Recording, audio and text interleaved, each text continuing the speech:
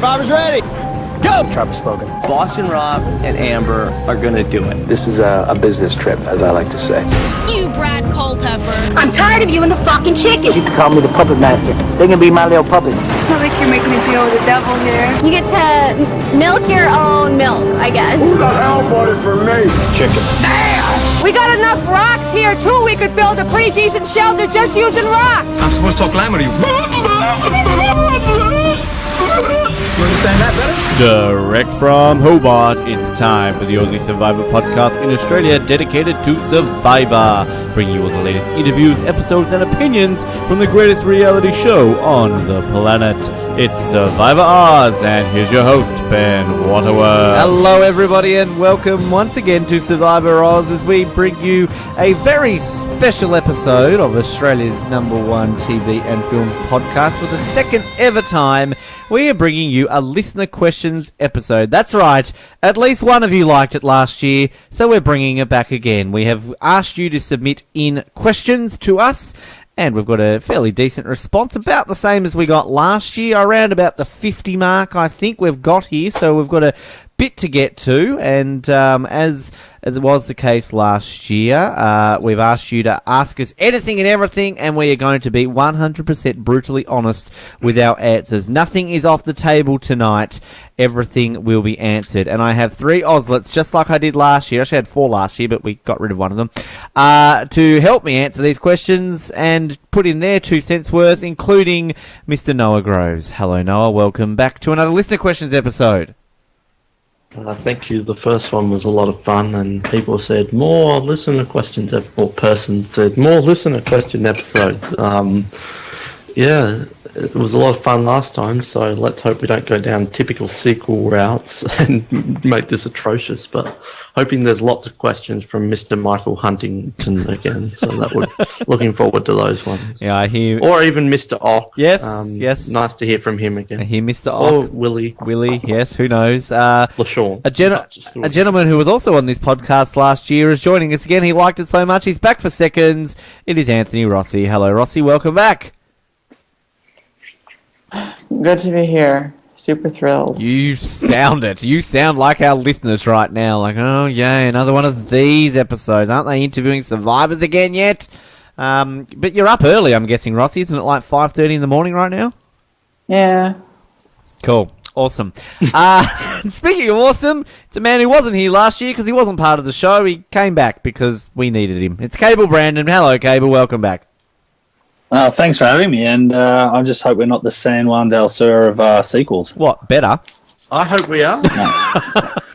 No, well, see, I think Blood vs. Water 2 was brought back too quickly and wasn't as good as the first one. Well, we've got a question here, actually. We have John and Jacqueline, so what? Question here from Sane Person. Why is Cable a dickhead? Oh, right, okay. We love you, Cable, and we're glad... to answer this one? We're glad you're back. And we should quickly mention, we did this last year, we'll do it again this year. A bit of a warning, may contain adult themes due to some of the questions. Not as bad as last year's, can I just point that out? So, don't really need to put that warning here. But I should also just quickly recap from last year. I just want to read a couple of comments that we got on our listener question episode last year. We got here from a family of profane mics. They commented, Mr. Hunt, Literus, Ock, and Roch, thank you for addressing their questions. Gave me some great laughs. Go Peru said, great podcast, please more listener question episodes. Come on, Peru. Yes, indeed. And my favourite here from At The Show says, nice. In this podcast, the serious survivor questions are minimised and meaningless joke questions garner the most attention from the host. Raunchy questions take the spotlight. In my opinion, you guys definitely lost in credibility with this approach. I'm sorry to say, smiley face. Well, thank you, At The Show. We hope to do the same again in 2015. Me and At The Show have some things in common, because I agree. Yes, indeed. Well, look, we go for the lowest common denominator sometimes. Why not? And well, if you're low, you can always aim higher. Yes, well, exactly. That's the motto of the show, Noah. You're at the bottom. Eventually, you'll get higher, and somehow we seem to keep going. Get higher. That's our motto. Yes. Now, as we did last year, going to spread the love a little bit, so it won't just be me asking questions that thy. Why am I saying thy and my today? That I then just answer myself. I will spread it around so the other gentlemen on this podcast will also ask the questions. And there's a varying degree of questions, some ranging from our opinions on Survivor, behind-the-scenes things to do with the show, and even our personal likes. Which, Rossi, I'm looking forward to hearing about your likes, because that's what you got up at 5:30 in the morning for, wasn't it? To talk about what you like. Every day. Good. I'm glad. Plus, none of us know, so we're all in this boat here. And, yes, these questions that have been sent in, I have glanced over them, but just like last year, I haven't gone into this and prepared any answers. I've deliberately sort of left them untouched so that they can be answered sort of off the cusp and nothing is pre-planned. So I just want to dictate that out there. To think that I've got here like 58 scripts, I've only got like 2. And that's just what the questions are on. Now, the one thing, before I get into the questions, I want to quickly address one question which we are still continuously getting a lot of. It's more sort of a housekeeping matter, I guess, because obviously it's an issue that's been around for a couple of months, and that's in regards to episode links. So people are going to some of our episodes via our website. Links aren't working. They can't download them. Now, we did transfer servers a couple of months ago. We had some issues with our previous one. So we've sort of dragged all our, I think there was about 700 odd episodes worth there to come across. And still, because you imagine there's a lot there to transfer, so some of them still are dead, the links don't work, and they're still being updated. So just want to let people know, I get a bit grumpy, I'm sorry that I reply sometimes, it seems like I'm being a bit of a dick, which I bit. A big dick. I would like to... I would like to... hello at the show. I would like to apologise to the listeners on your behalf, because I constantly see, Chris Berger, please check our social media. And then if you go to our social media, you probably wouldn't find a post about the links in about 4 months. So checking the social media wouldn't help. So, yeah, big dick sometimes. Well, in Big Dick Grumpy Ben's defence... we actually got a few of those posted in the last few days, and we just posted a big post about it. Okay, I'm a grumpy prick, whatever. I'm old, okay? Cable, you get grumpy when you get older, don't you? Yeah, you do. So you're like the Rudy Bosch of Survivor Oz. Is that what you're saying? Well, you're older than me, so what does that make you? Like Grandpa Rudy Bosch? Yeah. BB. No, BB. Oh, rest in peace, BB. Okay. I'll start off then. I'll ask the first question. Because this is one that I think we could all answer. This one's a bit of fun. This one's just from Sarah or Sarah, S-A-R-A. I'm going to say Sarah. Thanks, Sarah, for sending in your question. She asks, which fictional character would be good in Survivor? I want Rossi to answer this one.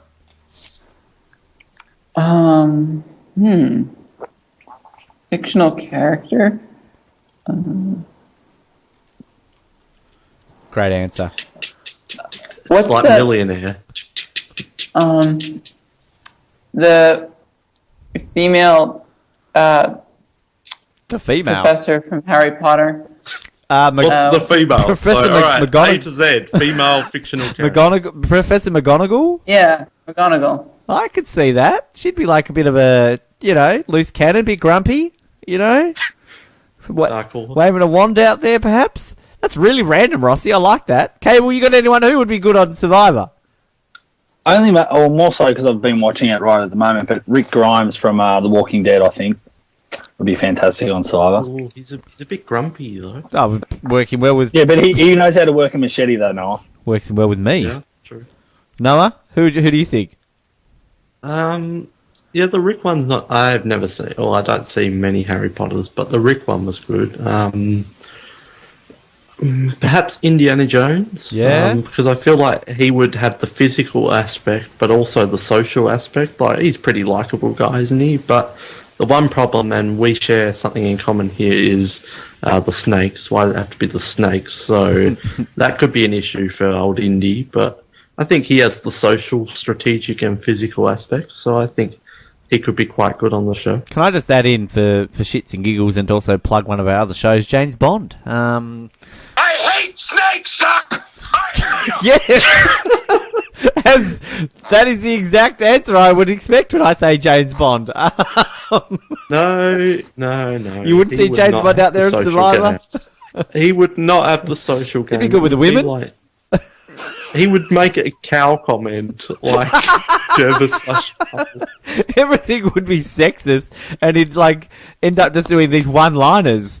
You know, I think, and he'd probably root half the chicks on the island. I think he got the point. Yeah, his voting confessionals would be amazing, and he would be really good at confessionals because he can deliver the one-liners perfectly what they need. Short, sharp. The first day would be Jeff on the beach. You in the tuxedo. What's your name? Bond. James Bond. I thought tribals only came once a year. Oh, good one. Thanks. Right, you're bidding for a martini, shaken, not stirred. $500. Can I just throw a sort of an extension to that question? Because I was thinking along these lines, and I know Noah answered this last year, but Lost being one of his sort of favourite shows, who from Lost would be a good character in Survivor? Oh, half of them wouldn't be. Not Jackass. Well, they've got the experience anyway. Desmond. Locke, no social game. I think Desmond, if anyone remembers him, he's got the social, hello, brother, strategic, and the fit. But he's a bit. I don't want to vote you out, brother. that would be the perfect voting out confessional. See you in another life, brother. Who was the blonde? That would be the perfect. Who was the blonde chick in the first season that we all thought were brother and sister, but they ended up like doing each other anyway? Like, oh, Shannon. I like Shannon. She would be good on Survivor. Yeah, she would be. Oh, I like that too. Isn't she Liam Neeson's daughter in Taken? Yeah, she is. Yeah, okay. Got it. Or Taken, as Liam Neeson. What about you, Taken? Taken. Hey, he'd work well with Bond. Taken.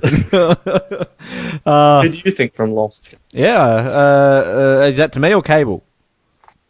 Cable, he asked the question. No, yeah, I was sort of thinking that too. Desmond's actually a really good answer. I don't know. There's so many characters in Lost that you think, well, you know, in 39 days, you know, you think they could do well, and then they've all got the experience. Oh, Saeed, he would kick. Oh, I love Saeed. What about Kate?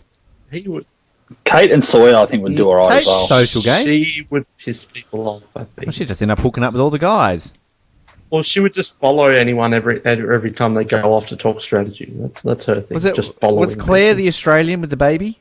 Yeah. Oh, no, she can't. She'd have a visible jar of peanut butter with Charlie, like. Early first. It's Billy. The people like Jack and Sawyer and stuff like that, they're too obvious. So Saeed or Desmond, because they're not as obvious, but they're still physical. Who was? But you're talking about winning now. You're talking about winning the game, though, are you not? Yeah. What were we just good on Survivor? Well, yeah, I guess that's true. Who was the guy with the kid and had the dog? Oh, Michael. Walt. It was, and was his dad's name Michael? Was it? Yeah, I was thinking Michael. I liked him. Yeah. All right. Anyway, we're getting started. Lost Oz. Lost. Son gets voted out on Blood vs. Water. Lost Oz coming soon. Oh. All right, we should move on. That was a lot of time spent on fiction. Thanks, Sarah. But good question. It was a very good question. All right. Lemon asks, hello, Lemon. I'm a big fan of you. I also like lime. I like this question. Have any of you seen a ghost? Anyone? Don't laugh, I have. What? No. You have? No, I believe I have. Okay. Can you tell us the story in a short form? You have to elaborate. You can't leave it there. Well, in all fairness, Lemon didn't say elaborate. They just said, have you seen a ghost? Yes. Okay, moving on. All right, elaborate. It can't be the Casper movie. No. I'll try and keep it condensed as much as possible. Long story short, many years ago, when I was probably maybe 10 or 11, my parents bought this old rocking chair off another family, and I thought it was creepy looking and whatever. And it was in the corner of our family room. That was a room that my mum kept off limits for us kids. Like, she wanted it to be the nice room. Because it had ghosts in it? It's what? Because it had ghosts in it? No. It's just one of those the nice room that has a rocking chair and ghosts in it. But anyway, so this night there was a power outage, and we had candles and stuff, and long story short, I don't know why, but me and my brother went looking for my dad, and we had a fairly big house at the time, and me and my brother went into this room. We knew we weren't supposed to, and we saw something sitting in the chair, and yeah, long story short, yeah, I shit myself. What was sitting in the? What did it look like? Well, I believe it was some sort of ghost. Just a box of chocolates. Was it like a white sheet? Like No. White sheet. Grandpa Joe. With the eyes cut out. But yeah, no, I believe there was something a bit sinister there. There was someone in that chair, like it was rocking back and forth. Are you sure it wasn't like just your mum, like reading a book? No. My mum was at work. No. I at my old house when I was younger, everyone was convinced that there was a ghost there, and I heard things, but I never saw anything. And one time when I was at home and it was a dead quiet night, we had a concrete veranda and we had a skateboard there, and the skateboard was like going across the veranda in the middle of the night, and it was not windy or anything. Rob Zabachnik is a ghost. But I don't in your believe house. in ghosts, so.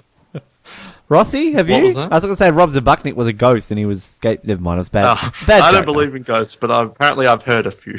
Rossi? I haven't seen a ghost, but I had a weird haunting experience once. Ooh, tell me. Well, not really haunting. I shouldn't have used that word, but I was watching a movie once, a horror movie, Oh, yeah. and then when we were about to leave the room, I noticed that someone had left their ID sitting on like one of their where they were sitting, and I was going to give it to them, but it didn't belong to anyone in the room. Oh. Like it was someone completely random's ID that we had no idea who they were. Shit. Maybe you had like a burglar during the day. What happened to the ID? We gave it to someone to like lost and found purposes, but it was so weird the because it ID wasn't there when we was never started. What about you, Ben, or can we move on? Yeah, I don't believe in them, haven't seen them. I've seen a UFO though. Like, does that count? Mhm. No? Have you? But But it would be a Well, it's not good double really- whammy if the aliens were dead. Whoa, that's a good one. Ghosts, You dead UFO. people. I do not believe in ghosts at all. I believe in aliens though. So, yeah, that's my I answer. believe in aliens, but not little green men. No, exactly. Like, I believe there is. Or like spores on Jupiter. So you don't believe in leprechauns? I believe in one. Who believes in leprechauns?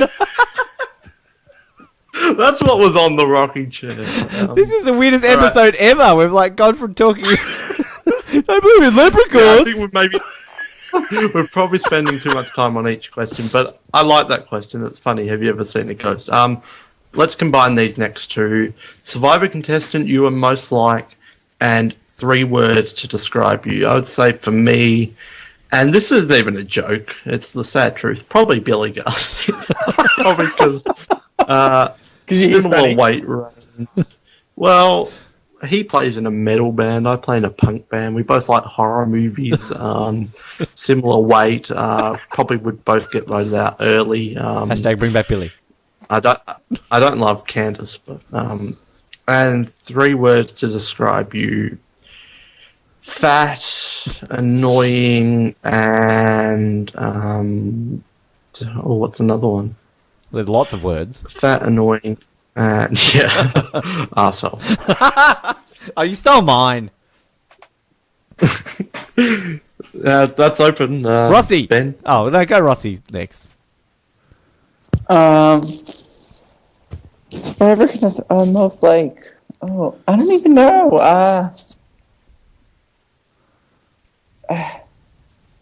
I'm just gonna say I'm most like Janet Koth because I'd probably try and smuggle food. 3 words to describe me. Not fat, not annoying, not an asshole. Wow. So you're not Noah. That's 6 words. 6 words. Are they maybe they're hyphenated? Can't follow instructions. I'll go next. I've always said I see the Billy. I could see Billy in me, but I've always said Jamie Newton just because I just well I feel that like I would play like him, and that I would get so to the point where like, are you voting for me? Are you voting for me? Is it me tonight? Are you voting for me? Like, I swear I would just be that type of player that would just get paranoid to the point, and I would get voted. I think I'm a combination of Billy Garcia and Jamie. 3 words. Wow. Billy, for the same reasons, basically, that Noah Six said. I don't play in a band. I don't really like horror movies, but I'm fat. So, not saying that Billy's fat. Like, I'm fat. I'm fatter than Billy, all right? So, again, I'm not dissing poor Billy here. What 3 words to describe me? Shit. I should let other people do this for me. Is that one of them? Asshole. Hey. Let's see here. Large.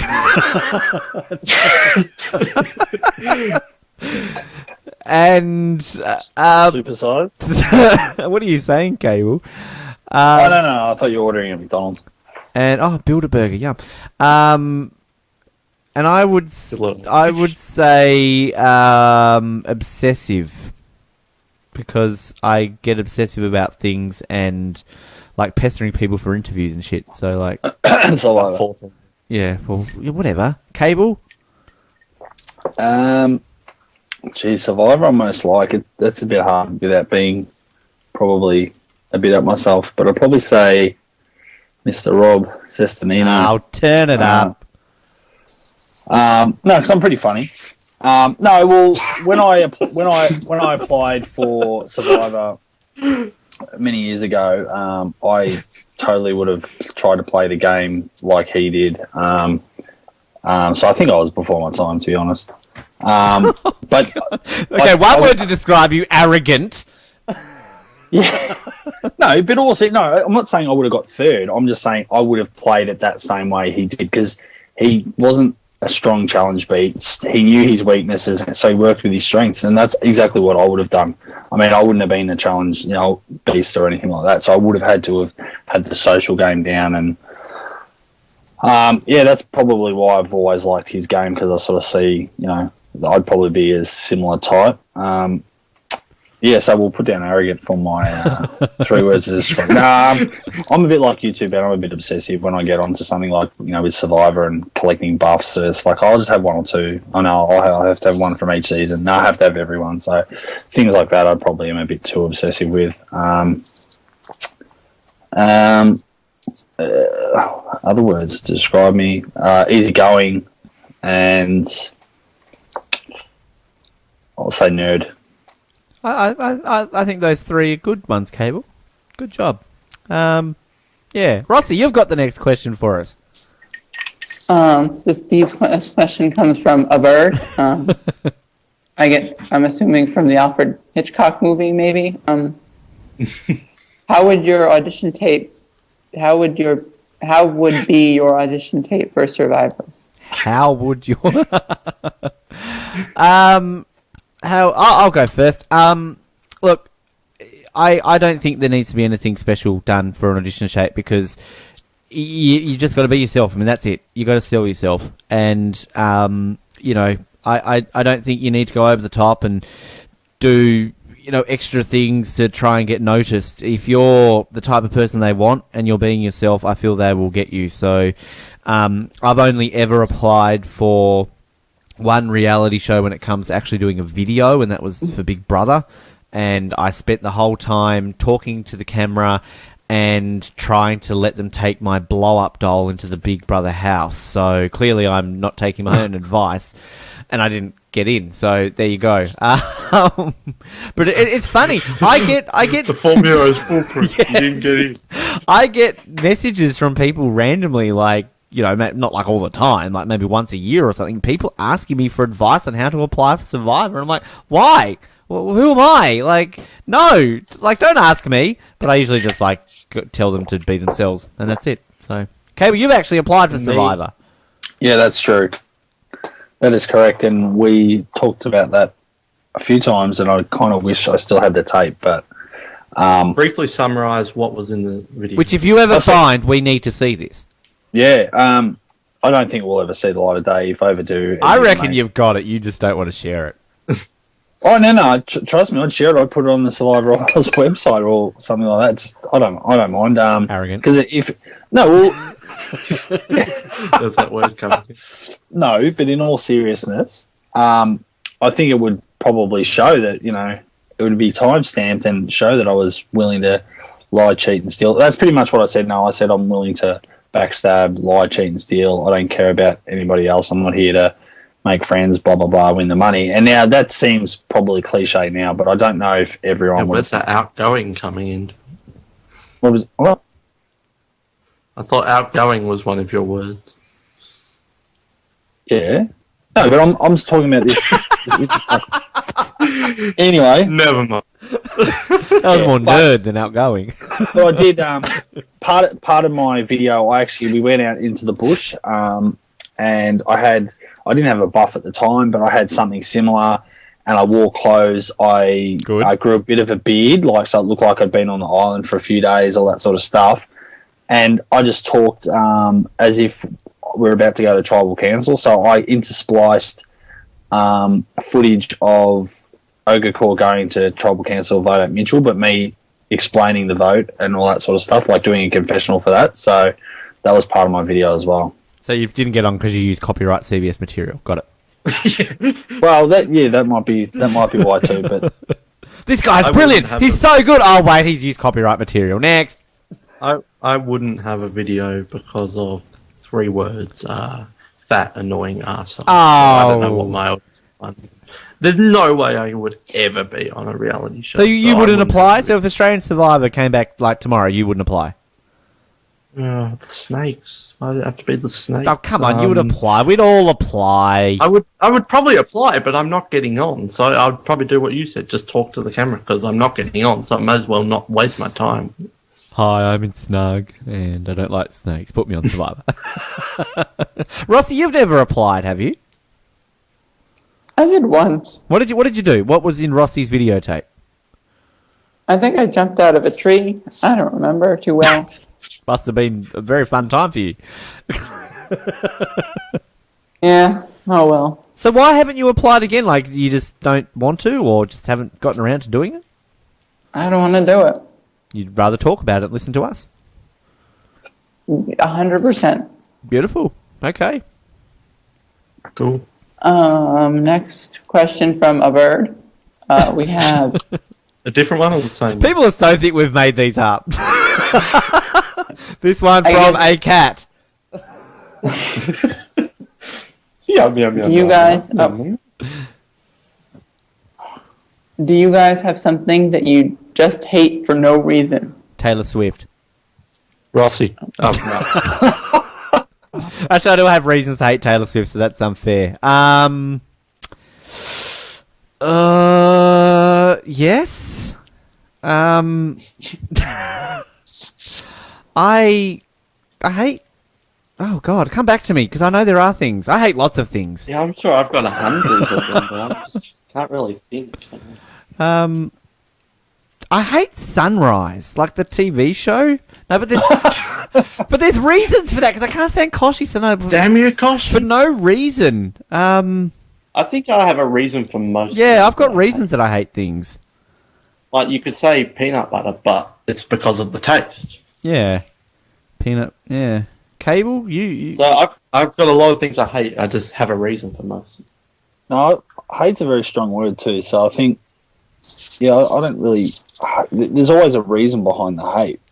So no, I don't think there's anything I really hate for no reason. Rossi? Sorry about it.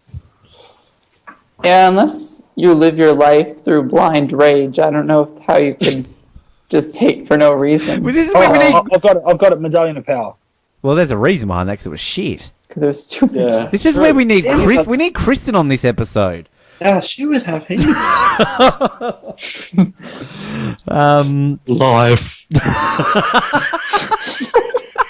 That's a very good impersonation too. Live. Basketball. Hello, Kristen, if you listen. Snooker. Yeah. Like I could almost say Kristen hates dungeons, but she has a reason. I could almost say Collingwood Cable because like it's just kind of born in, it's ingrained into my mind that I've got to not like your club because we're bitter enemies. But it's funny. I was thinking the same thing. I think that's probably the closest one because you're born in that. If you barrack for a team, you have to hate certain teams. And if I analyze it, like they're not the side that I hate the most. Like, and they're not actually affecting your life. Well, like literally, he's not a football fan, clearly. So, but I rooted for Collingwood in the 2002 and 2003 grand final, so I can't say that So, yeah. Sorry, a bird. Yep. Any more there, Rossi? Any more from a bird? One more bird-related question. Well, not bird-related, but anyway, I like this one. Which are some contestants that people love but you don't? Let Cable answer that one first. Really? Yes. Why are you going to give me a heads up? No, I just think you would be good to answer first. More so because we talked about it a couple of weeks ago in our Second Chances cast preview. I don't hate Shireen, but I'm confused. Like when I go online with how much just how much love she's got in the Survivor community, and I'm sort of baffled by that. But then on the same hand, I like Kelly Wentworth, and I think there's a lot of people that say, why does everyone like Kelly? Why has she got a cult following? And some people don't understand that. So I guess, we all have a different opinion. But yeah, Shireen's of recent times the one I'm sort of confused why everybody loves her. I think you mentioned one of mine, Cable. I don't hate her at all, but I definitely don't love Kelly Wentworth. Like, she's okay, but she went to 2 tribal councils, had like 4 confessionals. Like, it's like, if this was like on like season 11 or something ages ago, people probably wouldn't remember Kelly Wentworth too much. But I guess thanks to social media, she's out there. So I don't hate her at all, but I don't love her. One that I do like a lot, but not as much as other people, is Cirie.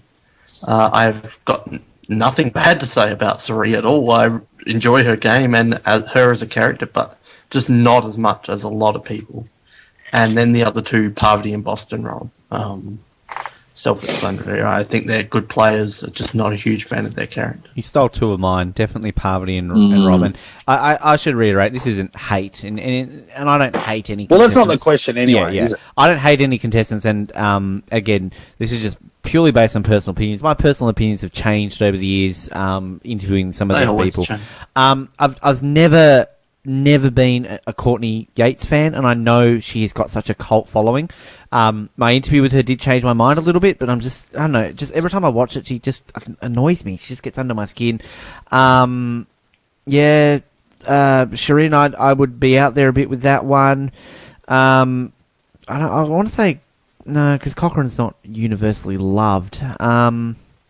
Sophie, can I say? Because she's got a very long, and I think that's probably no secret, to be honest, but I think she has a cult following in certain areas of the internet. Yeah, and I guess that's probably all I can really think of. I mean, there are others, but none are sort of really standing out. Like Tyson probably has always been one that I've just always been like, what's so good about Tyson? Like, he's kind of... I liked him. I just didn't think he should have ever returned. I was happy with him as being a funny character on one season. Yeah. So, that's just a few out there. Rossi? Yeah.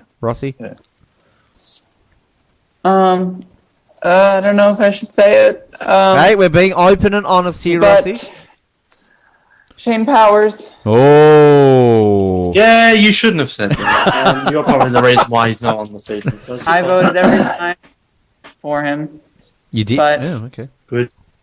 I'm not a fan. I don't really like him that much. I think he's just a general asshole, but... Well, yeah, no, I can see that because I love Shane on the show, but I think outside of the show he just needs I think he went a bit too far with how he reacted. Like, I can see why he reacted, but I kind of a bit that way with Johnny Fairplay. Like, outside of the show, Rossi mentioned Shane, 4 spots up from him.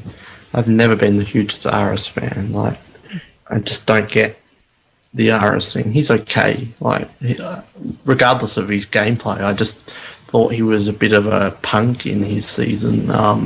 And like the fights with Terry, sometimes Terry was in the wrong, but sometimes Aris was just a bit. So I don't hate him, but it's definitely not one I love. Okay, beautiful. Cable. I think we've covered that question. Cable, I think you got the next question. No, I was just going to end on. Noah actually reminded me of Sari, sorry, I should say. Yeah, I don't hate her either, and I liked her game in Panama, but I think I'm actually sick of the love in the community with saying that she got robbed of Micronesia and stuff. It's like, get over it, move on, it's a game. And I think if you can win an immunity challenge and you don't win, and you put your fate in other people's hands and you don't win, well, bad luck. You can't say you're robbed. So I think there's a bit too much of that in the internet world as well. I'd be more comfortable answering that if it was a seasons one, but I think we've sort of gone over that with seasons before. So anyway, Cable, yes, you've got the next question. Do you see it, or do you want me to ask it? No, I can see it. And now I believe he's in yours, like Tom Shembury. Would you please consider ranking the worlds apart / second chance people within the rankings cast? That way it stays current. Look, we get this question a lot, and I would like to, because This is from someone who didn't compete, do the episode asking this question. Yeah, like, I can see it, and I'm the same. I'd like it, but we'd have to work out a format, because I'm not sitting for 34 hours doing that again just to include 18 more people. And I think probably realistically the best way of doing it would be maybe doing it every 5 or 10 seasons, but probably 10 seasons, not 5, it's too little. But like I mean, how we would have to do that is we'd have to make sure it's the same 5 every time, and obviously our schedules are so vastly different now to they were 9 months ago, and we would have to be like, okay, then first person off the, you know, we're now going to rank So, where would you put her? And then, you know, Paul would be like, 212. Veto, I think she should be 180. Like, I don't know how we would do it. So yeah, that episode was so much fun, and it's kind of in some ways become what we're known for in a lot of ways. Quite a long or remembered following for. Actually, it surprised me, to be honest. Yeah, I can't believe I think there's another question. I have some things to say about that. I'm pretty sure there's another question about it. If there's not, well, bad luck. You don't get to hear what I have to say. But on this one, maybe we could do like a 1 year later one or something, and we could like go through the players who weren't on it and not add them in, but say, well, so if we were good to do it now, she would probably end here. Yeah, like a ballpark if we were to do it here. Yeah, like, and not add it to the main list, but just to give it. I agree, like a bit of the OCDC kicks in. That was a joke, by the way. Kicks in there. Like, I agree. I would want it to be current every season, but it's just not that realistic. It was such fun to do, but 34 hours and then to fit the new people. So it would be very interesting with the returning players, like how much they've changed. But because we talked a lot about multiple games through it. Yeah, well, Ben made a good point as well. I mean, it's how would you do it in regards to trying to get U5 back with Colin and Kate and stuff, and have that consistency. But then, you know, if, say, for example, Colin left or couldn't do it and I jumped in, then my opinion's going to be, you know, similar to Colin's. Nice try, so yeah, exactly. Nice try. Yeah, please. But in all seriousness, we did say that you would have been quite good on that episode, but you weren't Oslet at the time.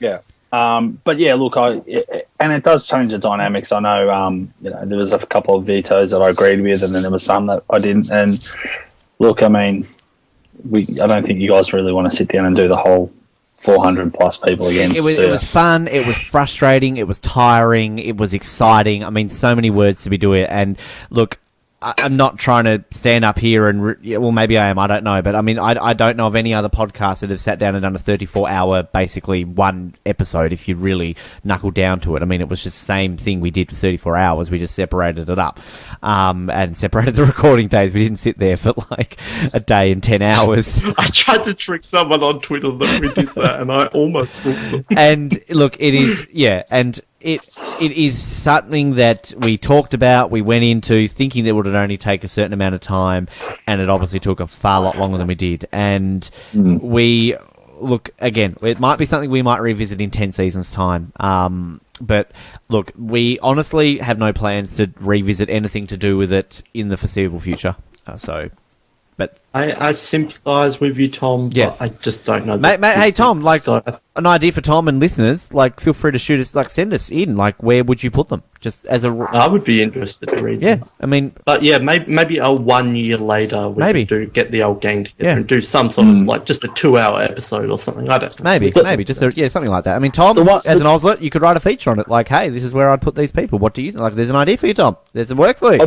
I think it's always, in fairness to you five that actually did it as well, people can sit here in the cheap seats and bag you guys for where you've put certain people, but you tried to be as fair and objective as possible. But I mean, trying to put all those people in an order, but also you all have firstly different opinions. But the one thing I even thought about when I listened to the 34 hours was some of you were more up to date with particular seasons or had seen particular seasons more so than others. You could almost tell. So you could put forward a better case for a particular player in comparison to somebody else, because you might not have seen it the season as recently or hadn't watched it as often enough to maybe even be fair that way. So, I mean, but the thing, but what you guys did was a good zero.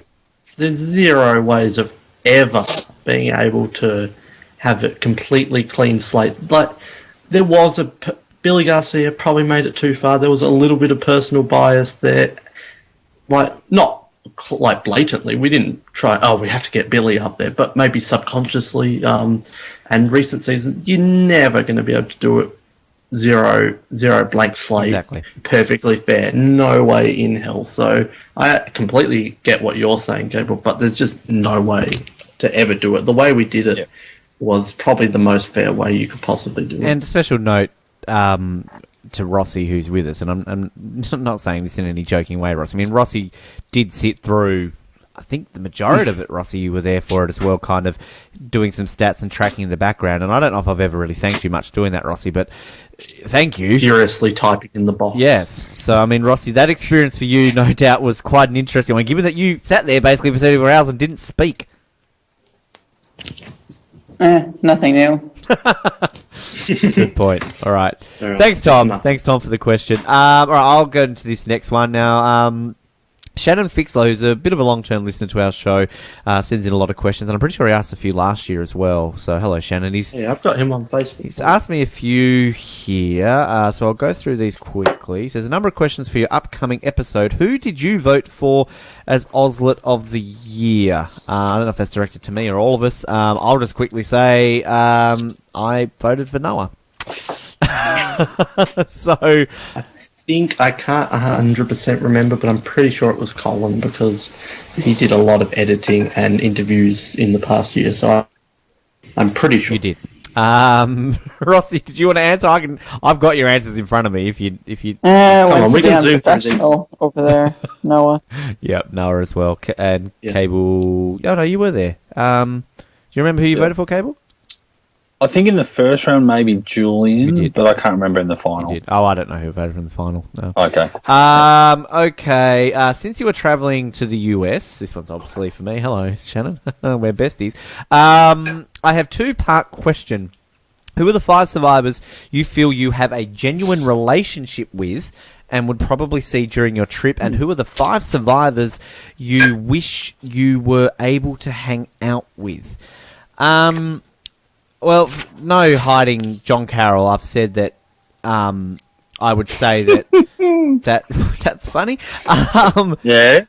Okay. Hashtag bring John and Nalia back. Yeah, I've always said that I feel I have a nice bond with John, and he's been on the show more than anybody else with the commentaries that he did, and you know, I've constantly said that the first interview I ever did with John, I think, went for an hour and a half, but then I stayed on Skype for him for another 5 hours.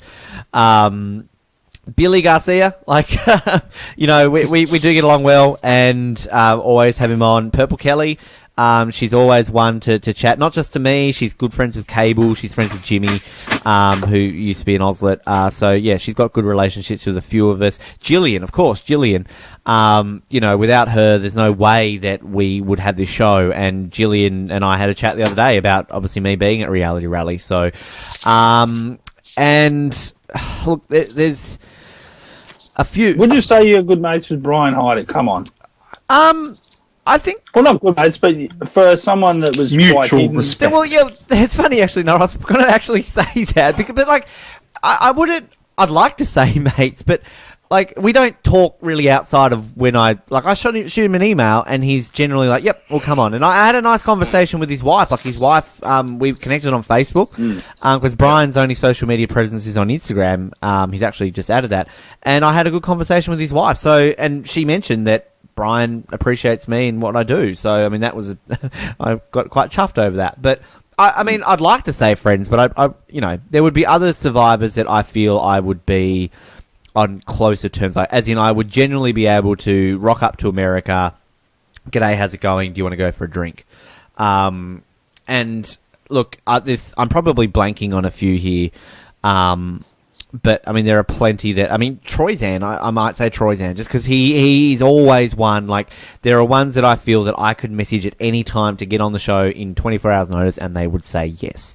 And, yeah, again, I'm blanking others, and if anyone would say, hey, what about me?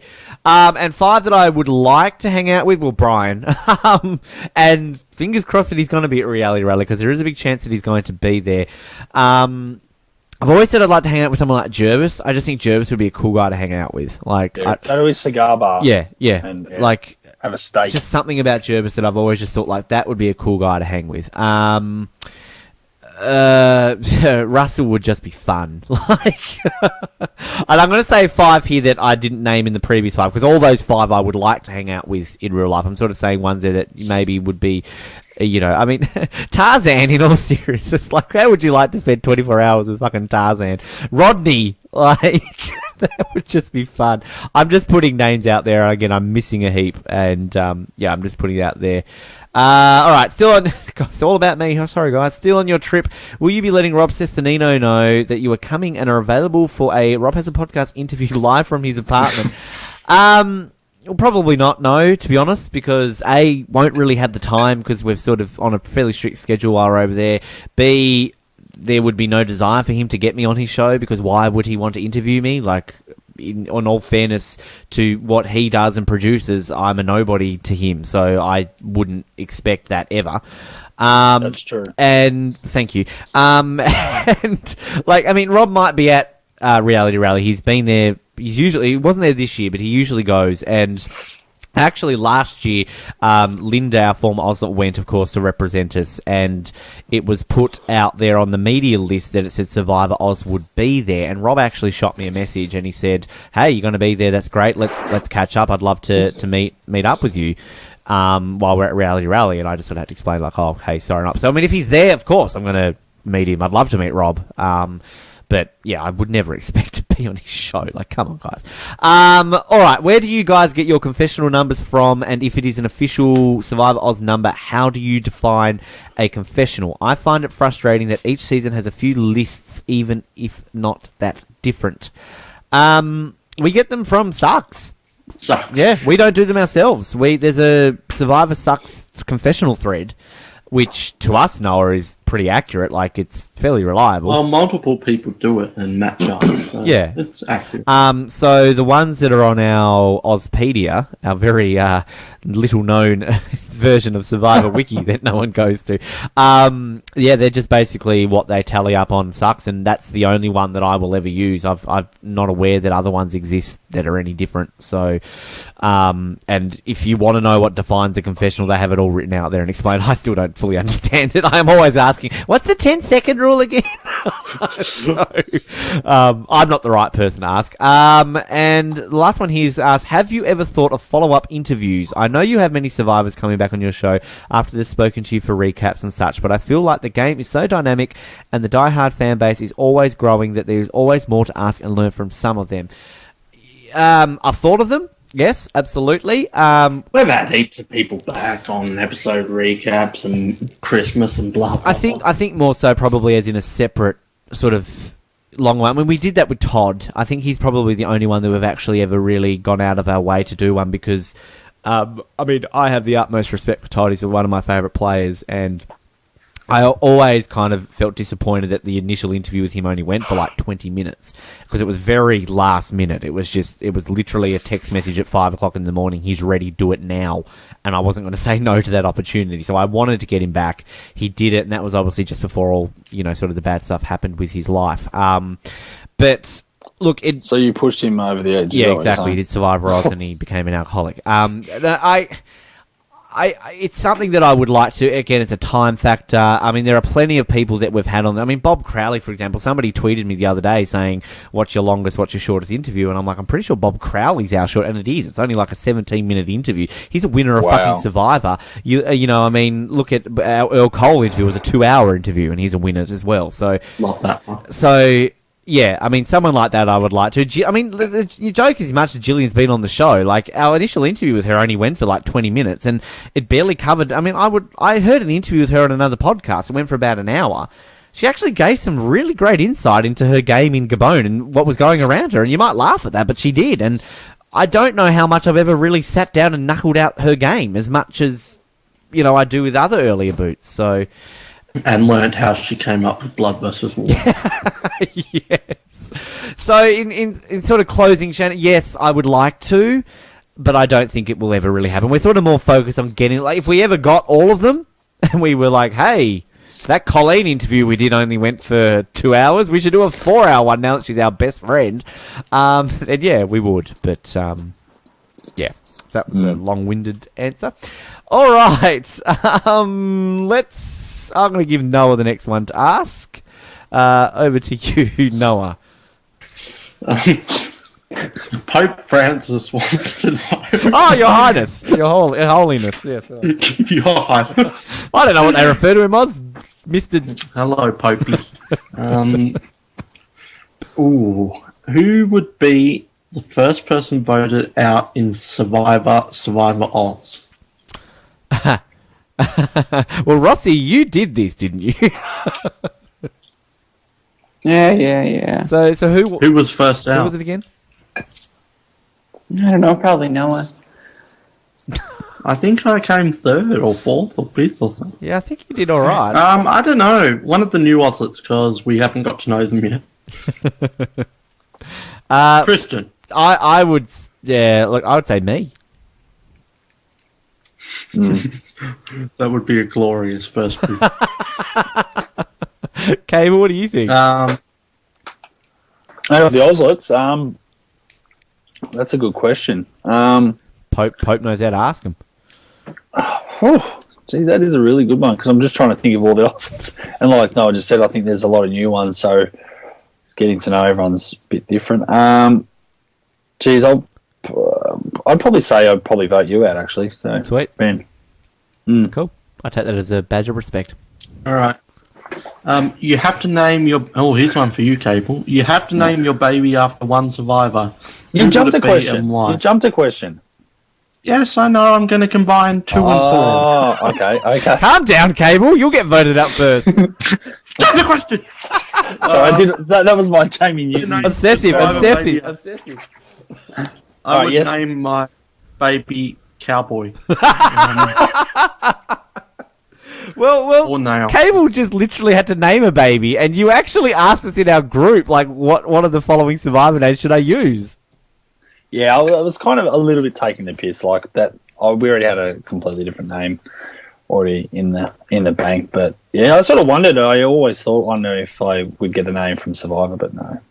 More chance of naming, using a tribe name as a name probably. Much a Mudgy or something. No bag. No, that's Noah's name. America.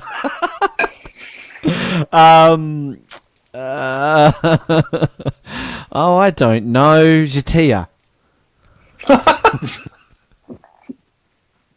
Rossi? Eric after Eric Cardona. Yep. No, I'd say Dan, actually. There's so many good Dans. Mikey. Yeah?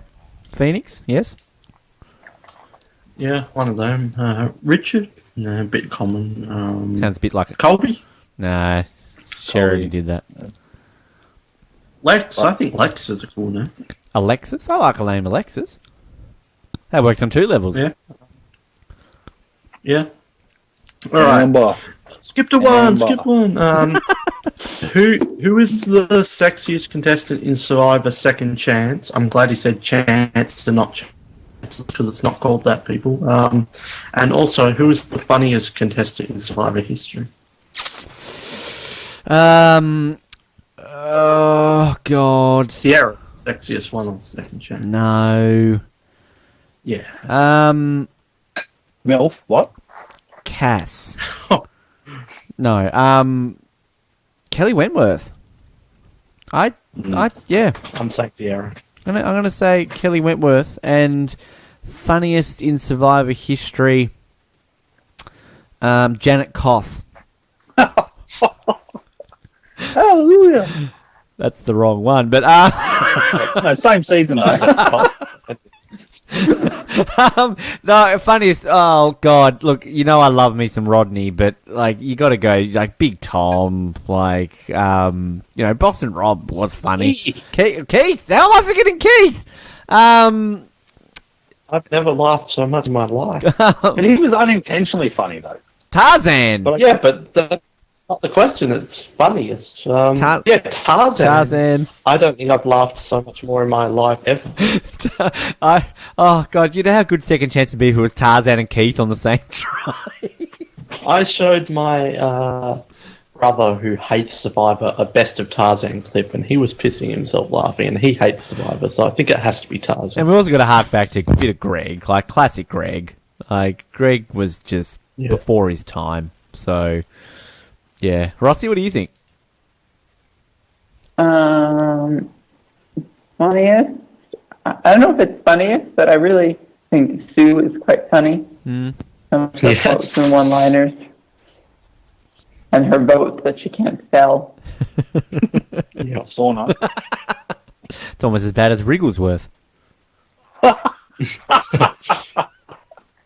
Whack. Sexiest, Rossi. Who's the sexiest?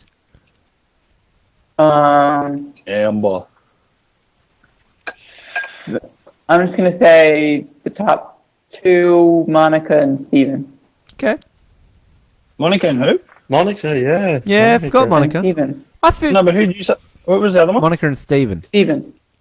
Oh. Who would we put? Gave a guy. Who would? Bit of geek chic. We should. I feel we can name men as well. Like.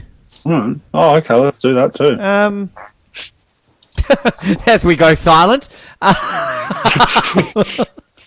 Well, look, say what you will about Woo being back, but look, Woo's pretty good looking. I'd rather Woo than Joe. I don't get the Joe vibe, so I'd go Woo.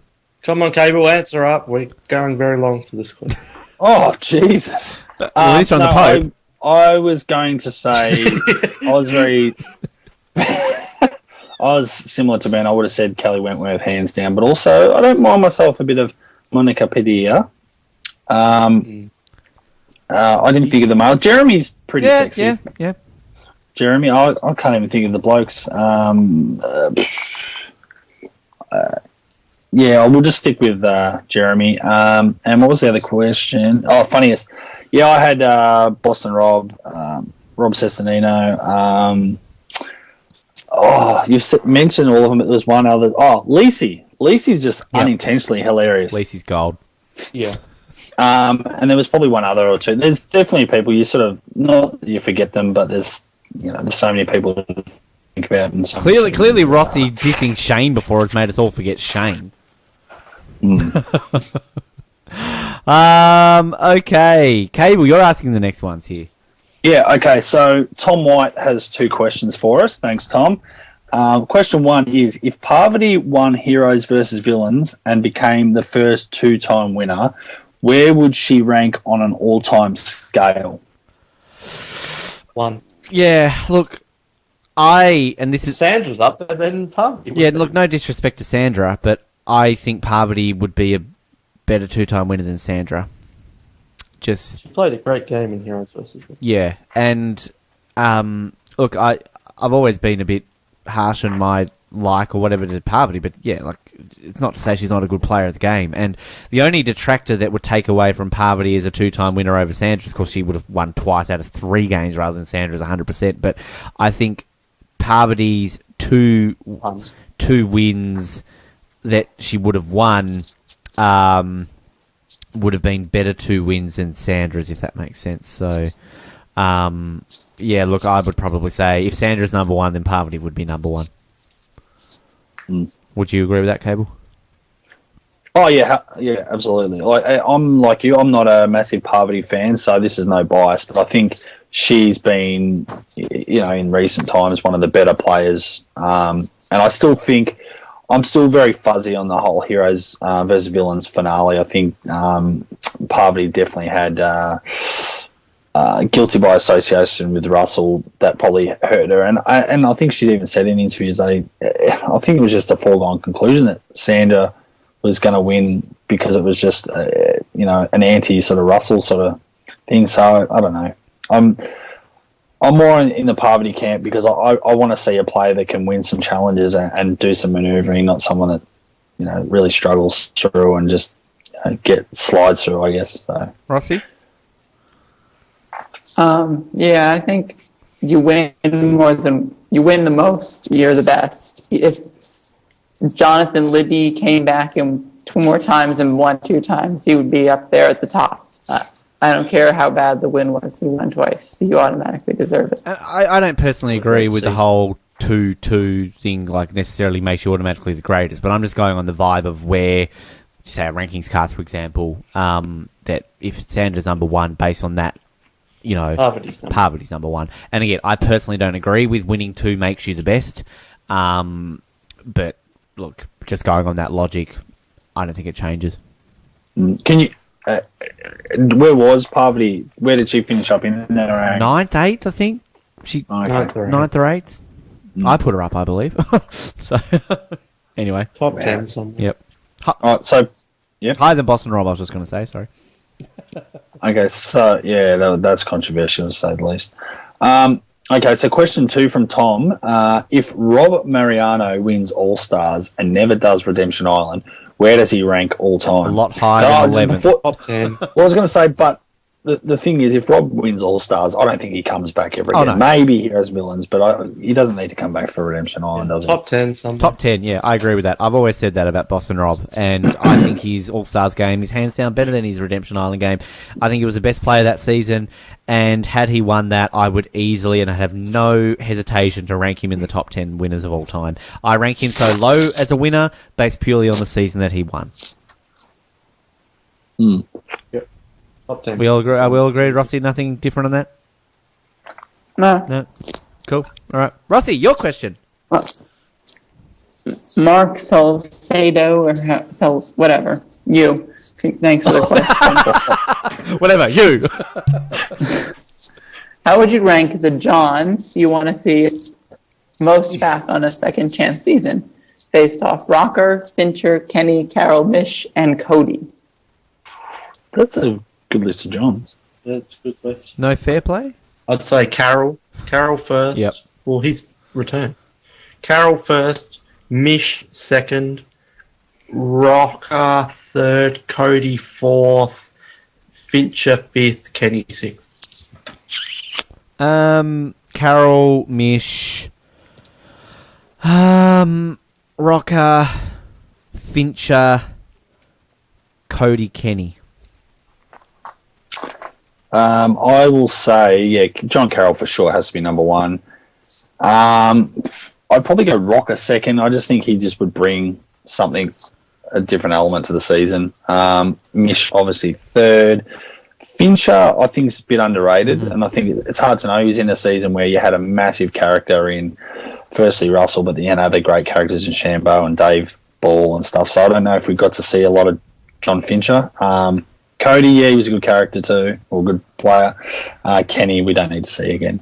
John Fincher.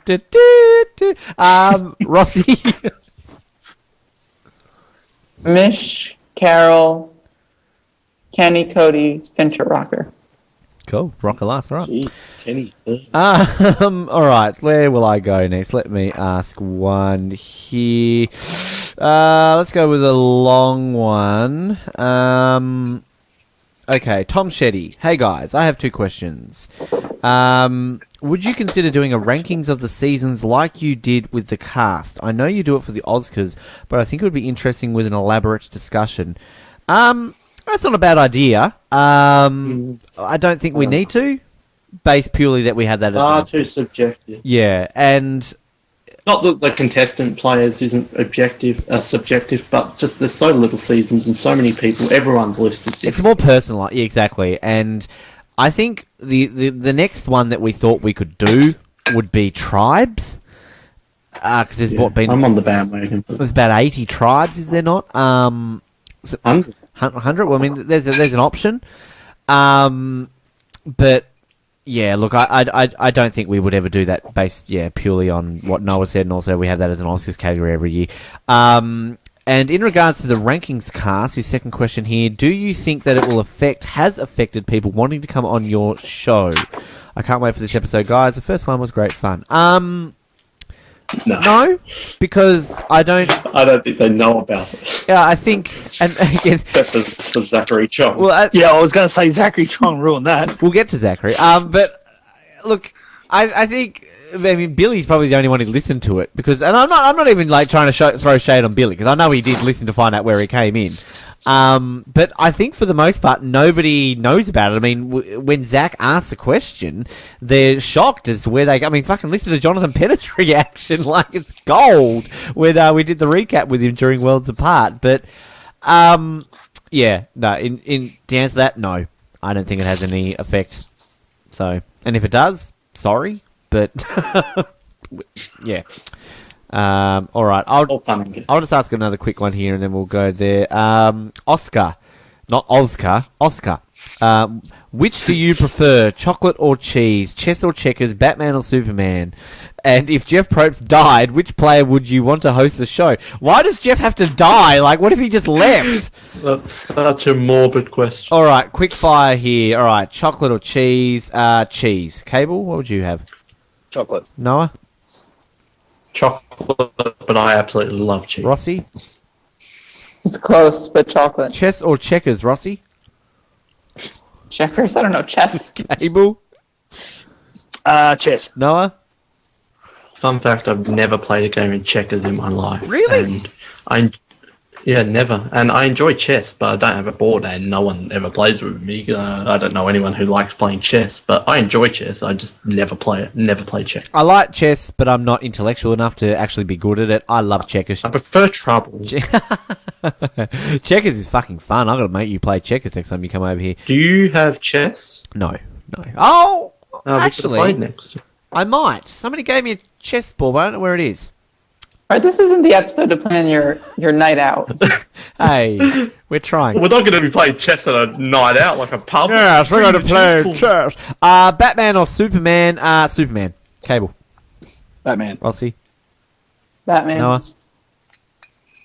I don't like how Batman is such a moody little shit, but I'm not the biggest I prefer Superman's mood, but probably Batman. Wow, I'm the only Superman fan. If Jeff Probst died, which would you want to host the show? Retired.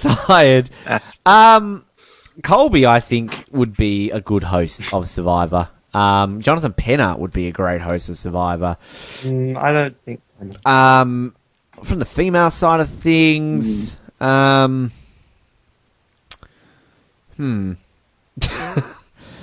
yeah. Starting to sound like Dan Foley here. I am, aren't I?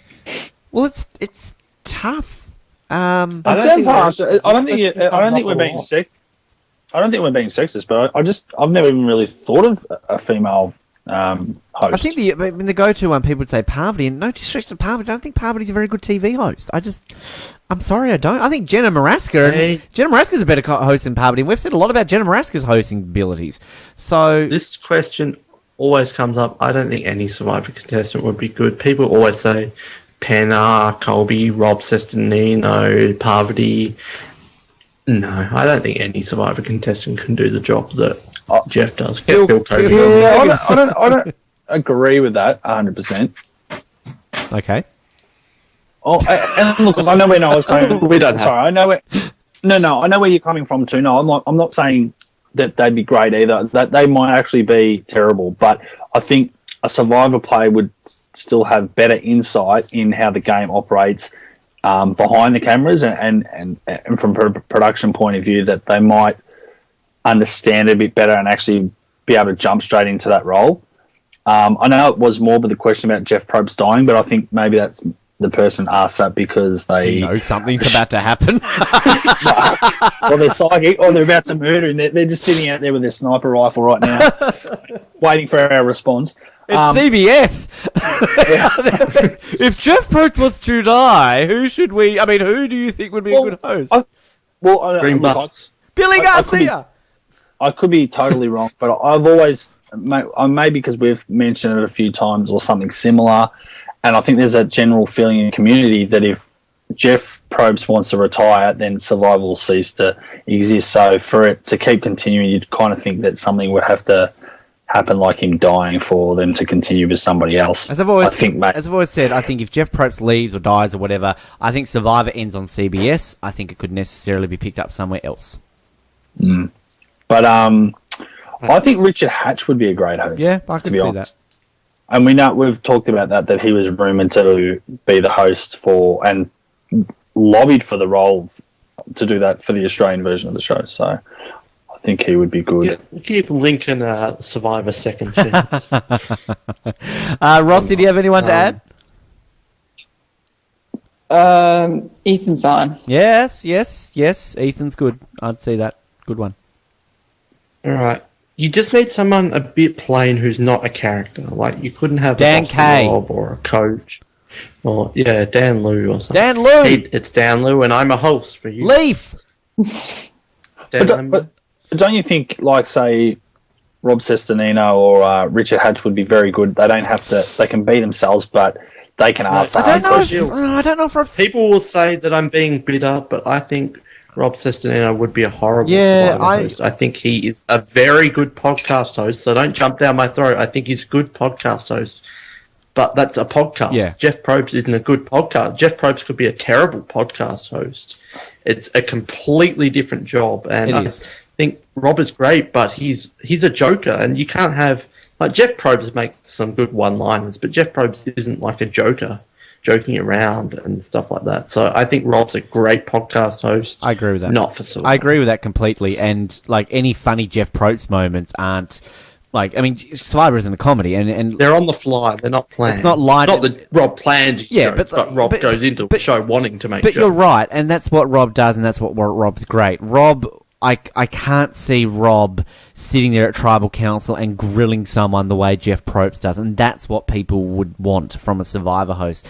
And that's why I don't think any contestants can. I don't think they have the drive to be able to grill people and really get into Tribal Council. Yeah.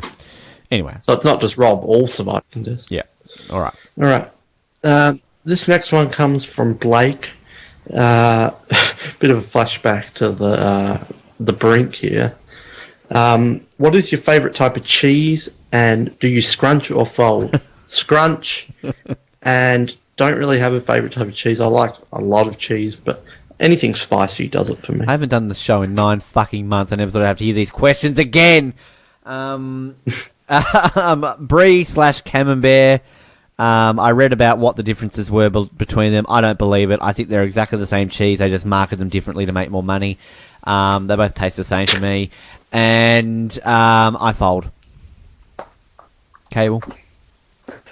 You just went digital on me, so I didn't hear all that. So I would say my favourite cheese is Colby. Of course. And I would... We're not doing players any. And I'd probably say Scrunch, maybe. Rossi? I don't know. I like the sharp cheeses. As long as they're not too aged. I don't want them too aged. Yeah. I guess Scrunch. I've never... Stupid fucking question. Thank you. I only asked it for about 10 years, but anyway. Thank. Oh. All right. Well, you have to live in Australia to get that, Rossi. I wonder what that kid's doing nowadays. Probably still folding. It's probably Tony Abbott. Yeah. All right. I like this one. Do you watch any TV shows that we don't know about? I'm a big TV fan, so that's a good. We had a similar question last year, but I think it was more like talk about the shows that you watch. This one's sort of that you don't know. Yeah, I like that. Come back to me because there's a few. Water Rats. Hey, Cable would like Water Rats. No, I don't. Oh, fuck you. Rossi can answer first for once. What's some shows that you... I've got one, basically, Ben. Rossi, what are some shows that you watch that we don't know about? Well, this would be a great question for Kristen. Oh, God. Teen Soccer Mums. Teen Jumping Mums. Snooker Dungeons. Sorry, Ross. Well, it's funny you mentioned Kristen, but I'm going to blame her a bit. She's gotten me into watching a whole bunch of different Big Brothers. Which ones? South Africa. I've been watching the UK and the Australian ones. Which Australian ones have you been watching? I've seen the three most recent ones, the ones on Channel 9. Also, did you see Gemma? How was it? Yeah, I watched Gemma this awesome. season. Cool, there we go. We can talk to Gemma about that a bit more. Did you did you watch the one that so you watched the last 3 that were on Channel 9? Yeah. I don't want to spoil. So you saw Ben winning? Did I just spoil that? I saw that. Fucking awesome. Sorry. Anyway, yes. Sorry, I just get a bit excited of that. Oh, go Kristen, getting you into those shows. Cool. All right. Cable. Geez, where do you want me to start? The beginning. Okay, so when I first grew up, I started watching The Muppets and Fraggle Rock. No. Fraggle Rock? The Muppets is... Fraggle I don't Rock. think The Muppets is a TV show that people don't know about. This do you isn't favourite TV show. No, it says, do you watch any TV shows that we don't know about? I think they know The Muppets. I'm just getting... No, I think it's more so like what shows that we watch that people don't realise we watch. Like, yeah, that's what I would Cable could be the biggest fan of like Hawaii 5-0 in the world. No. I think he wants to know about TV shows that he doesn't know about. Well, Well, why didn't he ask that then? Well, that's what the question says. Oh, for the love of God, answer both. Cable, just... I'm just going to keep it simple. Shut What up. I'm watching, what I'm watching apart from Survivor at the moment is obviously The Walking Dead. I just caught up with the 5 seasons, so I'm ready for season 6. And I watch Chicago PD, which is a spin-off of Chicago Fire. And yeah, that's just watch other... there's actually... When it comes to reality shows, and I don't know if a lot of people know about this show, it's on MTV. It's called X on the Beach, and it's a bunch of poms, good-looking poms. You can argue whether some are good-looking, but good-looking poms that just want to go and root around. But they put them in a place in Mexico, and then they bring their exes in. So it's a bit like Big Brother, but it's just like swearing and yelling. They're on at a each beach other instead of a and house. Yeah, they're in Mexico, so it's an awesome location, but, they're drinking and that, and of course, someone will start, teeing up and rooting around with someone else, and then they'll bring his ex-girlfriend in, and, it's trashy TV, but it's fantastic to watch. So, X on the Beach, MTV. No, you go before me. I've got hundreds of TV shows I watch. I can't even name them off the top of my head because I prefer TV over movies, if that was a question, which is not. But one I would recommend if you're going by the question the way I interpreted it. One I just finished on Netflix. It's called Departures, and it is like a Canadian travel show, and it's like no travel show you've ever seen before. Because it's Canadian. And it's highly addictive, and if you don't like travelling, I think you would enjoy it. So one you may not have heard of, I think you should seek that out because it's very enjoyable. But I got this so many TV shows from over the years that I've watched. Yeah, I'm the same. I've just caught up on Extant, the Halle Berry show.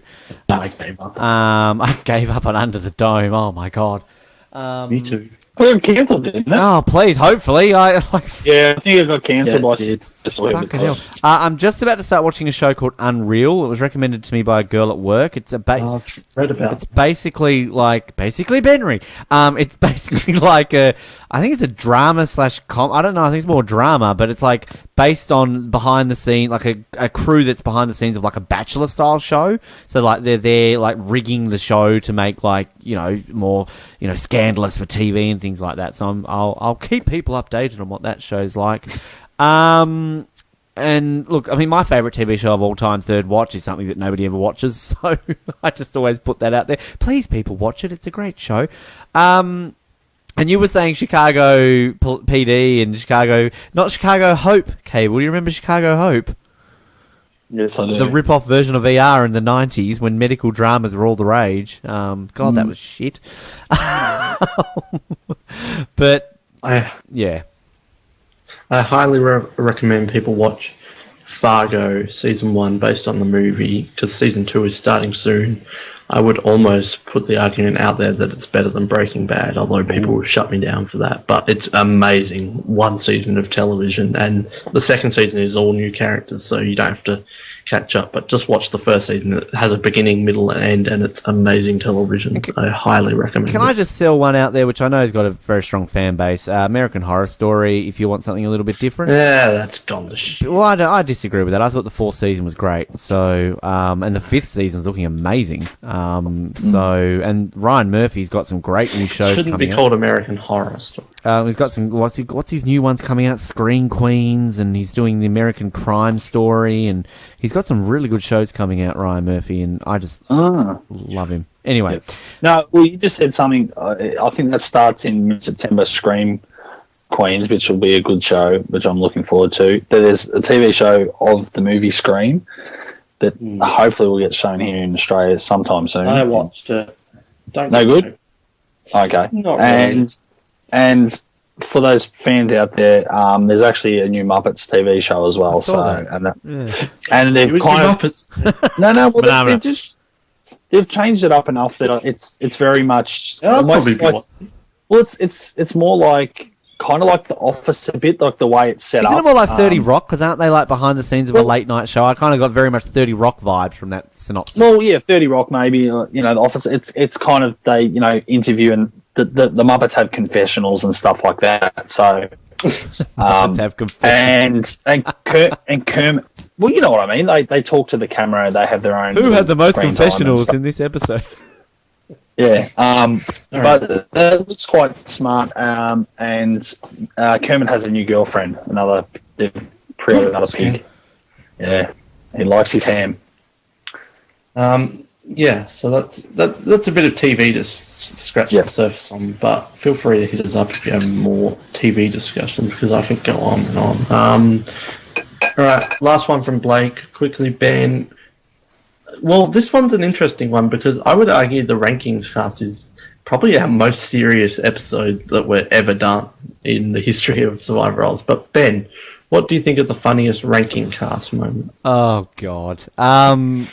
You should ask people that actually listen to it.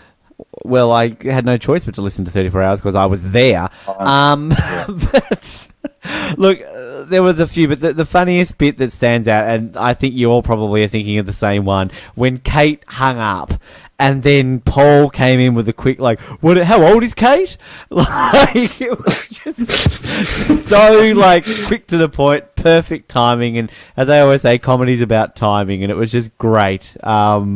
And yeah, like, and it wasn't really funny, but just the constant Corinne battle that Paul kept bringing up, and yeah, and then the whole Kelly argument. Tammy was robbed.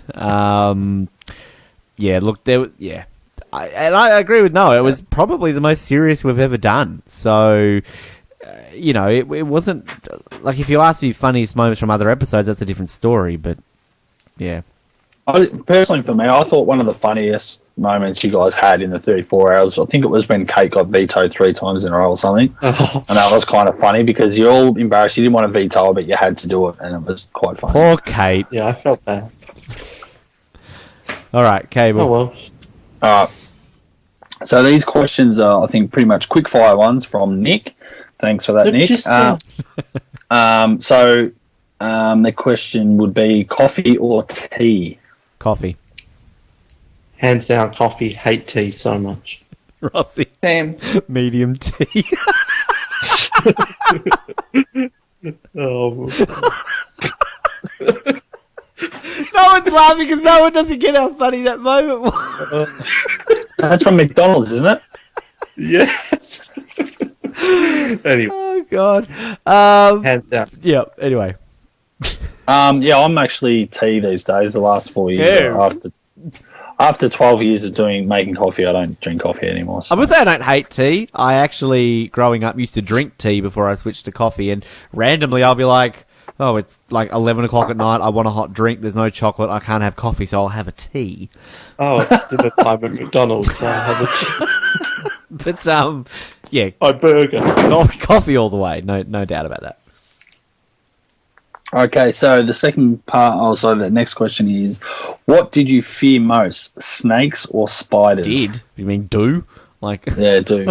Oh no, I'm not questioning you. I'm questioning Nick. Like, so what? We don't fear them anymore. Like, we live in Australia, Nick. Right? Like, we walk to school and to work. And we're gonna fight off 30 of these a day, mate.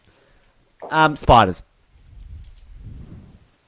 Hands down. I think you know my answer is snakes. Spiders don't bother me. You can just tread on them.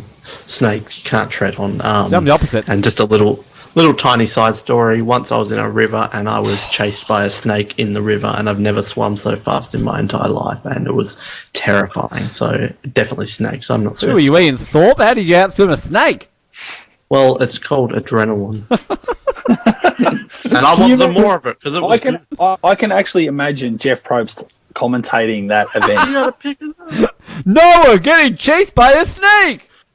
Snake's gonna have a date with me at tribal council. See, I have nothing. I want a pet snake. I have nothing against snakes. I like snakes. I fucking hate spiders. You don't live in the bush. Well, I live near a bush. I hate snakes, Suck! I hate them! Okay, James Bond's back. Rossi. That's Indiana Jones. The joke, Cable. Never mind. I don't fear either. I just think it's more the venom of a snake. If you accidentally trip and get bitten, or walk past and you don't know it's there and get bitten, I think that's more the fear. Rossi. Spiders. Do they have? Even if they have encountered snakes, Rossi. I don't see snakes where I live, so. Do you see spiders? Some. As in, like, what size are American spiders, like, in comparison to a quarter? Well, it depends where you're. Some more, some smaller. The funny thing is that Louise will, like a spider. And to me, a spider is like size of your hand huntsman will scare the shit out of me. But if it's like a spider the size of a 5-cent coin, I don't give a shit. Like, I'll just kill that. But like, Louise has never seen a spider bigger than like a 50-cent piece. So she's never actually seen a huntsman. And I'm thinking, you don't know what to be scared of until you fucking see one of them crawling up your wall. I will just shit myself. But yes, anyway. Was that the last of Nick's questions?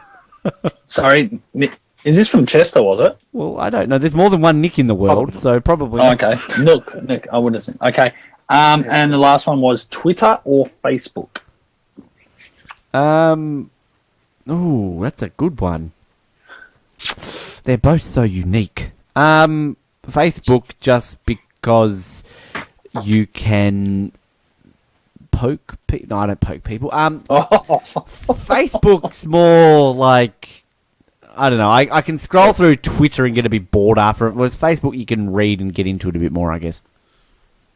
I think you can probably tell that I like to talk, and I talk too much. So you're telling me. One thing that really frustrates me about Twitter is I'll be writing something and I'll get to the end and I'll be going into minuses. And it's like, God damn it! Yeah, now I've got to figure out how to say this in a different way. I don't want to do one of those double tweets that people do. So then I have to sacrifice some grammar, sacrifice some full stops. So that really frustrates me because I have a lot to say, clearly. But I think Twitter's better for a bit of a laugh if you want to see some funny things, while Facebook, you've just got a lot of people bitching and complaining. But Facebook's probably more personal, I guess, but Twitter can be fun too. Not that I really understand it. Rossi? Twitter. Okay. Thanks, Nook. Okay. Let's scroll through. I feel we need to find Zachary's question because we teased him a little bit before. Here we go.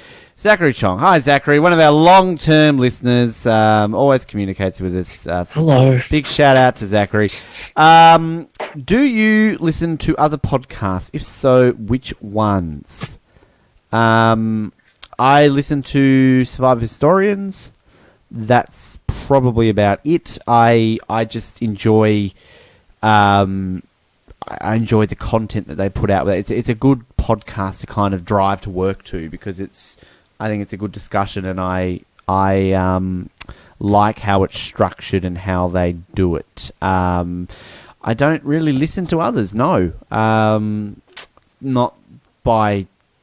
I mean, there are others I'd like to, but I just don't necessarily have the time, or kind of like if, say with Rob Has a Podcast, I'll listen to ones like, as soon as he put out the Jeff Probst one, that was something I was going to listen to straight away. And I listened to the Boston Rob one because that was sort of released like within a day of us about to announcing that we're about to interview him. So, I wanted to listen to kind of what he talked about so that we could do a different angle for the interview. But, yeah, I don't generally listen. I just record, and then that's about it. Noah, you listen to a few, though, don't you? Yeah, I listen to a bunch of them, so I have to commute a lot, and it's kind of ruined music for me, because then when I'm on the bus in the morning, it's rather than having this punk song blaring in my ears, I'll just listen to a podcast. In terms of Survivor, I've listened to a few historians, but I'm very slowly making my way through it. I'd almost rather listen to them after the season or something. I don't know. Rob, I listen to occasionally, not too often. I'll listen to his exit interviews, and I listen to his Rodney interviews, so I'll listen to things every now and then. That's it for Survivor, really. Sorry, the Tribe fans. I don't listen to too much of the Tribe. But I'm sure that there are a bunch of great... So I've heard a bit of D&D and that. So I'm sure there's good ones. I just don't really have the time. And then others, like, I don't listen to regularly, but have, like, I might listen to an episode of a James Bond podcast or a Lost podcast or something, but not listen to it frequently. Serial I listened to when it was on, but that's ended. There's probably more that I'm forgetting. One that I would highly recommend, which I discovered, and I've been listening to episodes daily from this because it's hilarious. Highly recommend it, which I found by accident when I saw something that I thought Kristen would find funny. But then the guy who does it also has another podcast. It's called Richard Herring's Leicester Square Theatre Podcast. And it is hilarious. If you want to laugh out loud on the bus and look like an idiot, that is the podcast for you to listen to. So download that one because you will enjoy it. Cable. Yeah, to wake me up then. Yeah, I'm the same as you. I think it was you and even maybe Mario that sort of got me onto Historians. Do enjoy listening to that. And Rob Has a Podcast. A bit like you, I will check in to see what he's got. I don't listen to everything, like obviously Big Brother and other shows that they talk about.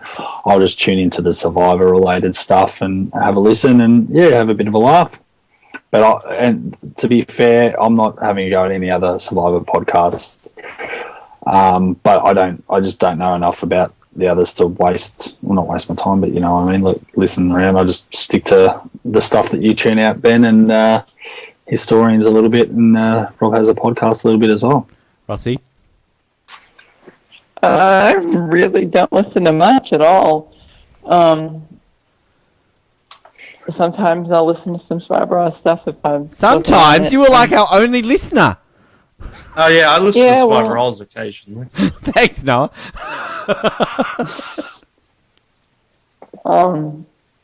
I do like some of Rob's non-Survivor stuff. Like he did a few Walking Dead things that I listened to and that, but not much in terms of podcasts. I'm actually listening to Double Oz 7 at the moment. I hear it's pretty good. All right, Zachary's got a couple more here. This one's funny because Cable already answered this question on our Facebook page. Are my rankings cast questions just too annoying? Look, in all seriousness, like they're not annoying. It's just we don't often ask them. Depends on the guest. Yeah, like Carolyn Rivera's not going to give two shits when she wasn't on it, but like that was a bad example. But there are some guests are fine, but don't the ones that are really low. Don't say like when Leslie Nees was on. Like Leslie's not like Leslie's too nice to care about that. Like she's going to accept it. Penna, yes, you're going to ask that one because you know Penna's going to give a gold answer. Coach. I don't think we had him on, did we? But I mean, he would be someone that we would ask that to because he would give a hilarious Russell. I mean, there are people that would have a reaction. If they're low, then you don't ask. I think that's the rule. If they're low or they're sensitive, don't ask. If they're like number one or they're funny people who won't care, then ask. If we get Sandra on during Cambodia, what do you think of your rankings cast? Number one. Oh, I think I was way too high. Like, no, she's not going to say that, but. Yeah. Depends on the guest, but don't ask it every. And Zachary, don't take offense if we don't ask them to, because like again, it depends on the guest, and also sometimes we just have other questions and we have time limits. So anyway, he also asks, can there be a new Oscar category? Oscar. What was it, Oscar? This is actually no. Hang on, he's spelled it Oscar. So I'll contact the Hollywood. We don't work for the Oscars. I'll contact the Academy in Hollywood for this one for you, Zachary. Can there be an Oscar category for best new character, new and ever? There could be. I think I've got a good answer on this based on experience. We'll go for it then, Noah. I wrote a top 10 called Top 10 Female Characters, and there were people on there. Shambo was number one. Kathy was on there. People like that. And I got so much hate for that. They're like, where's Parvati? Where's this person? Where's this person? And I have to keep explaining. I mean, the saying, that guy's a bit of a character, or she's a bit of a character. But people could not comprehend that, even when I told them. They thought it just meant person. So I think it would be a good category, but people would just vote for their top 10 favourite players. They wouldn't vote specifically for characters. It's too subjective. So I'm going to say no on this one. I mean, look, it could. It's. I agree with Noah, and I also think that Oscars are tricky because I mean we get enough shit as it is for having Mike Barassi appear in a top 5 sexiest of all time, and that's a joke. People are taking the mickey, and look, who are we to say what people think is sexy? So I mean, it would be the same argument. Like, my wife wasn't taking the mickey when she voted. Yeah, well, exactly. Like, you would end up having Sonia Christopher end up in the top 5 characters, and that's clearly so subjective. And yes, you can argue all of our categories are subjective. It would be Parvati, Kim, Sandra. It would be the same old, because people would just assume it means player. Yeah. So basically, no. No was like, I see what he's getting at. Yeah, but it just wouldn't work. His final question: why did Jeremy and Val stop doing the power rankings? Look, it was sort of in the midst of everything that happened during Worlds Apart, and we've got questions on that, which we are getting to. I reached out to Jeremy during it because somebody actually tweeted directly to Jeremy saying... We'll talk about this later. Sorry? We'll talk about this tweet later. Sure. Yeah. But yeah, so somebody directly tweeted Jeremy during the height of everything that was happening and saying, like, why are you doing rankings? You're doing power rankings for racist people, tagging you and I on the tweet. Okay, there you go. That's exactly what it said. Now, Jeremy replied to that with, oh, no, or something like that. And I reached out to him. No, like it was clearly I don't know what it was, but I reached out to Jeremy and I explained to him. I said, "Look, I've seen you've been involved in this. I'm going to explain the situation to you." And Jeremy replied to me at the time, and he said that, "Look, he's like, I took no notice of it. If I had a problem with you, or Val and I had a problem with you, or anything that's happened, we would let you know. We're straight talkers. I have no problem. I'm going to continue to do the ranking." So everything was fine. That was sort of, towards the beginning. We did get a message from Jeremy when he stopped, saying that he had been brought up to speed. And I think he said he was. I don't want to say who he was speaking to. I think he said he was speaking to somebody about it. And that at that point, basically, he was no longer comfortable working with us. And I wrote back to him and I just said, "Look, that's fine. That's your choice. We've explained the situation, and basically went into detail about with him. And I didn't press the matter because, look, again, ultimately that was his choice. I wasn't going to, cry foul about it and all this sort of stuff. Cry foul about it. But so, I mean, that's essentially it. He pulled out because of the situation. I think that's what most people assumed, and it was the case. To just add to that, though, there is no ill will between Jeremy and our show still, if people think that is the case. I have talked to Jeremy since that's happened. We obviously tried to get him on during the campaign interviews. He did at the time tell me that he wasn't doing interviews at that time, and if he changed his mind, he would let me know. I believe the only one he ended up doing was Rob Has a Podcast, so and that's fair enough. They're the number one show, so that's where he's going to get the most votes from. And I sort of have loosely had conversations and spoken to him briefly since. So as far in my mind, and look, I could be completely wrong. Jeremy could still be very anti-Survivor Oz based on everything that happened. I'm not sure. In my eyes, it has been cleared.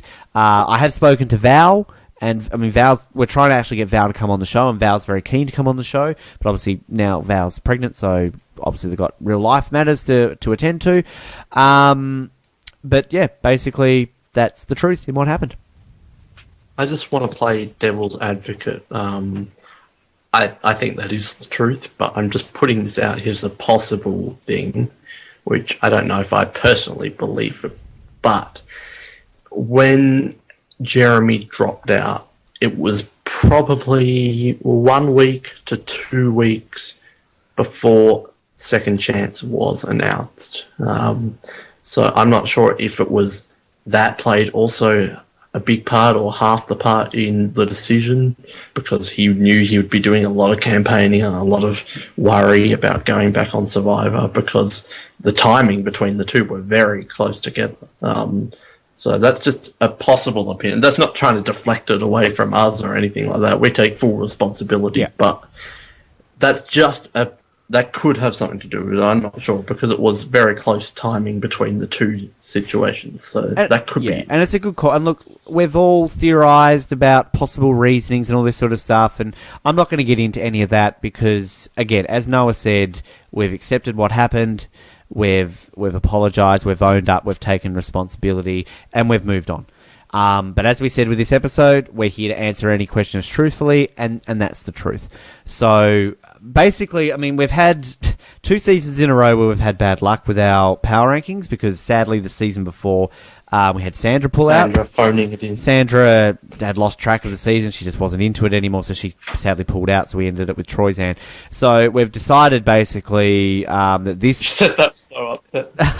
Well, I was upset because, I mean, Sandra doing it was great, but this upcoming season we've decided to just for that reason, as well as Noah kind of came up with a very good reason for it as well, to avoid spoilers, because this season has spoilers out there and we don't want to pay the risk of having someone come and do power rankings with us that knows spoilers. And we're not trying to say that they would, because we're very respectful of our guests and whether they know spoilers or not. So this season we have decided to just simply go with Ozlets like we did back in Blood vs. Water, which again I know is going to disappoint people and probably won't be well received, but we will plan on bringing back Survivor guests to do power rankings for season 32. No disrespect to the survivors as well, because we appreciate all the effort very they much put so. into it. Yes. Billy Garcia's were hilarious. Troy Zan had a lot of thought into it. But at the same time, the Ozlets probably going to write more in... Well, not you. Probably going to write more in depth and maybe give a paragraph or a few more sentences and a bit more thought. Not to say that the survivors don't put in effort, because that's not true. They do, but that's just another reason that could be good.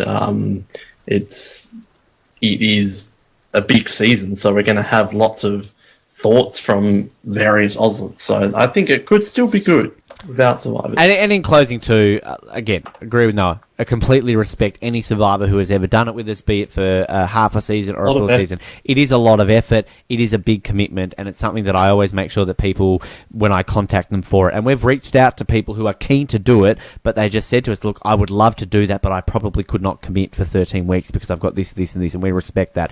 And as disappointing as it was for Jeremy to pull out, because I was really enjoying having him and Val doing that, I still have the utmost respect that he gave us his time to do that, and I appreciate him coming forward and being honest with why he pulled out as well. So, we hope to bring back survivors doing that, because it is a great thing to have them come on board too. All right. Anyway, thanks, Zachary. We appreciate that. Noah, I'm going to give you the next question, because this is from a special person that we hold dear to Survivor Oz.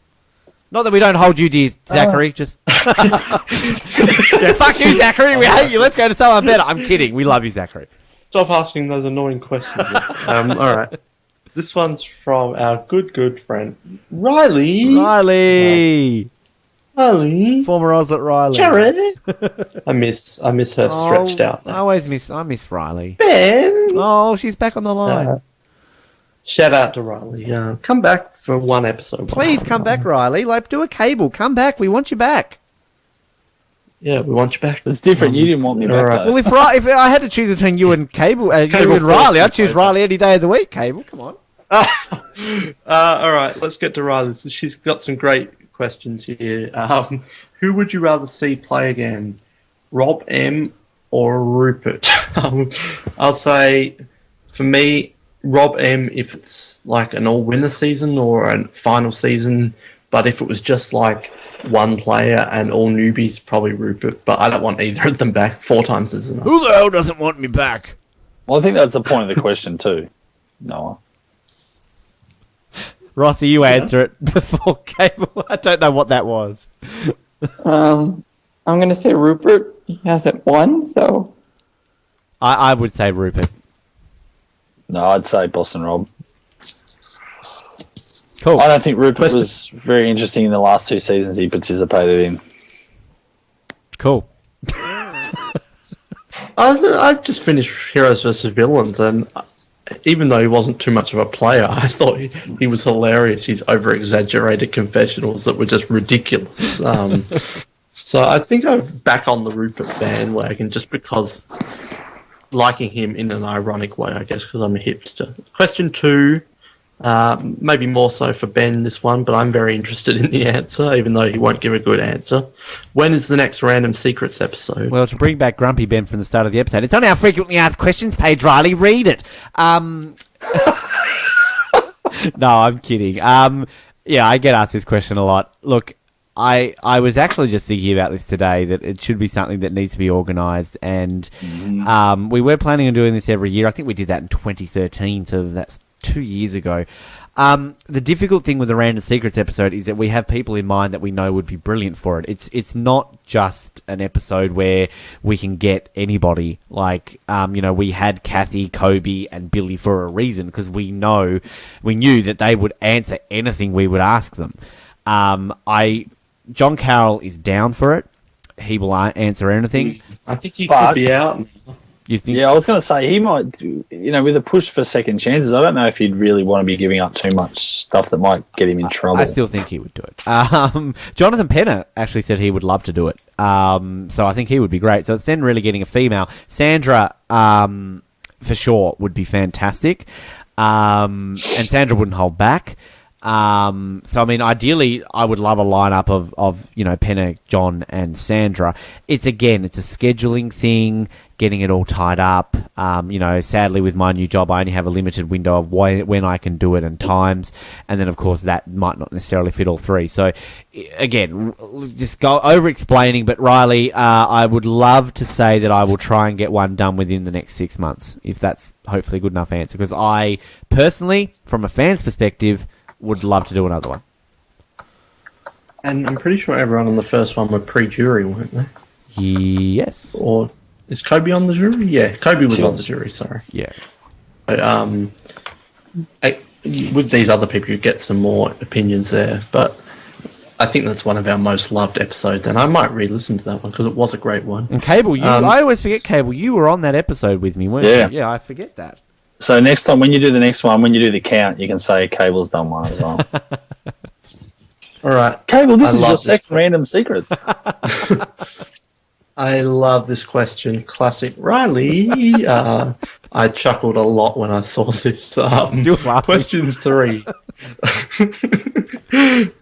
This is almost as good as her Parkinson's joke, which sounds bad out of context. Question 3. Listen to the Nicaragua episode, the Ozcat, to make that to sense. get the context for that. Question 3. What wouldn't Meatloaf do for love? Rossi, are you a Meatloaf fan? AFL Grand Finals? No. So, do you want to answer the question, what wouldn't he do for love? What wouldn't? Billy Garcia. Oh, that's good. I don't know if we can top that one. That can be topped. Cable, can you top that one? No, probably not. I've been thinking about it for a while, though. But, yeah, I just remember seeing him. I was there at the 2011 Grand Final when he played, and it was just terrible. And it's like, I think, We get to see Bryan Adams this year. Yes.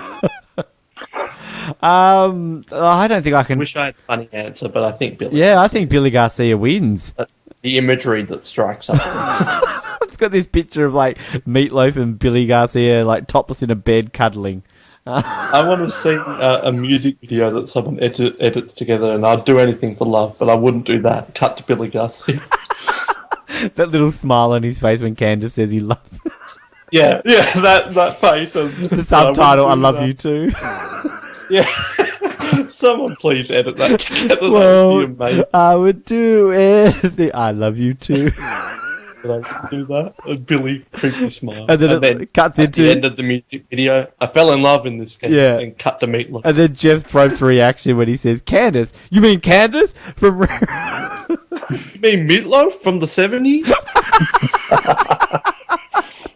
Goal. Yeah, great question, Riley. I think Riley's winning right now. Riley's winning the listener questions episode. Come back, Riley. But that's a great question. All right, Cable's about to depart us. Because he's got to go do Billy Garcia. But you can. And Ethan's. You can end with the questions. Okay, so Barney Rubble sent us this question. It just says Barney. Oh, okay, Barney. Stinson. That guy's He's a awesome. dinosaur. Yeah. Okay, so did you have an imaginary friend when you were a child? Can I just quickly point out there are a lot of famous Barneys. I just realised Dinosaur, Stinson, Rubble. Did I have an imaginary? What was that last one? 3. Survivor needs a Barney. It does. I reckon. Anyway, did I have an imaginary? No, I don't think I did. Shut up, Milko, I'm talking. That was a bad joke. I think you've got one now. I thought that joke failed for a second. Oh, I thought you were talking to your cat. No, I was trying to. So did I. God, awkward moment. Ben's jokes fail. Hashtag all the time. Hashtag every time. I remember having an imaginary dragon. Like there was like down the road from where I grew up, there was like this giant gum tree, and I used to always walk past and pretend a dragon lived in there, and it was my friend. Like, does that count? I guess so. Yeah. Didn't say human. I grew up with 2 brothers, so there wasn't really time for imaginary friends in between all the fighting. So I imagine that's a very only child thing to have an imaginary friend. Maybe I'm wrong. No, I'd agree with you. No, I mean, I know if I did have an imaginary friend, it'd probably be a bit embarrassing to say it, but to be totally honest, I was the oldest of 4 kids, and my little sister came pretty soon after me, so I never even thought of having an imaginary friend. I always had a brother or sister. Except for the one in the rocking chair. Yeah, well, no, there was a ghost. Back. But yeah, so I've never really had the inclination to have an imaginary friend. How old are your sisters? Why do you want to know? Well, we're just trying. We lost Jared, so we need to have somebody else's sisters here. So. Oh, yeah, no, I won't bring them. Does your daughter have an imaginary friend? No. No. Oh, God, stop. Rossi, did you have an imaginary? No. I don't know why. That was awkward. Anyway, next. Okay. His next question is, what is the meanest thing that Survivor has done? Survivor is pretty mean itself. Like, putting people out there. Yeah, the thing. Like, yeah, but they sign up for it. Well, the whole show. It's... Michelle Yee. Yeah. Not the person. What, putting her on the show was mean? Oh, when they put Michelle Yee on, what a fucking bunch of pricks. Oh, that was so mean. No, like, because come on, like, only half the people are going to Tribal Council and it's all luck of the draw at the merge. No thanks. That's me. Rossi? The bottle thing that eliminated Jenny. Yeah. I think that was me.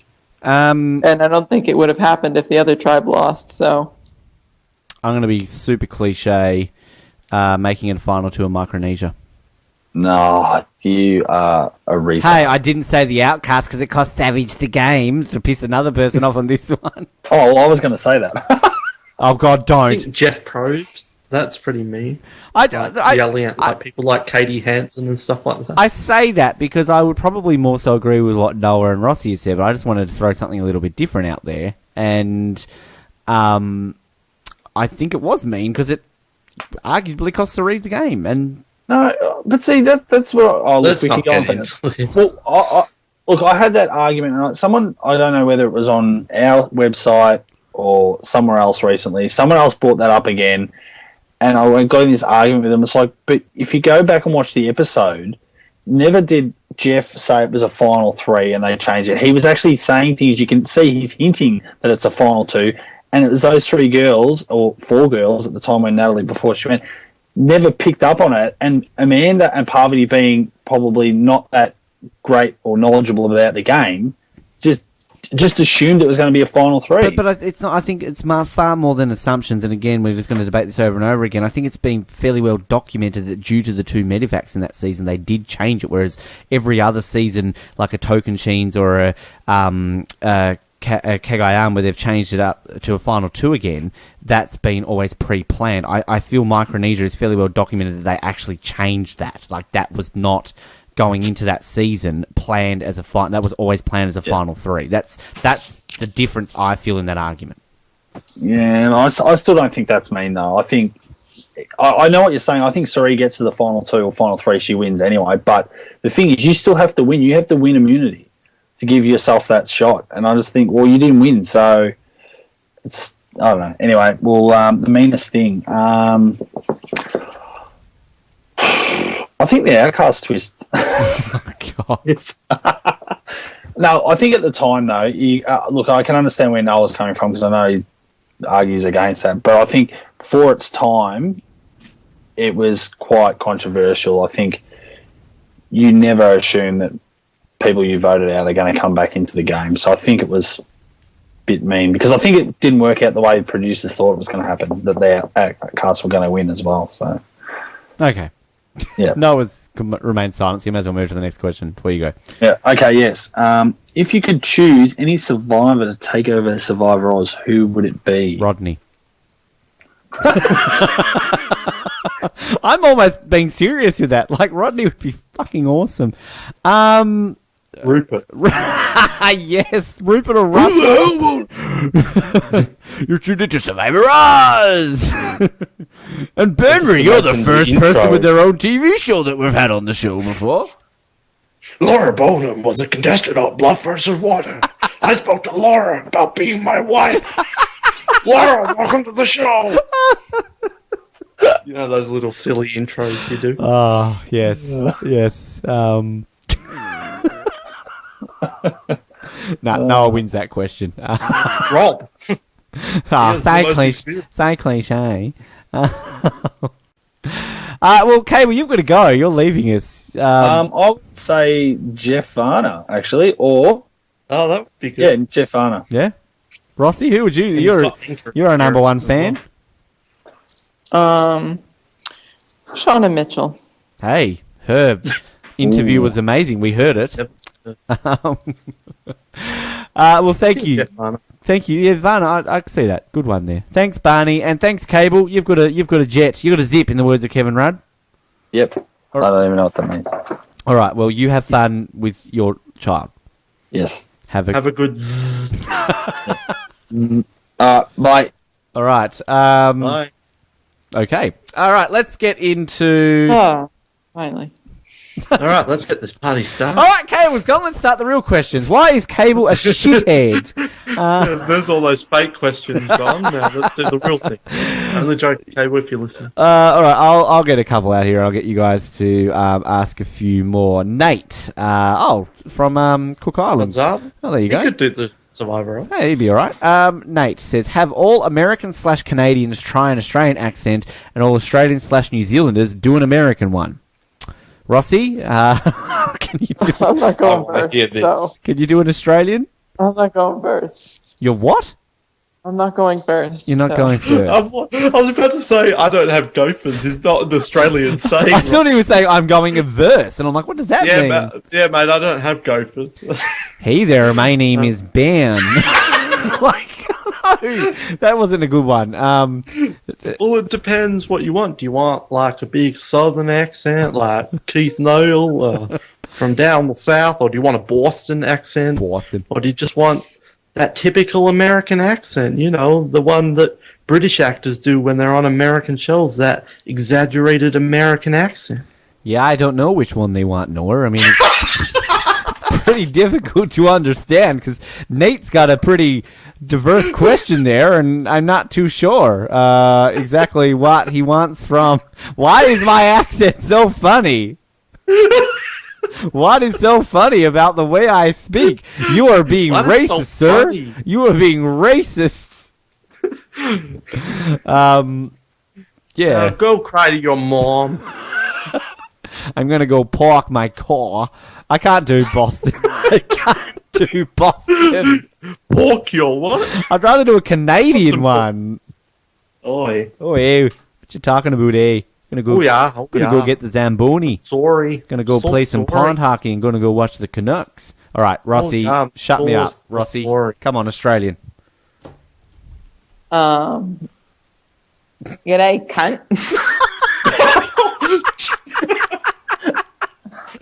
Wow, Rossi has an accurate saying, but wow.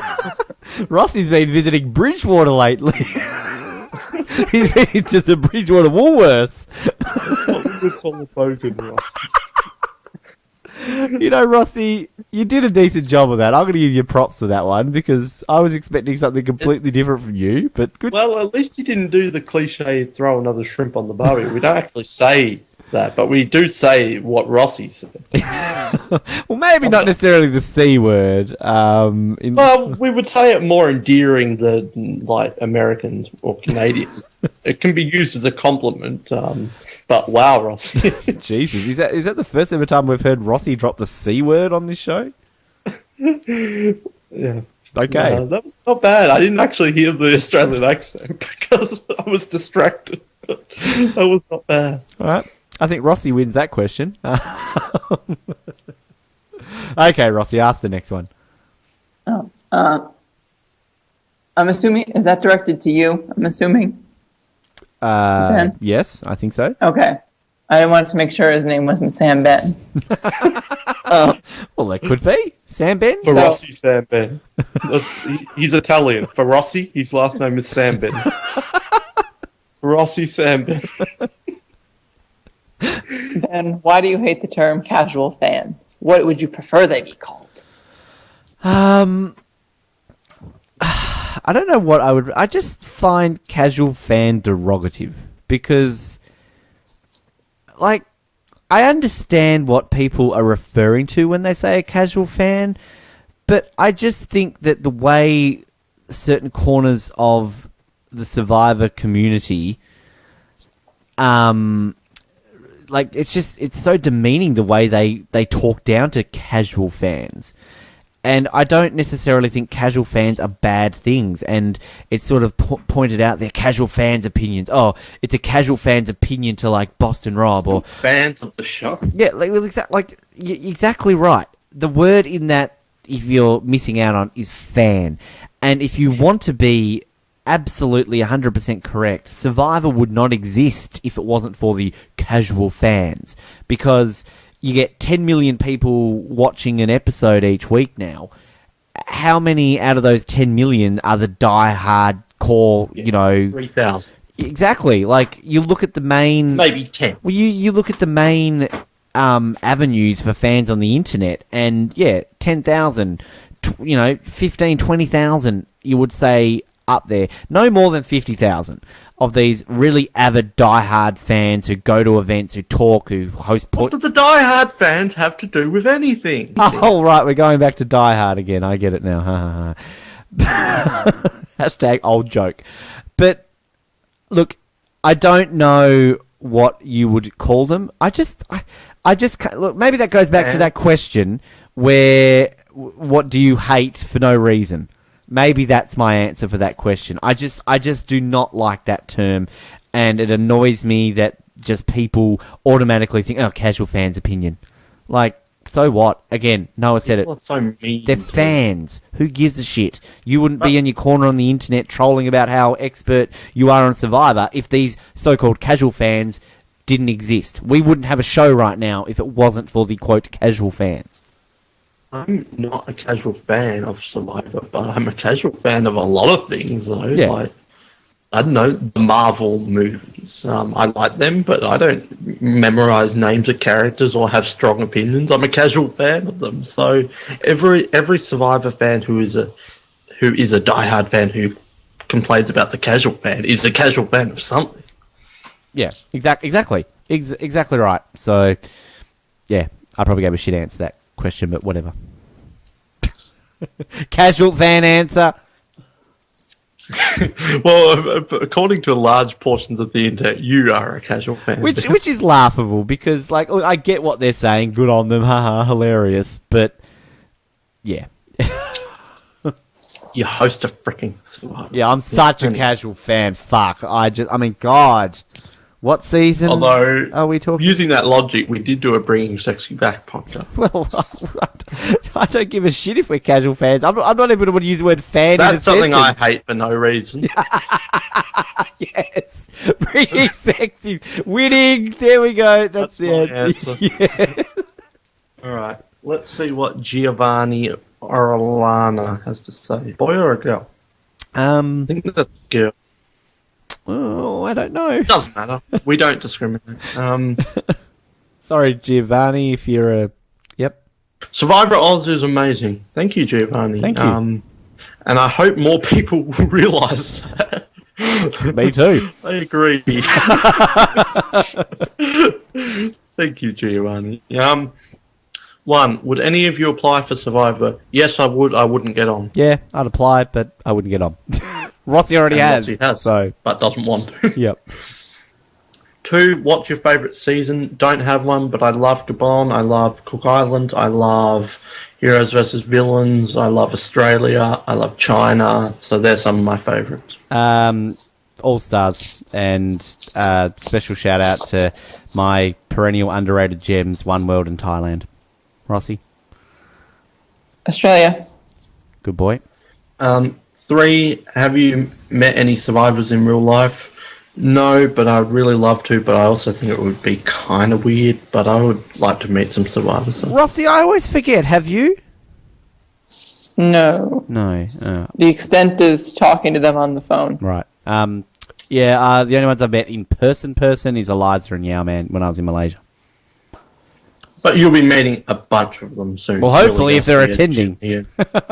Tanya. Christina Yeah. They won't show up when they see your name on the list. Oh, fucking Waterworth. Fuck off.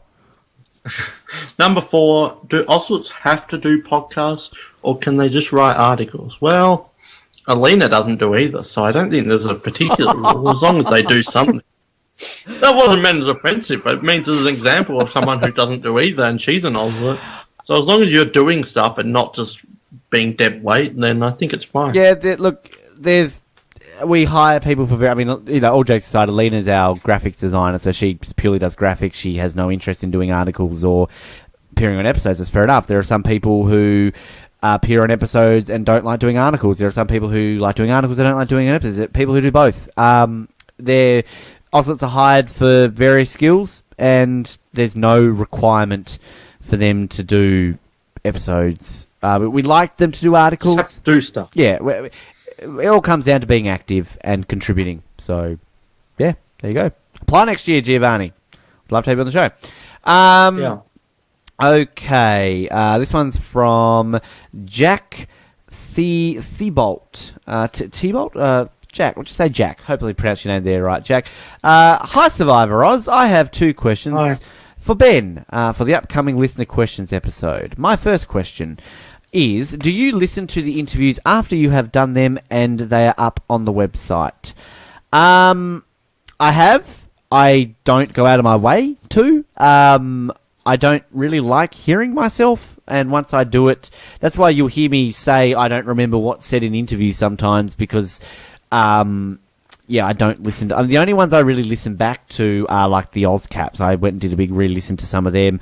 I'll listen to the start of, like... So for example, before we started recording this, I listened to the start of last year's Listener Question episode just to kind of refresh my memory and how it all went. But I don't think I have ever listened to an interview, because I have this weird thing after about 6 months. I think it sounds really old, and that I've sort of developed how I am on this show and with any radio that I've done. So to me, I get squeamish and I just can't hear myself. So, no, really. My second question is, which interview is your least favourite and why? It can be your least favourite for any reason, whether it is because it didn't come out... This is like a Zachary Chong question. It didn't come out as well as you hoped, your questions didn't get answered, or you just didn't flat out like the person. If you could answer these, that would be great. Pretty sure we had a similar one last year. I always kind of go to my Laura Moret interview, and that's nothing against Laura and what happened in regards to what she talked about in the interview, because I think it was a great interview, and I like Laura, so there's nothing against it. I always go to that one, though, because I think it's sort of renowned for being the interview where, that was the one where Laura owned Ben. And it kind of threw me on the day, and I just was flat out not in a good zone, really, in regards to what she was asking me, because she kept questioning me about what Russell did and all this sort of stuff. And, you know, it's awkward listening. It's one of those ones where if you've ever had a conversation with somebody and say they're talking about your favourite sporting team and they're far more knowledgeable, let's say, about the sport than you are. And, like, if you like something or you're a fan of something, you just generally are going to be defensive no matter what. You've got reasons why you're a fan and you defend them. But if somebody is like really like over the top knowledgeable and they're trying to, and you just have those moments where you just are lost, you can't fight back, you feel horrible. And then like an hour later you're like, I should have said this, I should have said that, and it's too late. You know, whereas on the flip side of that, something that I kind of then was proud of was in the Candace interview. I mean, it's sort of always been well documented, my dislike of Candace, and I've sort of not had some pleasant things to say about her over the years. So when she came on the show and she sort of questioned me about it, I felt I was able to hold my own a little bit more than when, say, Laura questioned me about my like of Russell. So, yeah, that's why. That's that one there. So, thanks, Jack. Good questions. All right, I'm just going to go a few of these as well, and then I'll get you guys to ask a few more as well. This one's just from James. Here's a couple here. It says, number 1, would you prefer either having a season of 20 game bots with no personality or having a season of 20 great characters that don't know what they are doing? B, Sam Lundell, sir. I was about to say that. I was honest to God about to say that. B. Because it's not entirely true, because they were some players. Yeah, but I think well documented, we talked about in that season that it was a season where a lot of people didn't know what they were doing. So, Rossi, would you say B or A? B. B. I think for the most part, people would always say B. Like, what's the fun in having? Yeah. Anyway, how would the continue. Okay, how would the perfect video game of Survivor? How would be the perfect video game of Survivor? I'm guessing it's like what would be. Look, I've always thought Survivor would make a great video game. Yeah. I realise they have made Survivor video games and they're horrible. And I do remember a few years ago they were meant to be developing one, but I think that just turned into the Wii version, which, oh my god, don't play it. But I think, like, if anyone's ever played an org, like an online Survivor, they're just addicting and they are so fun. And if there was somehow of incorporating that into a video game, which would be difficult because obviously you've got constraints on how you'd have to program it. But I don't know. I feel like it's such a good thing that you could do a video game on, but because it's so complex in the way you've got to do it, it might be difficult. I don't know. No, I don't know if you'd have anything. I thought of this. Keep in mind, I'm not really a gamer, so I don't really understand the mechanics of things. But I thought about this. Like, if we're being realistic, it can't happen because Survivor has 10 million viewers now. If it had the 50 million that it used to, then we might get a game. But I know online gaming is very common here nowadays. So how cool would it be if someone could, I don't know, host a game and they say, all right, I want 3 tribes, there's going to be 18 players, and then people from all around the world, and they can be anonymous or whatever, make their avatars and they join in the game. So 18 real life people playing, and they've got the headsets and you can mute other people and talk and make alliances and vote people out, and maybe it goes for, I don't know, 3 hours for a season or something. And competing challenges, real life, and when you get voted out, you're out of the game. Goodbye. Like, there's a lot of logistics that wouldn't work, but how amazing would that be? I would be playing that every day. People do that. I mean, like, sort of going back to the online games, people do what's called a mini, and they do things like that over Skype. I've never played an online game in my life, so I'm not sure how it works. Trust me, you will want to do it again. Like, it sounds like, if you explain it to people, it's easy for people like, oh, really? That sounds like, and I used to think that way. But, oh my God, you get involved in it. How fun would it be, though? Yeah. Like, and I imagine something similar to The Sims, the way the characters look and do the challenges, something along that. Rossi, would you have anything to add on that? Or Sims 2 busting. They have Survivor the Ultimate Game, which is probably the best one. So was that the first or the game. second one that they did? I think it's the second. Don't quote me. Okay. All right. I've always wanted to play it, Move actually. And I think there's great potential for a game. Definitely. I'd play it. Last one that James asked here. You can ask any question to Jeff Probst and he has to answer with the truth. What would you ask? Oh, that is a good question. Would you be my friend? No. I would. Were those pictures real? Yes. Did you really sleep with Colby? No. I would honestly probably ask him something like, how rigged is Survivor? Like, how rigged? Like, it would ruin it for me. But yeah, do you want to know? I don't know if I would, but I do at the same time. Like, okay, Boston Rob, Redemption Island. Like, maybe just one season. Like, not, just like, okay, level with me, Jeff. I think it's kind of like ice cream or dim sim or something. I don't want to know what's it's made out of. Just let me eat it. Once you learn what dim sims are made of, you don't want to eat them, but I still do. So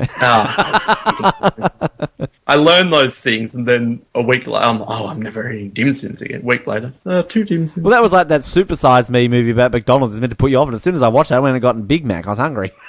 Yeah, I've heard so many bad things about McDonald's, and I'll say a week later, I'll be getting freaking Philadelphia. Boo, Philadelphia fish. What would you ask, no? I don't know if I'd want to know the behind the scenes stuff, but yeah, that's a really big question. I don't know, just something behind the scenes that doesn't ruin everything, like something big that we don't know about, because there must be some things that we don't know about that goes on in Survivor.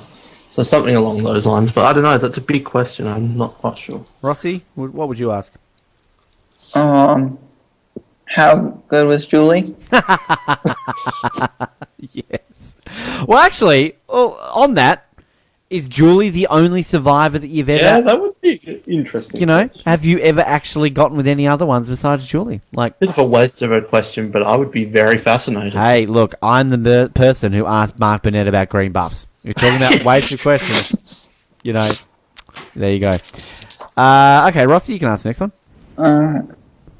Fu Fa Fo asks, you are in the jury, and there is a contestant in the final three who deserves to win, in your opinion. The only problem is he/she, could be a she, women can have money too. Oh, no, it's a he. This is the question, Russell. Well, in a hypothetical situation, I think it can be either. What's the rest of the question? Who would you vote for them?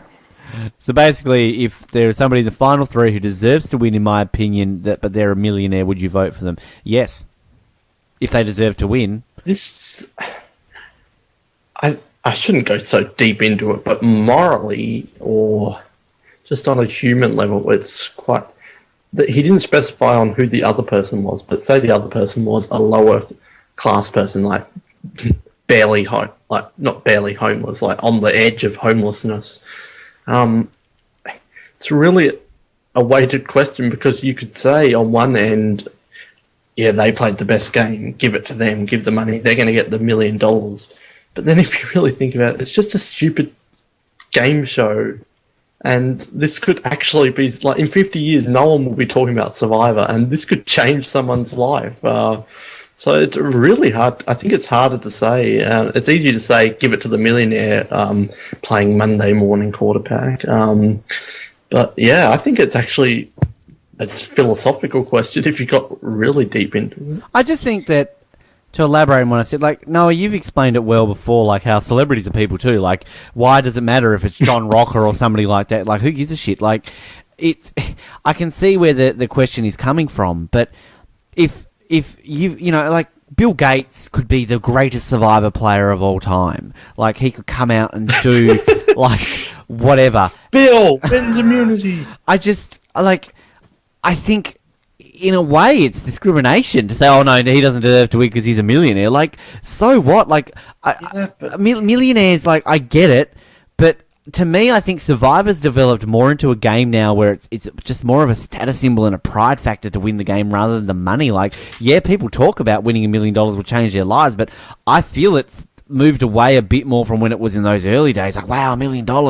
Whereas now it's more like, you know, like we saw it with Russell. Like, Russell didn't give a shit about them. I mean, he wanted to buy the title to say that he won the game. Like, he didn't. I mean, okay, he was a millionaire, but like, sorry, but I don't know. I would have no problem voting for a millionaire, even up against someone who was homeless. But if that person was a goat and played shit, then I'm not going to give it to them just because they're poor.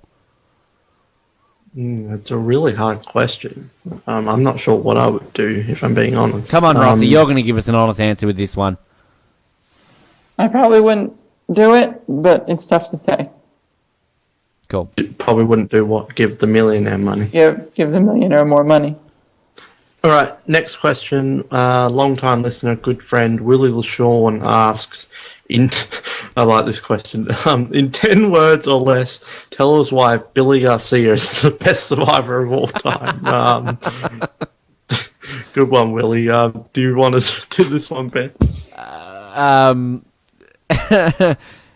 Fell in love, still remained strong, head held high. That's 9 words. Last word, hashtag bring back Billy. Unjustly voted out, fat like me, metal band, hashtag bring back Billy. Rossi? Doesn't want it. Not last in rankings cast. It rhymed.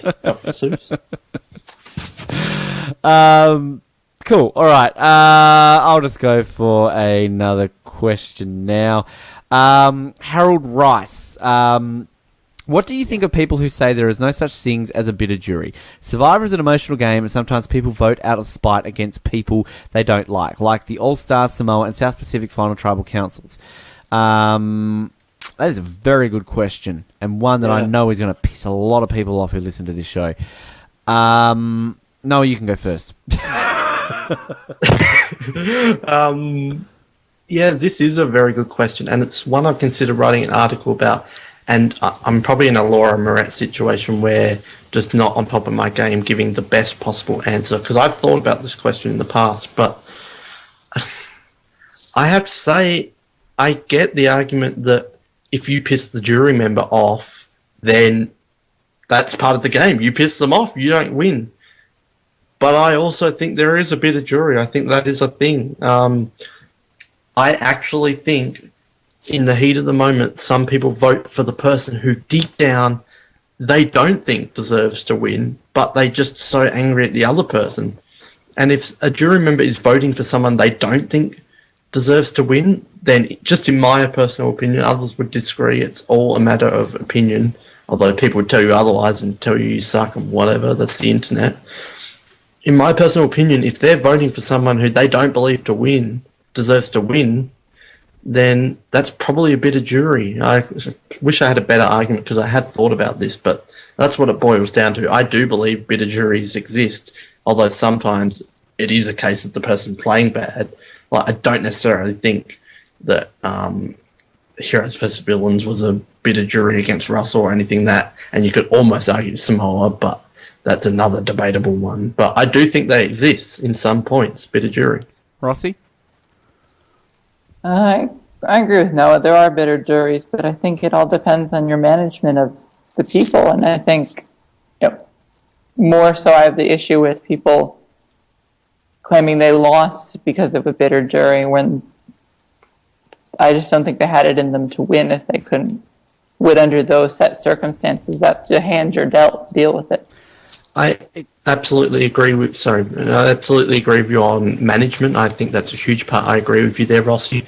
But then I would also argue there are times when people did have good jury management, but the person was so bitter about being voted out, even if they didn't do anything bad to them, they just voted them out, that they don't vote for them to win. I agree jury management is huge, but sometimes I think people completely ignore it, even if the person did nothing wrong with jury management.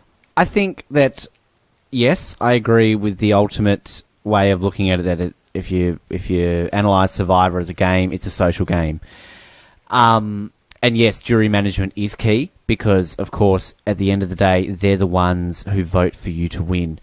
However, I just think it is naive for people to think there is no such thing as a bit of jury, because I cannot fathom how people can say that, because we've had people on this show who've come out and said, I would vote for somebody differently. I would, do this if I had my chance and do all this sort of stuff. And yes, again, it's a different game if you do it 6 months down the line when you've seen an edit and, things like that. I understand that. But, I think there are seasons where it is clear that the jury has been bitter enough that they've voted for other people. And we've had people, again, a bit on this show that, they would have voted for this person had this happened, or, they would. And yeah, again, I get that. It's management. But it's just like, a classic example to me is, say, Caramoan. And it might not be a popular one, but I don't want to bring up the cliches of an All Stars or a Samoa or a South Pacific, but I think that if you look at jury management, particularly when it came to the closing stages of that, and people sort of talk about Cochrane's performance, I just think Cochrane had the laziest final tribal council because he didn't have to do anything, which, again, people would argue, well, that was a good game because he didn't have to defend his game. Everyone knew that. But, I feel as though Dawn didn't necessarily do anything wrong to an extent with some players, but then you had the Brenda debacle and you had all these other things that happened there too. And then you look at the most recent season of Worlds Apart with Carolyn, and look, it's an issue that everyone has an opinion on. And again, I'm going to sound like a dick when I say this. There's no right, no wrong answer.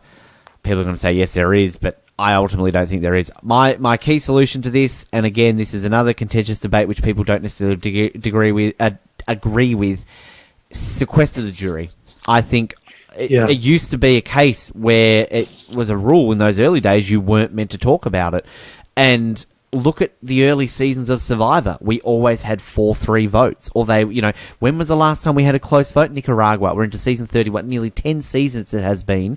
And each season is essentially a blowout. You know who's going to win, really, if you analyse it going into that final tribal council. Sequester the jury. Even do that as a twist. Make them stay in completely separate areas. Have no conversations allowed at all. Or do something. Because that would change the final vote. I don't care. It would hands down change. And I don't care what people say about, no, it wouldn't, no, do this, blah, blah, blah. Of course it would. Like, listen to the Samoa jury and, actually I shouldn't say, the heroes versus villains jury.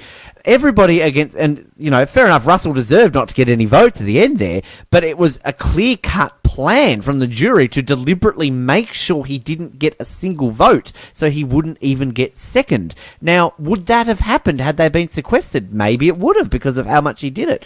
But there are other seasons, too, where it has been fathomed, like, well, we all know Natalie's going to win, but let's make sure Jacqueline gets that extra vote, so Missy doesn't get a vote, because we all... That's a bit of jury. Yeah, exactly. And, it's documented on record, people saying it on our show, other shows, in CBS interviews, that they've conspired to do that. That's a bitter jury, exactly. I think bitter is too less of a word. You need a collective word for everything that happens in the jury phase, because you brought it, I was about to bring it up, is the jury all living together.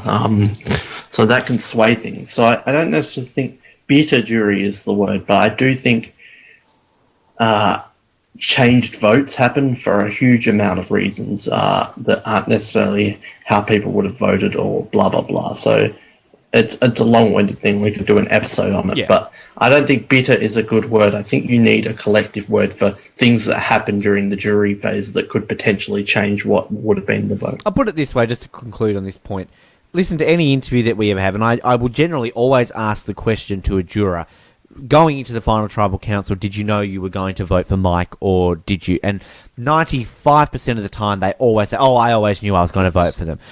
The only one from recent memory I can remember was Dan. In the interview I did with him, he said he was going to vote for Will, but Mike changed his mind. It's very rare that you will hear people say, oh, no, it was actually wide open.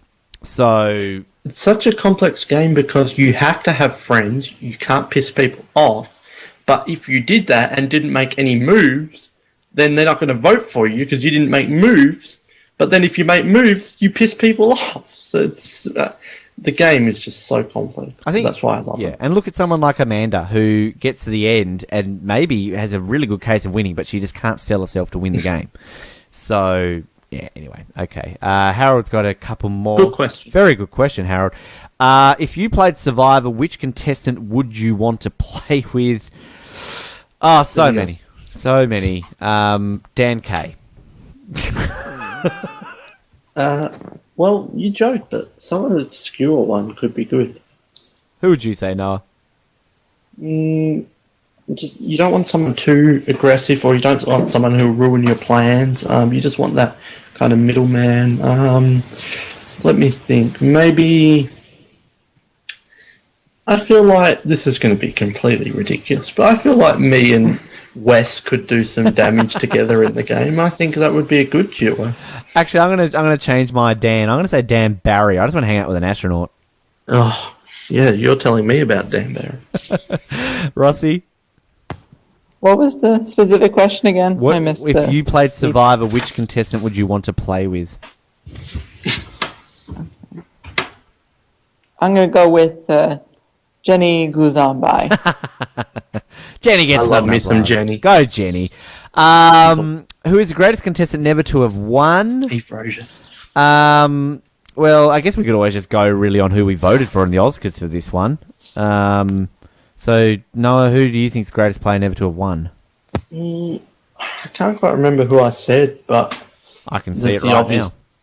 There's obvious answers. I think Carolyn is a new one. That's who you voted disagree. for. Oh, I did? Mm-hmm. I don't know if I agree she's the number one, but she's up there.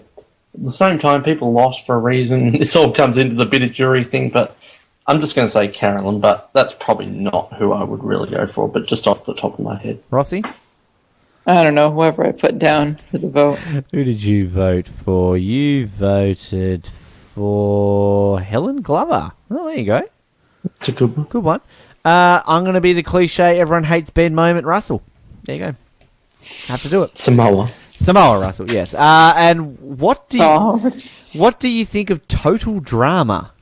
What the fuck is Total Drama? I just like a little bit of drama. He's capitalised. That's a good show. Is it a show? Is it, Rossi? A reality show. It's pretty much an animated Survivor.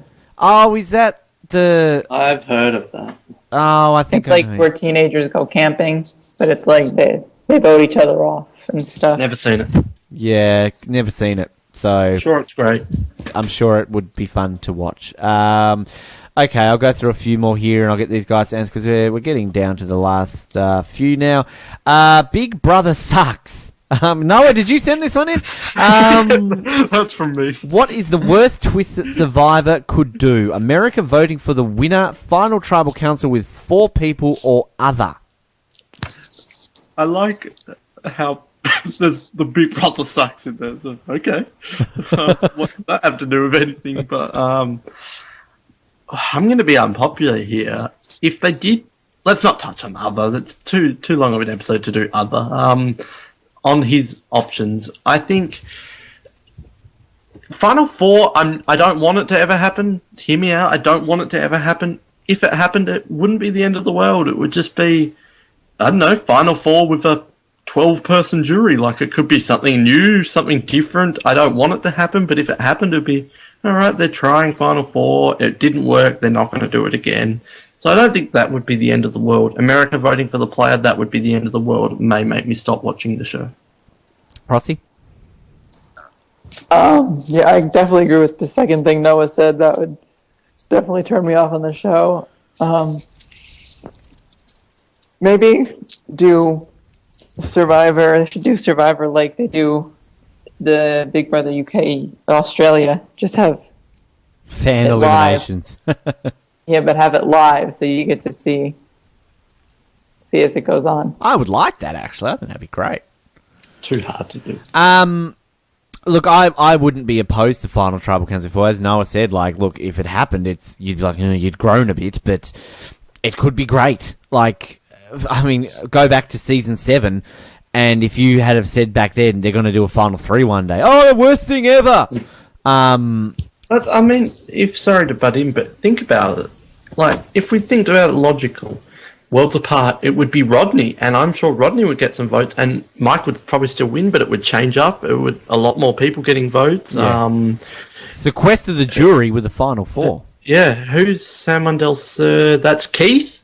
So then it would be like the battle. Will Natalie win? Will Keith win? It's a close vote. Cagayan, you'd have Cass and Spence. Imagine that Final Four, those eclectic bunch. God, Cass, terrible question. What are some other ones? Nicaragua. Then you're chucking Holly in the mix with those 3 guys. Would Holly, the older lady, Tina, take it away? Tina's in there. So if you apply that to some other seasons, I don't know if it would necessarily change the winner, but it would make it more interesting. Philippines, Malcolm. Yeah, so that would be like the battle between Malcolm and Denise. So I think it could get rid of these, one person got 8 votes, the other person got 1, the other person got 1. Like, I think it could change that, but I don't want it to happen, so I'm just putting it out there. Look, I could imagine the shitstorm that would happen if they said season 32, there's no jury, America votes. Like, it wouldn't just be you two that were done. Everybody would be done. I would still watch it. I would just want to see how it would turn out. But I think to have America voting for the winner, you'd have to have it live. So, in Survivor South Africa, no, was it? Or it could have been Survivor UK. They gave the public 1 jury vote. So maybe I could stomach that, but I still would hate it. Okay. And number 2, opinions about a season that would divide the contestants in players and characters. One tribe is full with super aggressive players, and the other one is full with some really big characters. The merge would be amazing. If that's an all-star season, maybe. Yeah, all-stars it would. But how would you make that work on a non-all-star season? Because you would just be an entire tribe. You'd just be getting Looney Tunes. Yeah. Like, you would be getting. But how do they?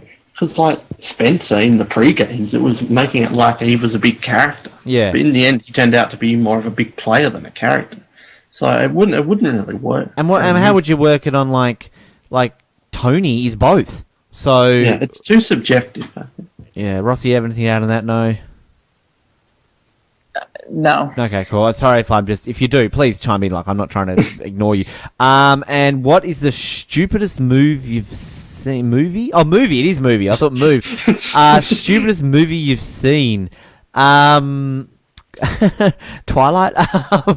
No, I'm going to say that. Twilight. It was shit. It was stupid. And look, an Australian one. I'm very hit and miss with Australian cinema. I'm very defensive of my own nation's movies. Snowtown.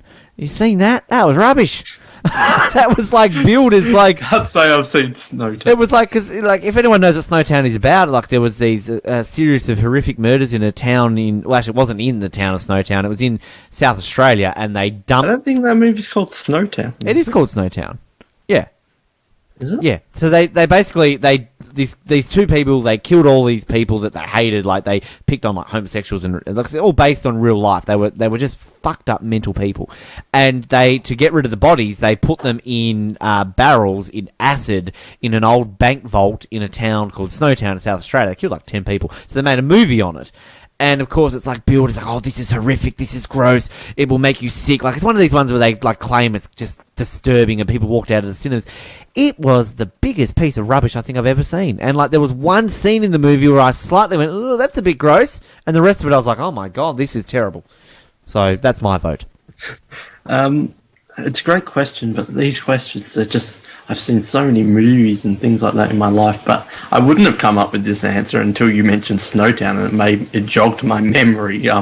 We talked about bitter juries. I'm bitter moviegoer with this film. It was the dumbest piece of stupid shit I've seen. Has anyone seen Snow Dogs? Oh! I was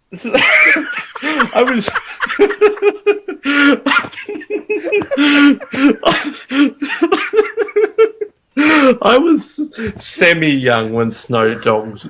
Is that what it's called? I think it's called Snow Dogs. Is it the Cuba Gooding Jr. one? Yeah. Yeah. I was semi-young and we saw this ad, me, my brother and my dad, and it was Snow Dogs. And these dogs were talking, and it's like, oh, that's hilarious, talking dogs. We need to see this movie. Talking dogs in the snow. We went to watch this film, and there was no talking dogs except for a 10-second dream sequence in the middle of the film where he talks to the dogs. So this advertisement trailer made it look like we're watching talking dogs for a hilarious, fun, action-packed family film. Instead, we had this stupid piece of shit, which was atrocious, and there was no talking dogs. And I was very much a bitter moviegoer until this very day. I'll never let that down. I've never forgotten about it. F you, Snow Dogs. Stupidest movie. Snow Dogs Oz, coming soon. There was, they did all those... 15 years building up. Well, if you like talking dog movies, they did all those like Santa Buddy and Space Buddies, and like we used. I've given up on it now. Well, when I worked at Sanity, that's all we bloody sold at Christmas time. Was the talking dog movies. They had their chance. They've lost me. All right, Rossi. The Room. The Room. I've heard of that. Is that like got Naomi Watts or something in it? Oh, I forget. It was too terrible to remember. Did they leave the room? That would be stupid if they didn't leave the room. Or is it just like 2 hours of you actually looking in a room? The Room. Yeah. Okay, it doesn't have Naomi Watts in it. It's got Gene Simmons. It's got Gene Simmons in it by the looks of it. I think we've established snow movies not the best. Oh, actually, I know the one you're talking about, Rossi. I've just looked it up. And it's got a huge cult following now, actually, because I remember reading an article about this. I'm thinking of something with Naomi Watts. He's on it, and that's not Gene Simmons. Anyway, great question. That was brilliant. Thanks, Big Brother Sucks. Hashtag Snow Dogs. Snow Ducks. That was even worse. I want to see Snow Ducks. That was even worse. Sylvia. Snow Ducks starring Sylvia Kwan. Yes. Snow Ducks. All right, Noah. That was a great question. All right, this is from Tom, another Tom. my question isn't really about Survivor Oz. Well, yeah, per se, but more about your website. Please do not think I'm attacking your website. Well, it's just a suggestion. 1, do you have any plans to upgrade your website to a more user-friendly web site? I really think a forum section / chat place would be a great inclusion to your website. Brackets, I know you have the comment section on posts, but something like sucks would be cool. Also, an upgrade... Oh, come on, Tom. Also, an upgrade to the interview section would be cool. My idea would be to have every contestant and have the people you haven't interviewed grayed out, and the people you have in colour, so it's easier to see who you have and haven't interviewed. Again, I'm a huge fan of you guys, so please don't take them personally. Well, I will say I have harassed Ben slightly about the website, so... Well, look, and I agree with you. I agree with you, and I agree with Tom. There's not a word of that I don't agree with. It's not the flames. Your idea of the interviews is a great idea, and it's actually something that I've always wouldn't mind to have doing. The problem that we face is that websites cost money, and we haven't really, I guess, worked out a plan or a budget or anything to sort of go into that. And we've had sort of discussions and that with some people about improving it because, yeah, it's stale as shit. And it looks amateur. It does. And, like, look, when I first started it, it was, you know, we were very small and it was this, and it's sort of grown and grown. And we, you know, at the time we didn't plan on doing articles and, you know, all this sort of stuff. So I completely agree with everything you said, Tom. I would love for it to upgrade, and maybe this is a call out there to web experts out there. I mean, I'm no web expert. Hello, I've just used this WordPress website for 4 years and look at it. So, look, if there's anybody out there who are WordPress experts or are experts on getting a website or would love to help us out with putting something a lot better out there, by all means contact us because I would love to hear from you. I guess the issue that we face is that we have a lot of content on our website. It would take a fair bit to transfer something completely over. I mean, look at the issues we're having with our server at the moment. So we would almost have to have the old one and the new one running simultaneously until we had everything, and that could have its issues. Well, I know a guy who runs a Formula One website, which I did some work for some time, and he had to go through the process of updating his website. He basically said it took him a good 6 to 12 months to get the new one up and running and still keeping the old one online. So it's a very tough process. And again, it might sound like I keep making excuses about the time factor and everything like that, but as much as I love doing Survivor Oz and as much as it is a passion of mine, sadly, it doesn't pay the bills. Sadly, I can't make it my profession. I would love to make it. I envy Rob with how he's turned that into a profession. And I would love to do that overnight if I could, but I'm not Rob Sestonino, I'm Ben Waterworth, and I'm never going to have that profile. So, with what I can do, it works, I guess, but by all means, Tom, if yourself or you know of anybody out there who would love to help us out, please do, because, yep, our website's shit, and I want to get a new one. Forum thing... I think it's a nice idea to have a forum on the website, and, you know, the Ozlets could be in there. Could be fun. I've got one word for that, though. Trolls. It would just be so many people who hate our guts who would just be trolling the hell out of us. So I think it's a nice idea, but in the end, it's probably not worth the time and effort. And I think that we don't have the fan base to warrant that. We have, you know, a core group of maybe 50 people who are avid listeners who are commenting. Yeah, we've got listeners, but like we're not. It's kind of like the casual fan argument and the people who go on the forum and stuff like that. But like, look, you know, I would proudly say, and I often advertise it this way, and you can say what you want about this, but I'd probably put it out there that we would be maybe the second most downloaded / listened to podcast. Survivor podcast out there. It might have changed. There's a lot now. At least the interview section of it, anyway. Yeah, like that exactly. And I'm not trying to do that to toot our own horn, but if you looked at the gap between what Rob has a podcast has and what we have, there's a big gap in terms of fan base and listeners, and that's the issue. Like Rob can have, I know he's got sort of like a members only area where he discusses and people, and like that's great. We would love to have that, but it as Noah said, trolls. And look, you're going to have that anyway. I'm sure Rob has trolls. I'm not saying he doesn't, but like it's just there's just I think too much there. And I would want to keep it a certain way, and I'd want to keep it well monitored and admin, so it wouldn't turn into... What was one of your words from your 3 words? Obsessive. Obsessive, yeah. And I would want to be that way and commit time to it, and that's probably something I couldn't do at the moment. So, look, yeah, great ideas, Tom. But, yeah, that's... And the other thing, I'm not going to touch too much. I'll talk about it later, but... There seems to be this thing. We've got a bit of a bad reputation. Yeah. John Jett, don't give a damn about bad reputation. Blah blah blah blah. And I think a lot of people listen to us, but then they're ashamed about it, or they don't admit it too often, or when someone brings it up, then they deflect it or something. And I'll touch on that later, I think. But I think that's ridiculous. If you like something, go for it and enjoy it. Yep. We're like the Justin Bieber of the Survivor podcast world. Yeah, it's just... yeah. Yes. All right, Rossi.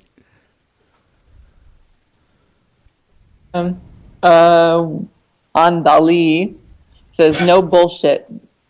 What happened with Is that all they said? POS and ATS?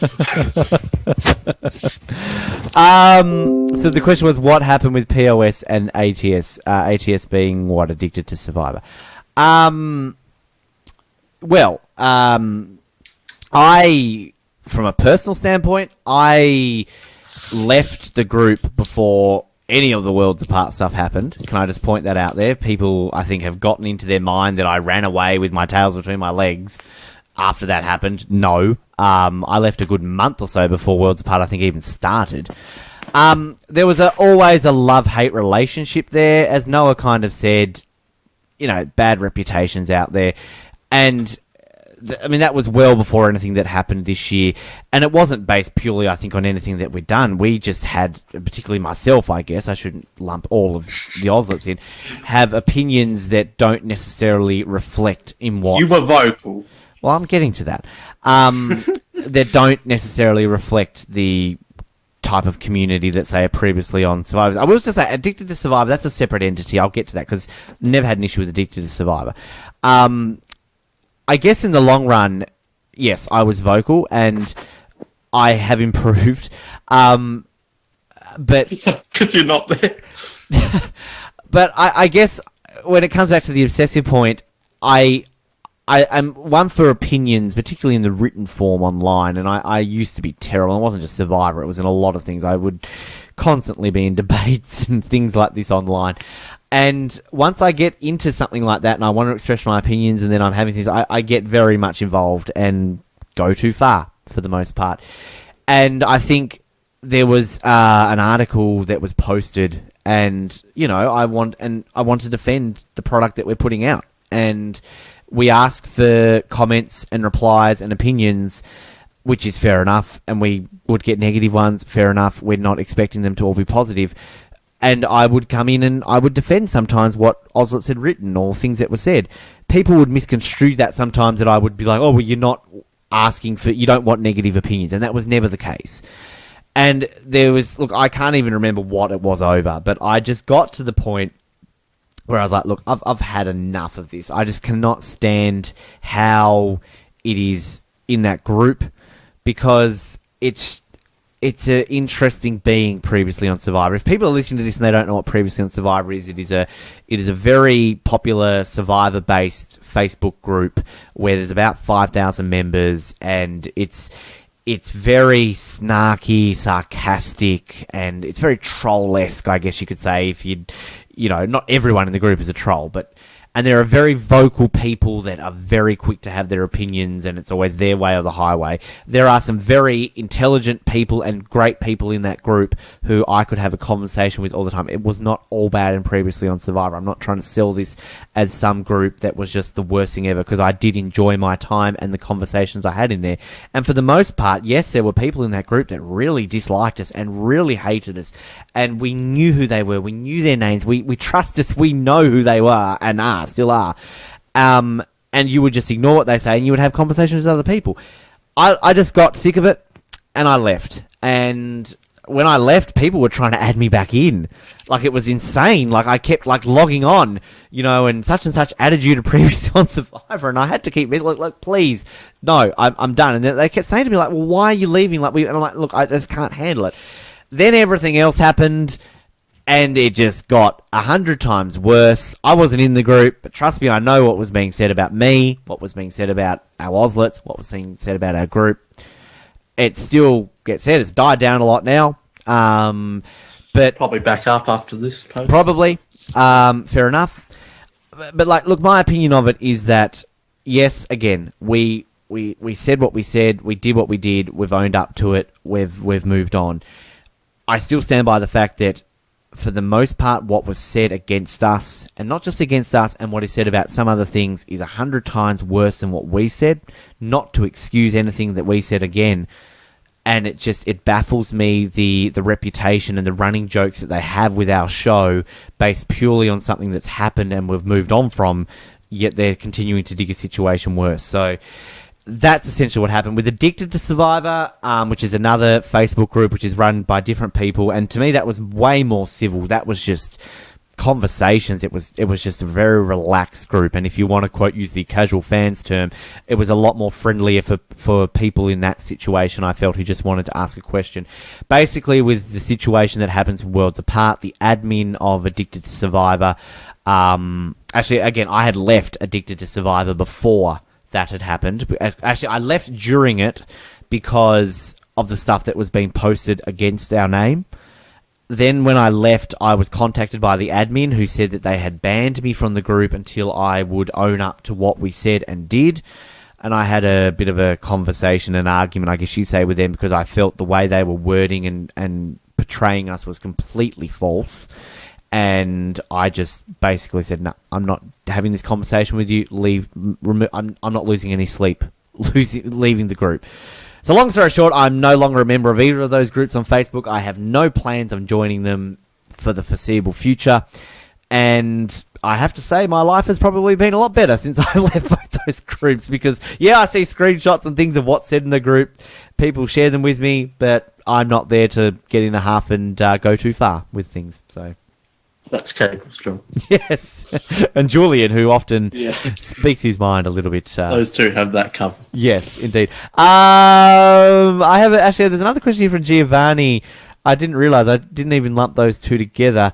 Ben, who are your top 10 favourite Survivor characters? As in, who do you watch and simply to be entertained? You've said that Rodney was one of your favourites in Worlds Apart, and I agree with you. Look, I wouldn't be able to give you 10 straight away. But just, yes, Rodney, I've said that. Keith, Big Tom, Russell as a character is great. Rupert has his moments as a character. Richard, Tarzan, there's just so many. Jeff Varner, Shambo, yes. Heaps of people that I'm missing so many right now. Shane, So, I don't know. Noah, give us a couple of your favourite characters. Speaking purely character-based and not player, Cowboy, Tarzan, like Greg Buis, Jeff Varner, Big Tom. Coach is always good value. Obviously, Keith. I thought Vince was hilarious in his short-lived time. There's Tony is a great over-the-top character. Just some of those ones. Philip, I'll get in trouble for saying that. I think a lot of his stuff is quite funny. Yes. That's just a few. I could name one. Rossi, anyone extra, Dad? Cat. Yes. Yeah. Cool. All right. Yeah. Now, all right, we're getting down to the last few here. Noah. This is from He-Man Woman Hater. This is from Sucks. Can I point this out? We've had two from Sucks here, so. I got questions for the guys, for these guys. What's your favourite flavour of protein shake? How much can you bench press? How many hours a day do you work out? Beefcake! That's on the message. I'm not just saying that. That's on the message. And that question did make me laugh a lot.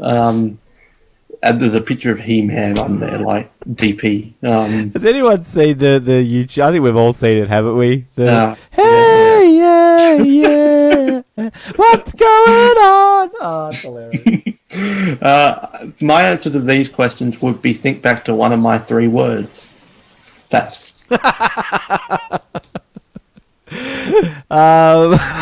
Is that your answer for all of them?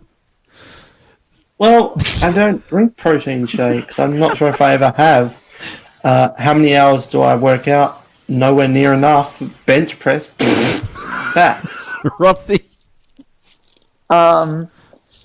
No. And is beefcake related to the meatloaf person from before? Billy Garcia. Meatloaf and beefcake duet. Can I just say, He-Man Woman Hater, you are asking this question to podcast hosts about Survivor. Like, we're not a show about like ultimate workouts or anything like that. Protein shake, vanilla, sure. How much? I've had one from Boost before. That was nice. How much can you bench press? Probably like a kilo. And how many hours a day do you work? Well, actually, funnily enough, I've actually just started my 787,000th attempt at a diet. And we're meant to be starting exercising. We haven't done it yet, but soon that will be a few hours a day. So my favourite line, I'm not sure if I'll get in trouble for saying this, but when you were starting your diet on the 781st time, you were, before an episode, eating some chocolate. And you said, I'm starting my diet in a few hours, I've got to finish all this chocolate. Well, that's true. One of the funniest. The logic checks out. I have a time limit on when I actually start eating good, so I've got to get rid of all the bad food. That was really funny. Cool. Rossi, over to you. Yeah, you shouldn't ask me about Jim. So. Who's Jim? Jim Rice? Rice. Jim Lynch. Hey, Jimmy. He can bench press a canoe. He'll break his shoulder. I'm going to assume Henry. That's what the name is. And wants to know if the quiz will be released, Ben. Oh, the dreaded quiz. I would love to. Look, the quiz is ready to go. I'm going to be honest with you. And we might just release it for shits and giggles because it's a bit of a laugh now. Look, for those who don't know, Jared Elliott, when he was still here, he organised a Survivor trivia sort of competition, and we all the Ozlets like went through, and we sort of had qualifying rounds, and then we had a ladder, and then like the top 8 or whatever it was made it through to the finals, and then we're gonna have these. It was like a great thing that he released, but it kind of, we did all the preliminary rounds, and then we didn't really get through to the next phase, and Jared left. So, look, it's edited, it's there. I've got it on my computer. Half the Ozlets on the episode aren't even on Survivor Oz anymore. But look, I might actually release it. Look, why not? Give me a week or so, and we'll just put it up, and I'll put a big disclaimer. Yeah, I'll just put a big disclaimer saying, look, this is an episode we recorded in like 2013. We could always take some of like the people who are still here who made the finals and just do like, you're all on one episode, I'm asking 20 questions, whoever gets the most is the winner, that's the end of round 2. We could always do a little mock-up. Yeah, that's good. I mean, it's kind of like the lost episode. We won't, but we always could. It's like the lost episode of Survivor Oz. Yeah. It's a good one. I've listened it is entertaining, even if you know the answer. It is. It's very entertaining, and I'm not just trying to be completely biased and arrogant, but yeah. Anyway, but no, we'll do it out. Nancy's hilarious on. Yep. Cool. Noah. Craig wants to know, in which seasons did castaways have to actually trek/row to tribal council? Which seasons trek/row to tribal? Which seasons didn't trek/row to tribal? What do you think the overall outcome of Trek/Row features in the game? Example, it shows weakness. Whereas, I don't want to laugh because I genuinely don't know if this is a serious question I think or Kelly not. Wigglesworth has set this question in. I really don't know if they're being serious. I think they did it to be serious. I think they did it in the early ones. I don't think they did it after much, maybe even after Africa. I think John Carroll said that they filmed rowing out and then the boats came and towed them. So I'd say Africa was probably the last Trek/Row. A lot of going to challenges and stuff like this. It's all BS for the TV show. Spoiler. Yeah. Maybe this is a question you could ask Jeff Probst when you had one question to ask. How many seasons had Trek/Row? You wasted the question. Yeah. I think Africa was the last one, if I'm being honest. Rossi, do you have anything to add on this? No. I got this question, and like we got a lot of the questions we got. This is the only one where I'm like, what? Like that and the total drama one. So I don't look. I think Noah answered it. I've got nothing to add, Craig. So yeah. Hope we could be of some. Hashtag go Kelly Wigglesworth. All right, so we've got 3 more people with questions. I'm saving one person to last because they've got a lot of questions, and I think we can get through them all together. So I'll just go through these. I'll go to this one first because we got a lot of kind of semi-abusive ones last year, but surprisingly this year we got like only really this one that was slightly. At the show, if you're listening, time to tune out now, I feel. Jeremiah Email. Now, this is another dear friend from Survivor Sucks, and I'll read this out word for word for what he says, and then we can go back and answer it. Cool. These cunts are doing another Ask Them Anything. Oh, you wrote this, Ross. In your Australian voice. So I got a few questions because I know they read this and answered all the Sucks questions last year. Ben, be honest. What decade do you think Noah will lose his virginity? 2020s, 30s, 40s, or 50s? Do you think Jeremy Collins was in a gang? What is the real reason for the Oz Candace Cody hate? You guys literally have people like Kat Dawson or a fifth boot Kelly Wentworth ranked higher. Do you guys think Tasha Fox ever smoked crack? Alright, what decade do you think Noah will lose his virginity in? I don't even know if... I don't know. Well, they didn't include 2070s, so... 2090s. Sure. Rossi, what do you think? Tomorrow. How did you know that Noah and I were seeing each other tomorrow? What? Do you think Jeremy Collins was in a gang? Is the firefighters a gang? I'm not sure. Yeah. Hosing houses, that was their gang, though. Gang of firefighters? Gang of fire? Sure. What is the real reason for the Oz Candace Cody hate? We don't hate Candace. I vetoed. Hate is a strong word. I just... Again, I've said it countless times. I just don't. What has she done? Why has she come back 2 times? Yeah. Yeah, that sums it up. Villains, you can kind of see she shouldn't have been on Bloodless Water, even though it was kind of an accident. And a fifth boot Kelly Wentworth ranked higher. Was she? Oh, fifth boot. I thought you meant like 5th place. Again, look, the rankings ones. Look, people got high that we didn't even realise were still on the list. For God's sake, so like. Like Tasha when she smoked crack. And has Tasha smoked crack? Get it? She got high. I vetoed Candace, so don't tell me. I think that's a question to ask Tasha. Yeah. Look, I don't know. I don't know Tasha that well. I've only had her on the show once. Rossi, do you know inside information? Could be a reward challenge. Roll a spliff. Roll a spliff. Thank you, Jeremiah. Email. Good. Spencer, you got to pick it up. You've got to roll it up. All right, 2 more people here. I like this question. I've deliberately saved this one towards the end, and Rossi, I don't really think you're too much of a James Bond fan. You've seen the new ones.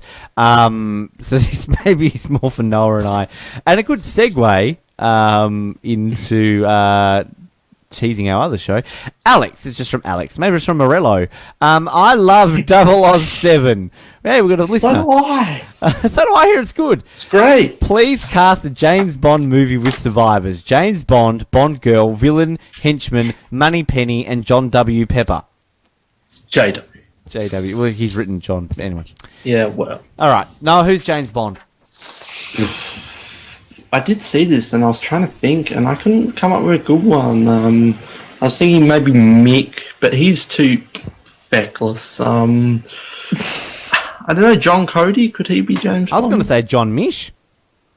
He's a bit not James Bond. He's too young. He's a bit not James Bond. Colby? Is that cliche? Colby, he's too Superman in a fat suit. Oh, but like Australia Colby. He's got some one-liners, so yeah, I think Colby's a pretty good one. Rupert. Although the real answer should probably be Ace. Hey, he's British. He's British. Yeah. But yeah. you'd need a wig. Billy Garcia. No. Dan. Colby. Let's say Colby. Dan Foley. Now, Bond girl. Well, Parvati. Oh. Well, do you want? You've got a few options. Do you want the damsel in distress, or do you want the Bond equal, or the femme fatale? Or I think Parvati would. She I could imagine her as a spy. Morgan. Parvati as Jinx. Morgan. She wouldn't be more of a damsel in distress one. Femme fatale. Got a couple of weapons of mass Natalie destruction. could be a Bond equal one. Which Natalie? Anderson. I could see her kicking some other Yeah. spies' asses. No, the twinnies. That would just be like, you know. Oh, yeah. James Bond would be happy. Yeah, bloody oath. Twins. I think Parvati. It's a cliche, but she would make a good Bond So we've girl. got Colby and Parvati. Colleen, she's had some acting experience. God, has she? Rob Schneider, that's the experience. Villain, well, it's got to be Russell. Fair play. I think Ace. Russell is the most caricature of a Bond villain, but yeah, Ace could be one. Ace is Blofeld. Coach. Yes. Philip Shepard. Cass. Cass. Yeah. Ooh, Cass. That would be a bit of a left field one.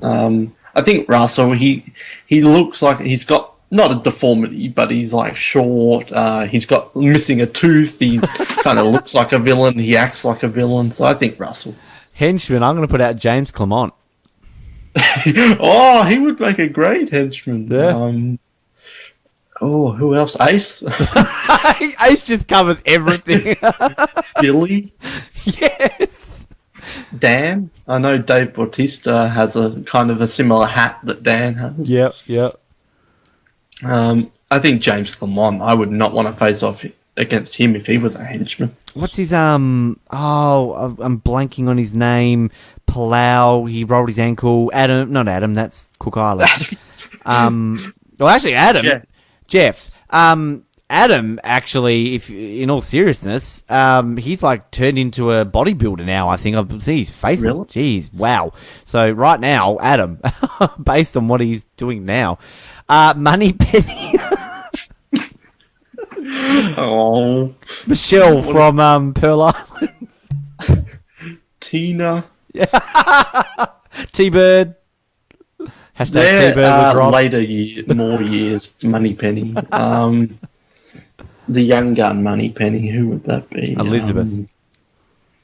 I think she would be more Bond girl. Lindsay Richter. Oh, that'd be fun. Well, who's our Bond? Colby. So does that mean Jerry has to be Money? Oh God, Jerry's a villain. Amber. I was gonna say Amber. Yeah, Amber. Oh my God, it's so good. Oh my God, you're back. John W. Pepper, J.W. Pepper, Keith. Has to be Big Tom. Big Tom. I think Keith's from Louisiana, like JW, so that would be good. But I think Big Tom fits the character best. Yeah, he's not from Keithville. Yeah. All right, Rossi, did you want to have anything to add? No. He didn't get an ally. Who would be the ally? Like the the Felix or the Quarrel or the Quarrel. Draco or the Karam. Tiger. Who's a trusty little, faithful little Eric Reichenbach? Or Ian Rosenberger Yeah. to Tom. Or Stephen to JT. Yeah. Yep. All right, and just quickly, Ooh, great question, by the way. 007.wordpress.com. WordPress. That's what Sean Connery says. Download WordPress. Yeah, it's our new spin-off. I haven't really advertised it on Survivor Oz, but please check our social media. it's, if you like James Bond, me, Colin, and Noah talk about James Bond, and Rossi loves it. It's a lot of fun. It's very different to Survivor Oz, but it's a lot of fun. Rossi's downloaded all the new ones. All right, so our final one here. Now, this is from a good long-term listener of ours who, I look. I'm going to be honest with you, RB. I get confused whether you like us or don't like us because you're very pleasant and complimentary of us 1 minute, and then the next minute that's where you're ripping shit into us. So, don't know. And particularly with these questions, you've sent us in 2 lots. And the first bit we're like, okay, fair enough. And the second bit are a bit mean. So it sums up RB. RB Ligestrom. I can't say your name. Very nice. Just, can you actually type it out to me phonetically? RBL. RBL. Yes. All right. So there's a few here. We'll go through them. Now that you have all had plenty of time to sober up from your ranking episodes, who would you consider to be the persons you most over and underrated? Tough question. Yeah, James Clement, we overrated. He is not in the top 100. I'm sorry. Okay. Underrated? I want to put Morgan out. Tammy? She was robbed. Tammy, she was robbed. I felt bad for putting Morgan up because that was a rush one. I still defend the fact that I tried to defend Brandon and Colton. I think we underrated Candace. I don't think she's a flawless player, but I think we put it like Dan Lembo was higher than Candace. I'm going to be controversial. I think we overrated Sandra. Ooh. I just because it's like, if you logically thought about doing that, you always knew that she was going to be. I would say we underrated Boston Roll. Yep. Rossi? I would say we underrated Earl only because I wanted him to be first because I thought that would be cool. And underrated Brian. Hello, we only made it 10th. I think we did fairly alright. There was some I was annoyed with, but being annoyed at 10 out of 442 is pretty good. Rossi, any standouts for you? I think you overrated the non-winners that made it past the winners. Oh. Okay. So you felt that the winners should have made up. I think should have been the top 29 should have been the winners. Okay. I think a lot of people would agree with you. A lot of people agreed with you. Yep. All right. They went on the show. Number 2, he says, is Noah really an Ozlet god, or does he put his panties on one high heel at a time like the rest of them? That's manties. I'm an atheist, so no. Rossi, are you adept to... I'm not going to comment on that. Let's move on. Oh, sassy Rossi. No, well, I've been around for the longest, along with Troy, and I do some work, so I'd like to think I do get some appreciation, but I don't think I'm a god because I don't believe in God. If we were to give a title to Noah, he would be 2IC. But I don't believe in titles because I am God and the rest of them are just my servants. So, so you're God. Well, you know how Santa's technically an elf, but he's like the head elf. He is? Well, isn't he? You know? Oh, really? Santa's an elf? Rossi doesn't believe in elves. What? No, I don't know. I didn't know Santa was an elf. Oh, fuck. Watch Snow Buddies and maybe you'll... Watch Snowtown. Okay, this one... This one we've sort of held off a long time. Do you want to... Yeah. Do I want to... I was going to say, should we... No, you may as well. All right, let's go. Whatever. He leads off with, don't be a bunch of PC pussies and dodge this question. What exactly was it that Will Sims and the rest of the Dirty 30 were so offended by in the preview episode? Okay, look, if you didn't know what happened. Well, can we just say shocked that this was the only question about this? Well, I thought yeah. every second one would be about this. And- but I think people have kind of moved on. Which is a good thing, because we've moved on, but fair enough, we knew this surely would be This is your moment to hear about it, and then, unless someone really wants to know, we won't bring it up again. How about that? So during the preview episode, we spoke about a variety of things. We were talking about Will. We brought up the fact that Will, obviously his wife, Manifa, during the conversation, we were discussing the admiration for Manifa. Let's just point that out. But during that conversation, there were things said. There were words. The word ghetto was used in there, and I also mentioned my admiration, I guess, for African American names, and I might have said that I did say that in a derogative manner that obviously caused offence. So basically, from that point, and I will actually say, before I get back to that bit, there were discussions with other Worlds Apart cast members who had listened, and they said, look, said a few things in there that, are a bit offensive, but sort of, we're all thick-skinned, we've moved on from it. And that was sort of before anything kind of hit the fan. Then eventually it was pointed out about the things that I just mentioned, that kind of went on social media, it went on things like Reddit. It eventually fell into the hands of Mike, and Mike was not too pleased about it at all. Very passionate about the things he believes in. Very, very passionate. Mike took that onto social media and started a campaign against us, and that took off like wildfire. I messaged Mike. We tried to kind of sort something out, but he wasn't having a bar of it. So we went on air. I apologized. People weren't necessarily happy with my apology.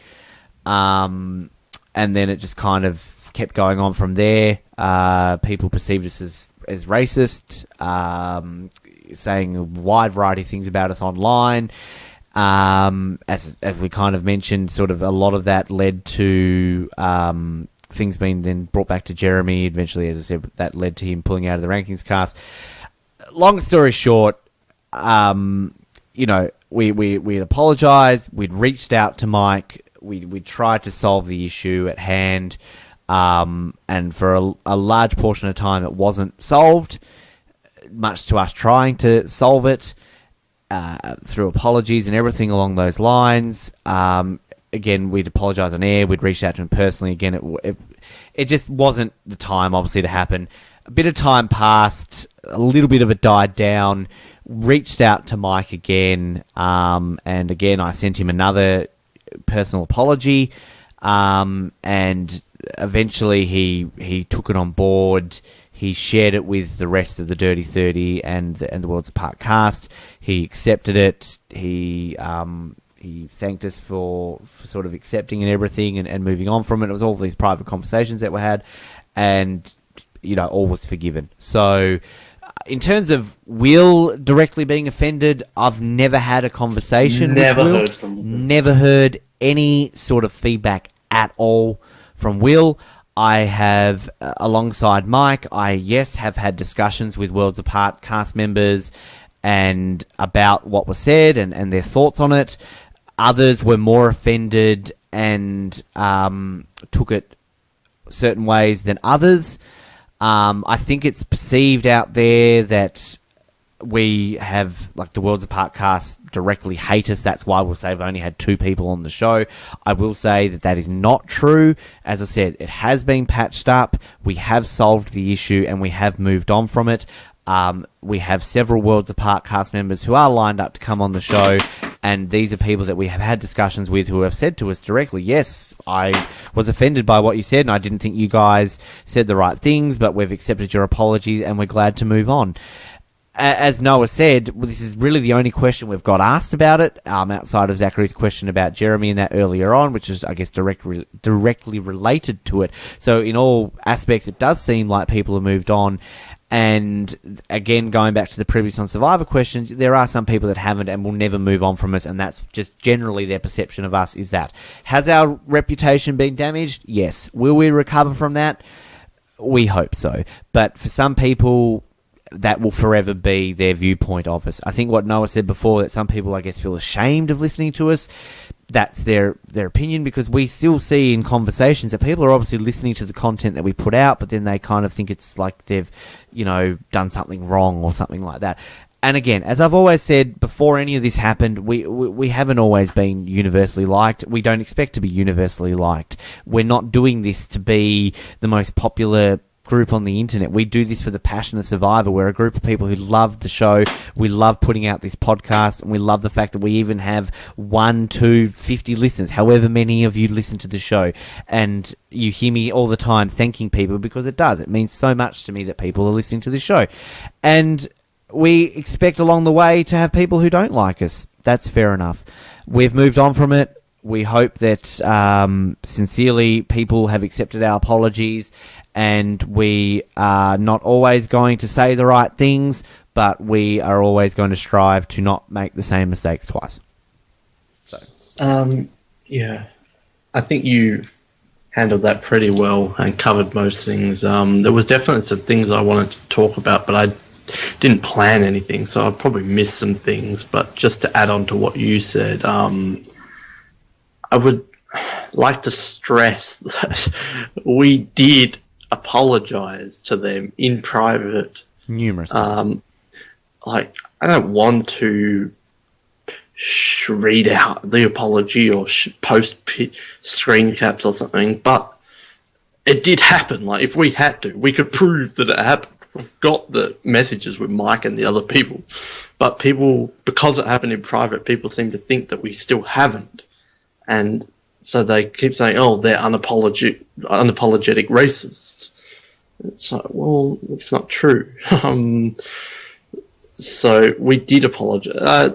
If we're being real, I thought the statement you read out on the episode, there was a lot of good in there. Maybe there was some stuff that was a bit that didn't need to be said, like probably didn't need to bring up ex-Auslets, probably didn't need to bring up Corinne, or definitely didn't need to bring up Corinne. I think we learned through that mistake. So I still stand by. I think your apology was quite good the first time, but there were some things like we were a bit defensive, which we didn't need to be. So I think the second one we did was a lot better. But I just want to stress that we have apologized. So if you're saying that we haven't, you're wrong. It's not even a matter of opinion. We've apologized. Ask Mike. But there's no need to. We don't need to start it all back up again. But it did happen. Yeah, you didn't have to bring up the other Auslets and that, but like the ex-Auslets, but I still, it really infuriates me. It's like Heather wrote a blog. I'm not going to get too far into this, but Heather wrote a big blog post or something, why Survivor Oz sucks or something along those lines. And that's her right to do that. You can't stop her doing that, but I take exception when she labels you, Ben, a homophobe, and that Ben Powell was fired from this show because he was gay. That wasn't even in relation to me, but that angered me a lot. We said some bad things, but that doesn't mean give you a free pass to say hurtful things to people. Like, it's ridiculous. And she even changed it because I think she realized that that's a real dick move, and that doesn't make you better than any of us or anyone like that. I'm not sure if that even bothered you or not, Ben, but it certainly bothered me. Yeah, look, the whole experience was trying, and I'm not going to, turn this into a woe is me story, but I agree in what you said in regards to my statement. Yeah, there were things that I went too far in saying, but look, at the end of the day, I put out a product that I have a lot of help with, and that we're a team, and I'm going to defend my team no matter what. And I felt that through the peak of what was happening, it was my duty as the host of the show to defend the show and to defend the people who work on the show. Because if people who actually know me as a person, that they know what I say and how I act and know me personally, you know, far more than what you hear in the show, would know that I am anything from a racist person, anything from a homophobe, anything along those lines. I say inappropriate things, which is not right. And I have to own up to that, and I need to not do it. I have a platform here where, yeah, we might have a small corner of the internet listening, but all it takes is for me to offend one person for something like this to happen, and I need to realise that I have the opportunity to offend people, and I shouldn't do what I do. But the whole situation was very hard because of sort of the extent that it went to. And yes, what Heather wrote was very hurtful, was very offensive to me. And you're absolutely right. She has every right in her own mind and to post whatever she wants to. She can say and all the things, whatever she wants to say. If that's what she believes happened and how it all went down, she has every right to say that. I can refute everything she says, but I deliberately didn't reply. I did not message her, because at that point, what's the purpose of that? It would only then be screenshotted and shared in previously on Survivor and all this sort of stuff and all that sort of jazz. But yes, the deeply hurtful statement that she made, claiming that I was a homophobe and that I had fired Ben Powell based purely on the fact that he was a homosexual, is like, I honestly wanted to quit right then and there. I wanted to stop Survivor Oz and just walk away, because it just honestly, it hurt me beyond belief, because and again, not trying to turn this into too much of this, but I grew up and went to high school at an all-boys school. My core friendship group, we were all constantly bullied and harassed because we were all believed to be gay. And it took an emotional toll on me beyond belief. And every single person in that group that I hung out with, who I am still friends with, all of them, with probably the exception of one, we just sort of drifted apart over the years, but they are all gay. So I am very close friends with, you know, two gay guys who are clearly probably up there my best friends in the world. And homophobe is just not anything in my system that it resonates very hurtful to me that comment would ever be labelled against me. So one thing that I don't think I've probably ever put out there with that is that what Noah, Rossi, everybody on Survivor Oz really did support me and defend me in that situation. I think it was even Nick who reached out to Heather and was just like, hey, Heather, not cool. Like, that's not true. You can say what you want. And I think Heather realised her mistake there. So, yeah. But even if you go to the page now, I haven't looked at it in a very long time, but it still says in brackets, I'm not going to say this, but I truly suspect that I am right. And she hints at it still. And it's really ridiculous. Yeah. I just want to put it out there, look, and it's not starting any wars up or anything with this, because for sure this is probably going to be listened to and taken in a wrong context. Fair enough. But Heather, look, if you're listening to this, or for whatever reason, again, it wasn't ended on the right terms, but I think deep down, you know how it ended. Heather left on her own terms. Did not fire Heather. It was all mutual. And that's fine that she has resentment against us. I'm not going to say that she has to like us. But I just, again, want to point out there, and to Ben, even if he's listening, there was absolutely nothing in that, and it still hurts a lot that is out there. But anyway, again, look, this. It wasn't about me, and it wasn't about that situation, because again, the question was about Will, and he's offensive. And maybe, I guess, at the end of the day, as I just explained how that hurt me, maybe then that goes to show that my comments have hurt people in a similar manner, and then that, as from a personal perspective, should allow me to sympathise more in what things I can say and how that can hurt people too. So it's a learning experience, and as you know, we've realised what we've did was wrong, and we've moved on, and we have just, I believe, probably changed for the better based purely on something bad that we did. Well, I think the other thing that should be pointed out is this isn't, again, to deflect anything away from it.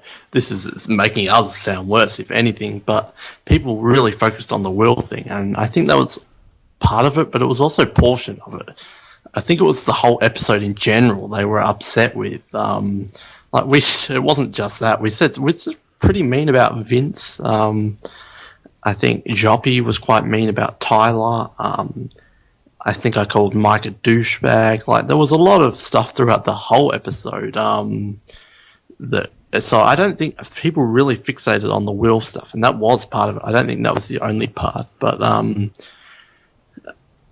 yeah, I think you mentioned learning from it. Like, yeah, we're a lot more careful now, and some would say maybe that makes for a worse show, but you do learn from it, and for people to keep bringing it up, no one can learn, like, no one can tell someone like Shireen or something she should accept Will's apology. Like, no one can tell her. That's up to her to do that. But no one moves on until that is accepted and you learn from the mistakes. Like, you can't move on. And if people keep bringing it up and that, how can you move on from it?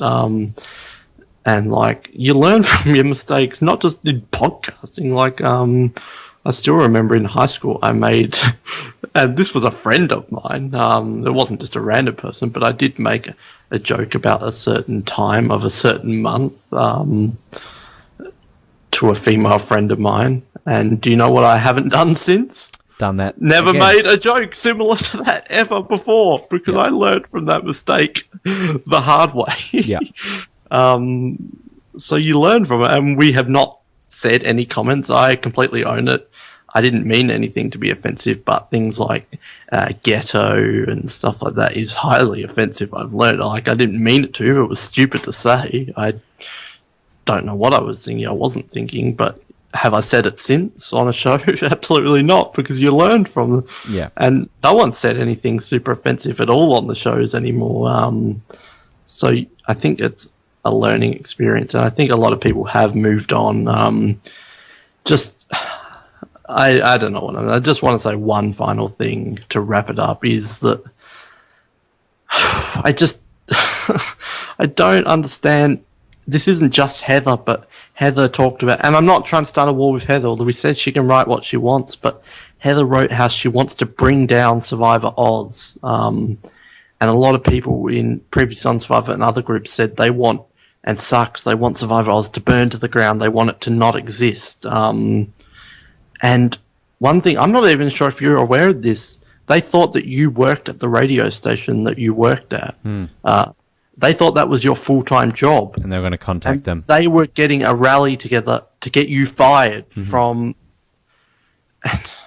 It would have taken Edge Radio about 8 months to see that email, so they probably just got it now. So, like, I make Ben Job jokes. I think it's funny, but one of my words from the beginning of the show was arsehole. But I'm sure that wasn't fun for you at all. No. I don't know, 2 years, a year, or however long. And they were trying to get you fired from your job. Like, they thought this was your full-time job, so that you would be unemployed. Which I was already, so... But they thought that was your job. They wanted you fired, and they wanted Survivor Oz to not exist. And that makes you a bad person, I think. People enjoy Survivor Oz. They're still the loyal people. There's the Catherines and the whatevers and all that. They enjoy it, so you want to take something away from a thing that people enjoy, and you want to get someone fired. I think that makes you a bad person, really. And I'm not trying to start any wars. I'm saying I'm a bad person too, but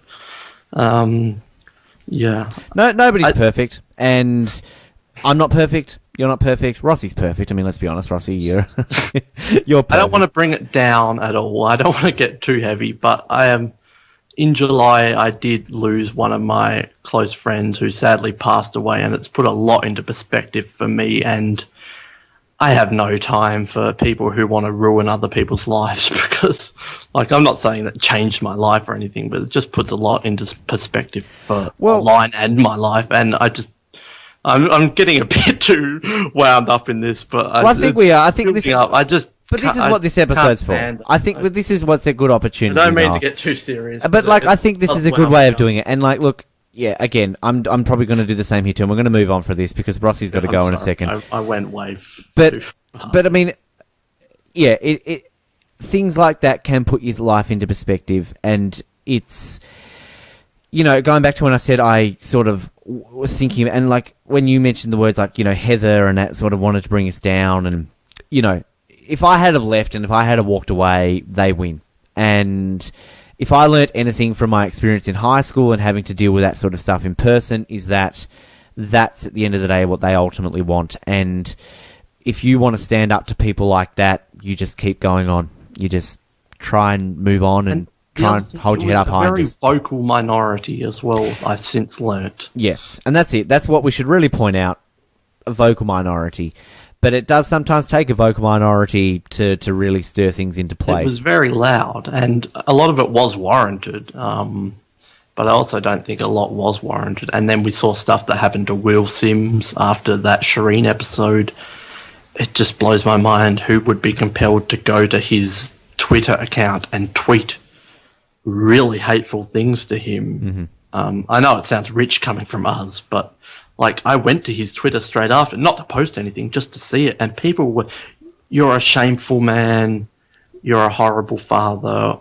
Stuff like that. And there was just, and like, uses of the N word against him and just things that it was just disgusting. But who can be compelled? Yeah, I took this to a level that really didn't need to go to. It's just, Rossi, you're going to leave us, I think, but. Can I just want to quickly point out, people, Heather, people on Previous on Survivor, I'm not trying to start any wars or anything like that. It's, if you want to say what you want to say, you can say it. I just disagree with a lot of it, and I no longer have time for any internet fights or anything like that. The end. I just had to say. And please also make sure you listen to things in full, in context, and not just like post on hearsay. One thing I will say there too quickly. Rossi, do you have anything to add on this situation? Because I know you've got to leave. I don't know if you wanted to add anything before we move on. No, pretty good. We said Rossi's perfect. Upbeat. Well, you were on that episode, weren't you? And you were probably one of the more behaved people, so... I think you were. You wouldn't know. Probably. Cool. He doesn't even remember being on it. Rossi, I'll let you go. Thank you for joining us. You just like Noah have been on both of these, so thank you. And yes, you've always been very helpful, as always. Oh, thank you. Kept it civil. Yes. For once. All right. Well, no my cunt question. Yeah, I was disappointed you didn't write back. We'll speak to you next year on then. Well, you will be back between then and now, but like... See you in a year. See you in a year, Rossi. Bye, Rossi. Bye, Rossi. Tune in to Amazing Race Sauce to hear Rossi. Oh, no, you're gone. Okay. Oh, well, the next question from RB. I'm sorry for... Why did you skip question 3? Maybe we should have... We went too far. We said we were going to keep this under 3 hours. Jesus, we've done well with that tonight. All right. Okay, let's fire through these final RB ones. Noah's pick to win the Second Chance season is Monica Padilla. Is he using the same brilliant algorithm he applied to the previous 2 seasons? I cracked his code and applied it to the Kentucky Derby, and it calls for Mr. Ed to win, Joe Camel to place, and Lonesome George to show, in brackets, Google it. It has American Pharaoh finishing 20th. I got the Mr. Ed bit, but I got lost after Joe Camel. Mr. Ed, you've lost me after Mr. Ed. He makes a good point. Just to put in context, my last winner picks were Val, were So, and were Garrett. So if you're a Monica fan, sucks to be you, because she'll be one of the first 2 out. In all fairness, I picked Val to win as well, so I can't talk. But next question. What season improved the most on a rewatch? That's a good question. Yeah. Nicaragua? Yeah. I feel like a lot of people hated that when it was airing, but now it kind of seems to be one of a cult favourite, kind of. I have to. One World. It gets better every time I watch it.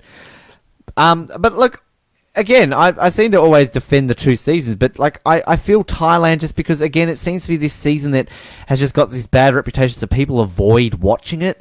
I mean, it's been 13 years. If you haven't seen Thailand in 13 years, for the love of God, watch it, because it's a great season. What's one that I would just throw out there that maybe... Fiji, but I've always liked it. Yeah, Guatemala, they're just kind of... They always feel like the cliche answers now. I never really changed too much on rewatches, really. I would say they not changed, dramatically. They changed for the worst, if anything.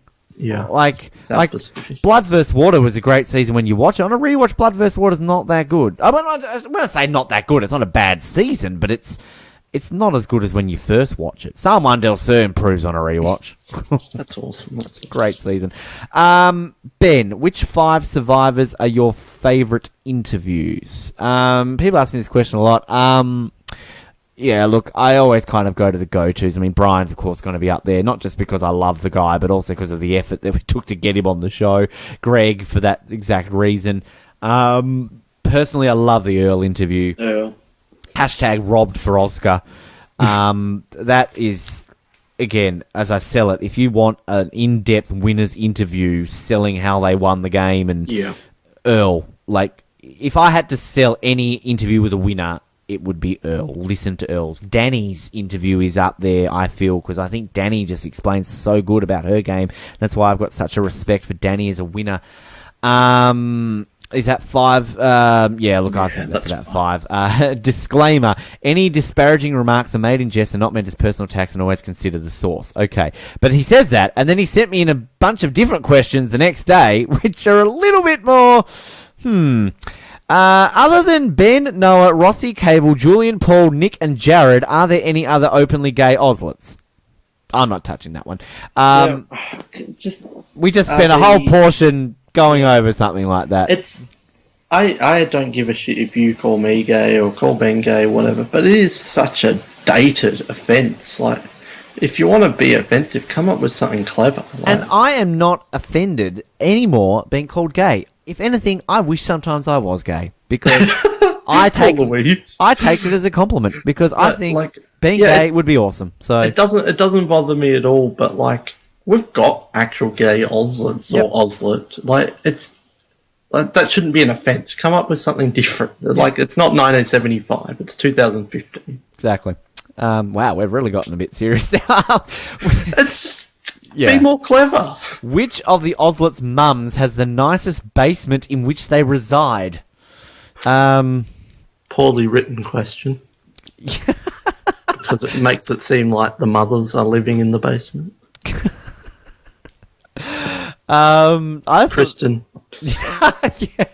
So I'm just thrown by the question. Yeah, Kristen, why not?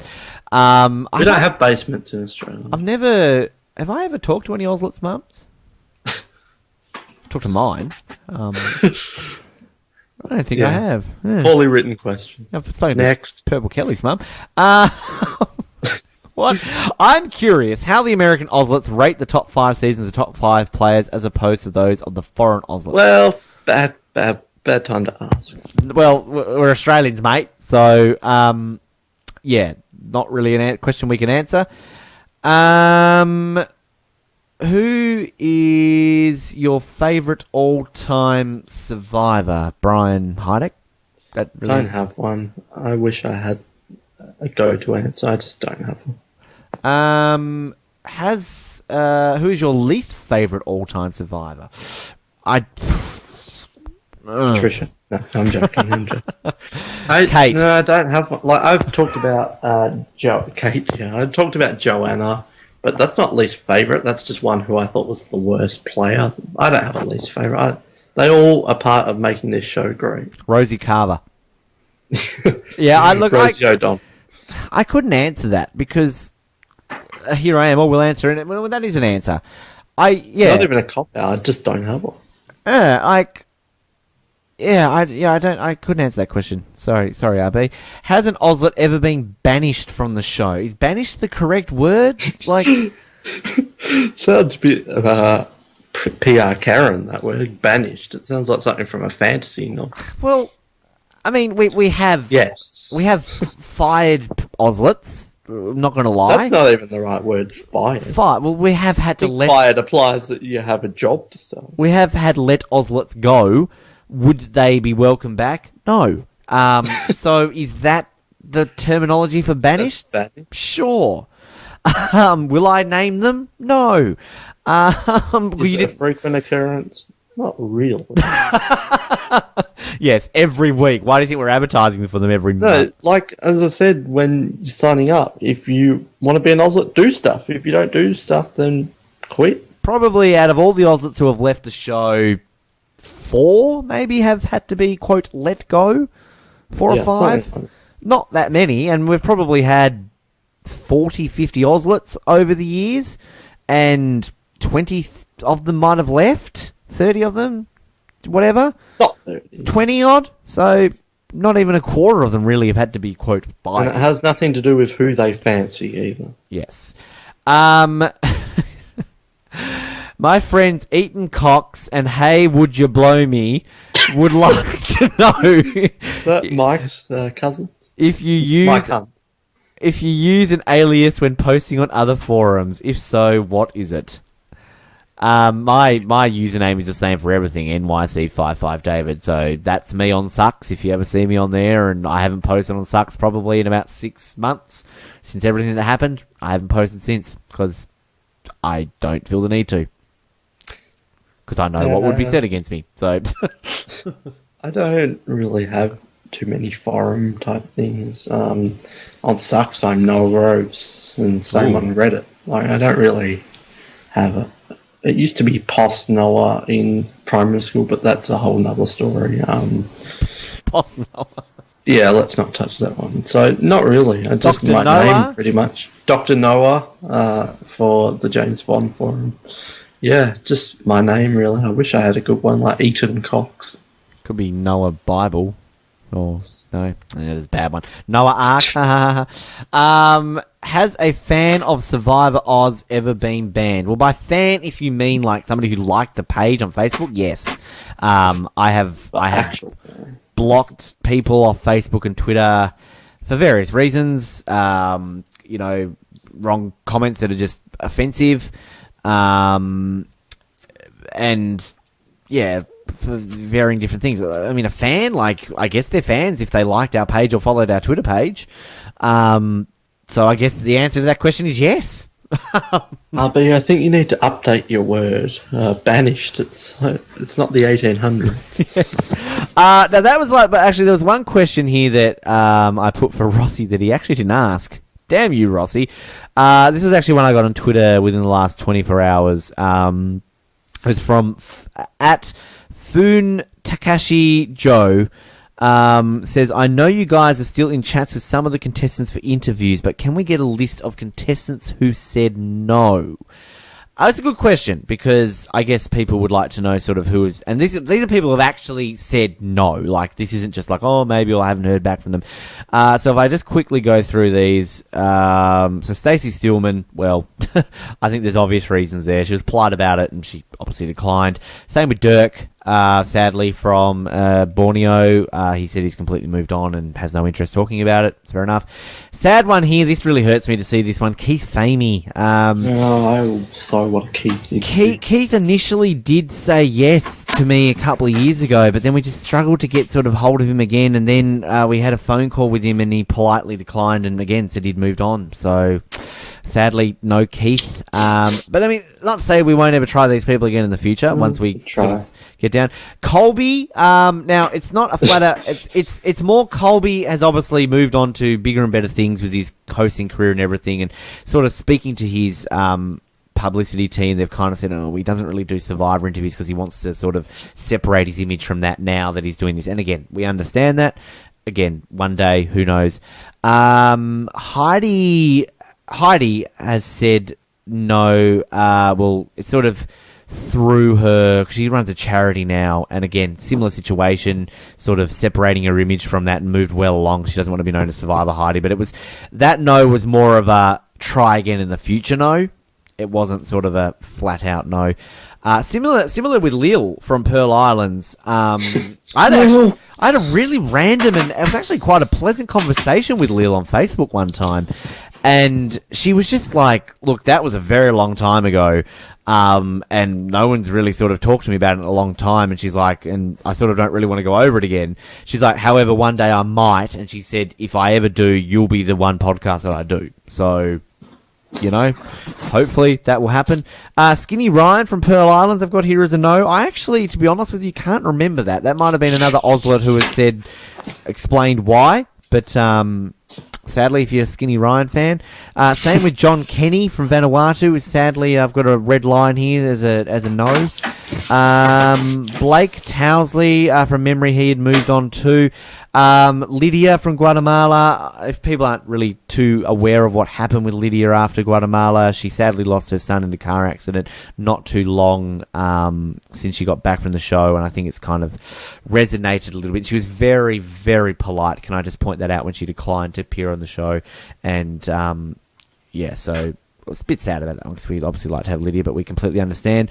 Shane, well, look, I think that's understandable. Shane's sort of Shane, and he only will do Rob Has a Podcast. He's basically said to us, you know, flat out, like, why would I do another show when I've already talked about Survivor on another podcast? So it's Shane. Fair enough. What are we going to do? We can't really, you know.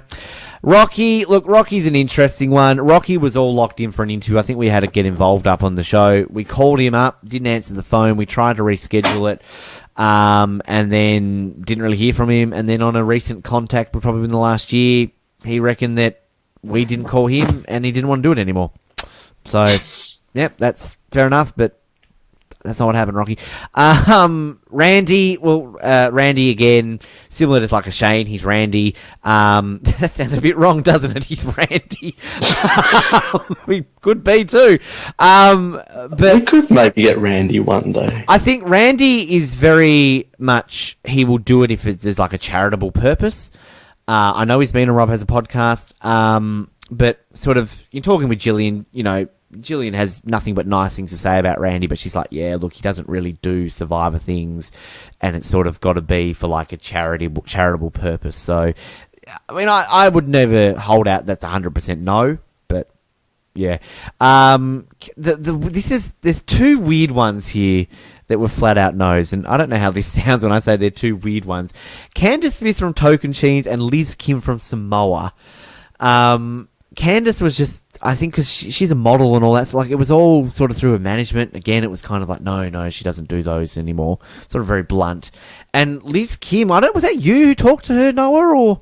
Definitely not me. I haven't talked to Liz Kim in ever. Oh, it was Ethan I've got here, and she said she doesn't do interviews, so okay. Brett. That probably sounds, that's weird. She should do an interview. She's only Liz Kim. I'm being silly, people. We're going to get trouble. Yeah. Brett Klauser, he was very pleasant about it, and again, had moved on from it. Jimmy Johnson, clearly, Jimmy's a big wig. No, I didn't mean it like that. Like, Jimmy was very pleasant when I talked to Jimmy. Well, we got David Sampson. True. He's a big wig. That was flat out blind luck, by the way. I just guessed his email address and he replied. So. Well, mind Jimmy you, Johnson at Hotmail. Well, like in all seriousness, I think Jimmy's email was like, I can't remember who passed it on to me. Like, I've got Jimmy Johnson's email address, and I had a conversation with him, and he was just kind of like, first of all, he was sort of like, oh, I'm busy, contact me then, and then he was just kind of like, yeah, I don't really have time to it, but thanks, but no thanks. So fair enough. And they're really it. That's the only ones who have, in terms of flat out said no. Like, we've had plenty that we've, never heard from. Plenty that we don't have contacts for. Well, I shouldn't say plenty. There's actually only very few now that we don't have contacts for. We've sort of closed that gap. But, and plenty that have just sort of said yes or loosely said yes, and then we just haven't heard back from since. And to answer the question that we always get in regards to Colleen Haskell, we've had about 50 different contacts with Colleen, some of them which we know are legit. We know her Twitter. We know it exists. People always say, like, oh, I found Colleen on Twitter. No, you haven't. It's been there for about 4 years.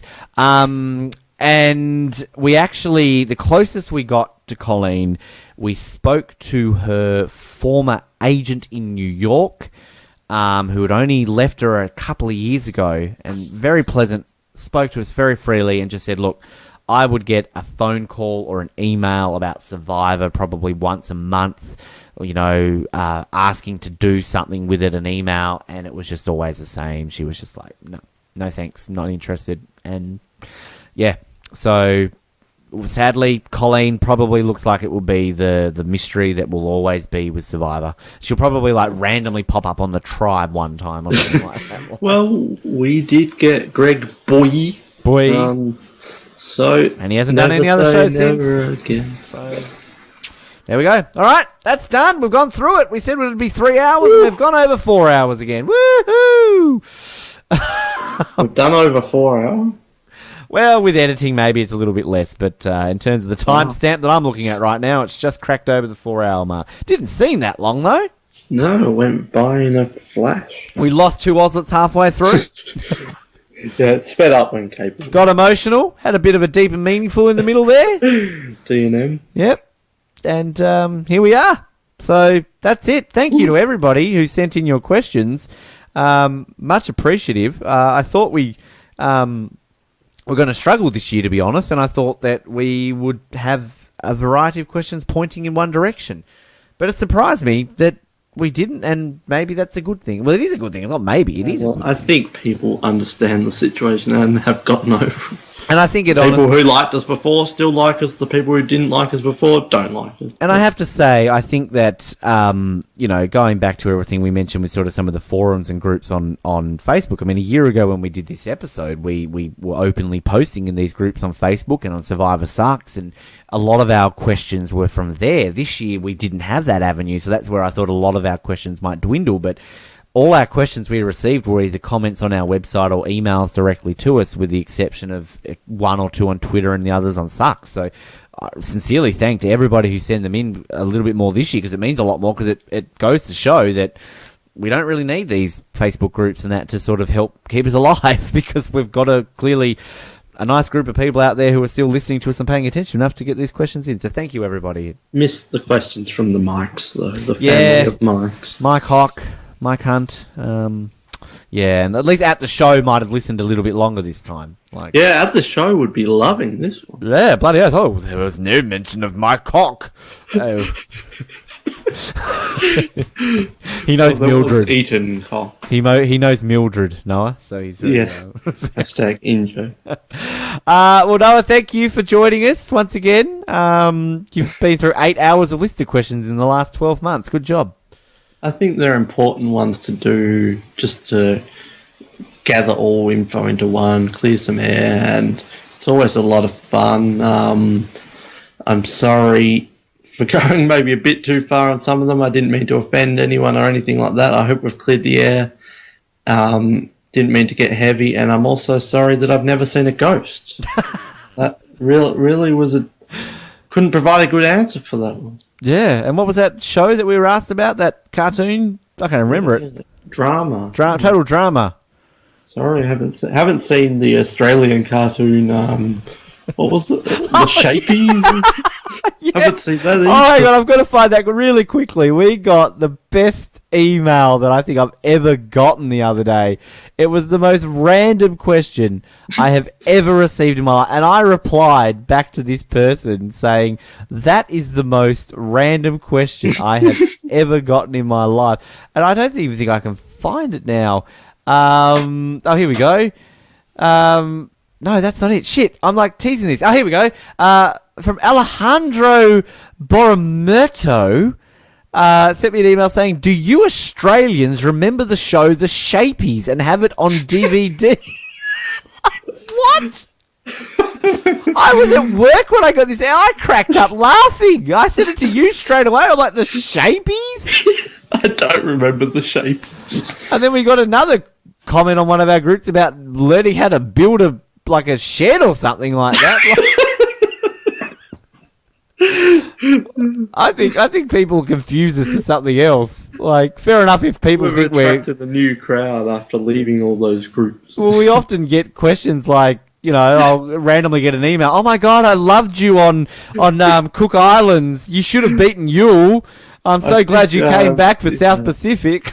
Those links really are not working correctly if we're getting people telling us how to build sheds. Oh my goodness. Haven't seen the Shapies, haven't seen a ghost, but have had a lot of fun on this episode. And you will never watch Snow Dogs again. Oh, hashtag, let's get this trending. Hashtag screw you Snow Dogs. I'm still bitter about it 10 years after. Oh God, I'm gonna screw you Snow Dogs. We're watching that in 2 weeks. Hell no! Don't get me started.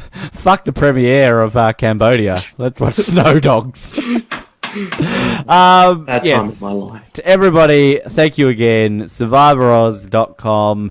Remember to subscribe to us on iTunes. We haven't gotten a comment on iTunes in a while.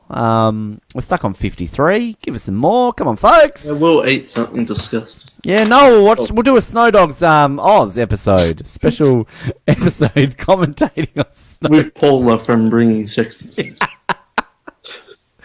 Oh, God. Hello to Paula if we're listening. I don't know if we ever mentioned it on air, but Paula actually emailed us after that episode. So, love it, Paula. Second most random email I've ever gotten in my life. And also remember to like us on Facebook, follow us on Twitter, YouTube. We haven't updated that in a while, but we're getting there eventually. And shameless plug for our other shows. I mean, Amazing Race Oz, both Colin and Noah hosting those versions, still under the Survivor Oz banner, so you'll see that on our websites anyway. And special shout out to Euros Vision. That won't be updated probably till May. And Double Oz. We won't be doing Euros Vision Oz caps like someone suggested we do. Oh no! Well, trust me, we would. 1954. Mate, if you pay us to do them. Oh, I will do anything for money. Well, anything. If you pay me my work salary that I get paid at work, I will do them. Yeah. Yep. I'm on board. And yeah, 007. In all seriousness, James Bond fans, it's a lot of fun. Thriving. It's yes, we're up to about 30 listeners now, so we're doing well. But yeah, we're recapping the movies, we're having fun, and getting ready for Spectre. Even if you haven't seen the movies, I think you could still enjoy it. There's lots of jokes and lots of fun. Yes, so listen to it, and you'll get the Spectre joke as well. So, yes. Until September 2016 for our next Listener Questions episode. I should really plug that Cambodia's only 2 weeks away, folks. Couple of interviews lined up hopefully next week, although I always say that nobody believes me. And we're lining up our recappers, and we've got some doozies this season. So, woo! So stay tuned for that. But until, I'll try this again. Until September next year for our next Listener Questions episode, keep sucking those oranges. I'm bringing that saying back because I haven't said that in 9 months. And we'll see you on the trains. Toot toot!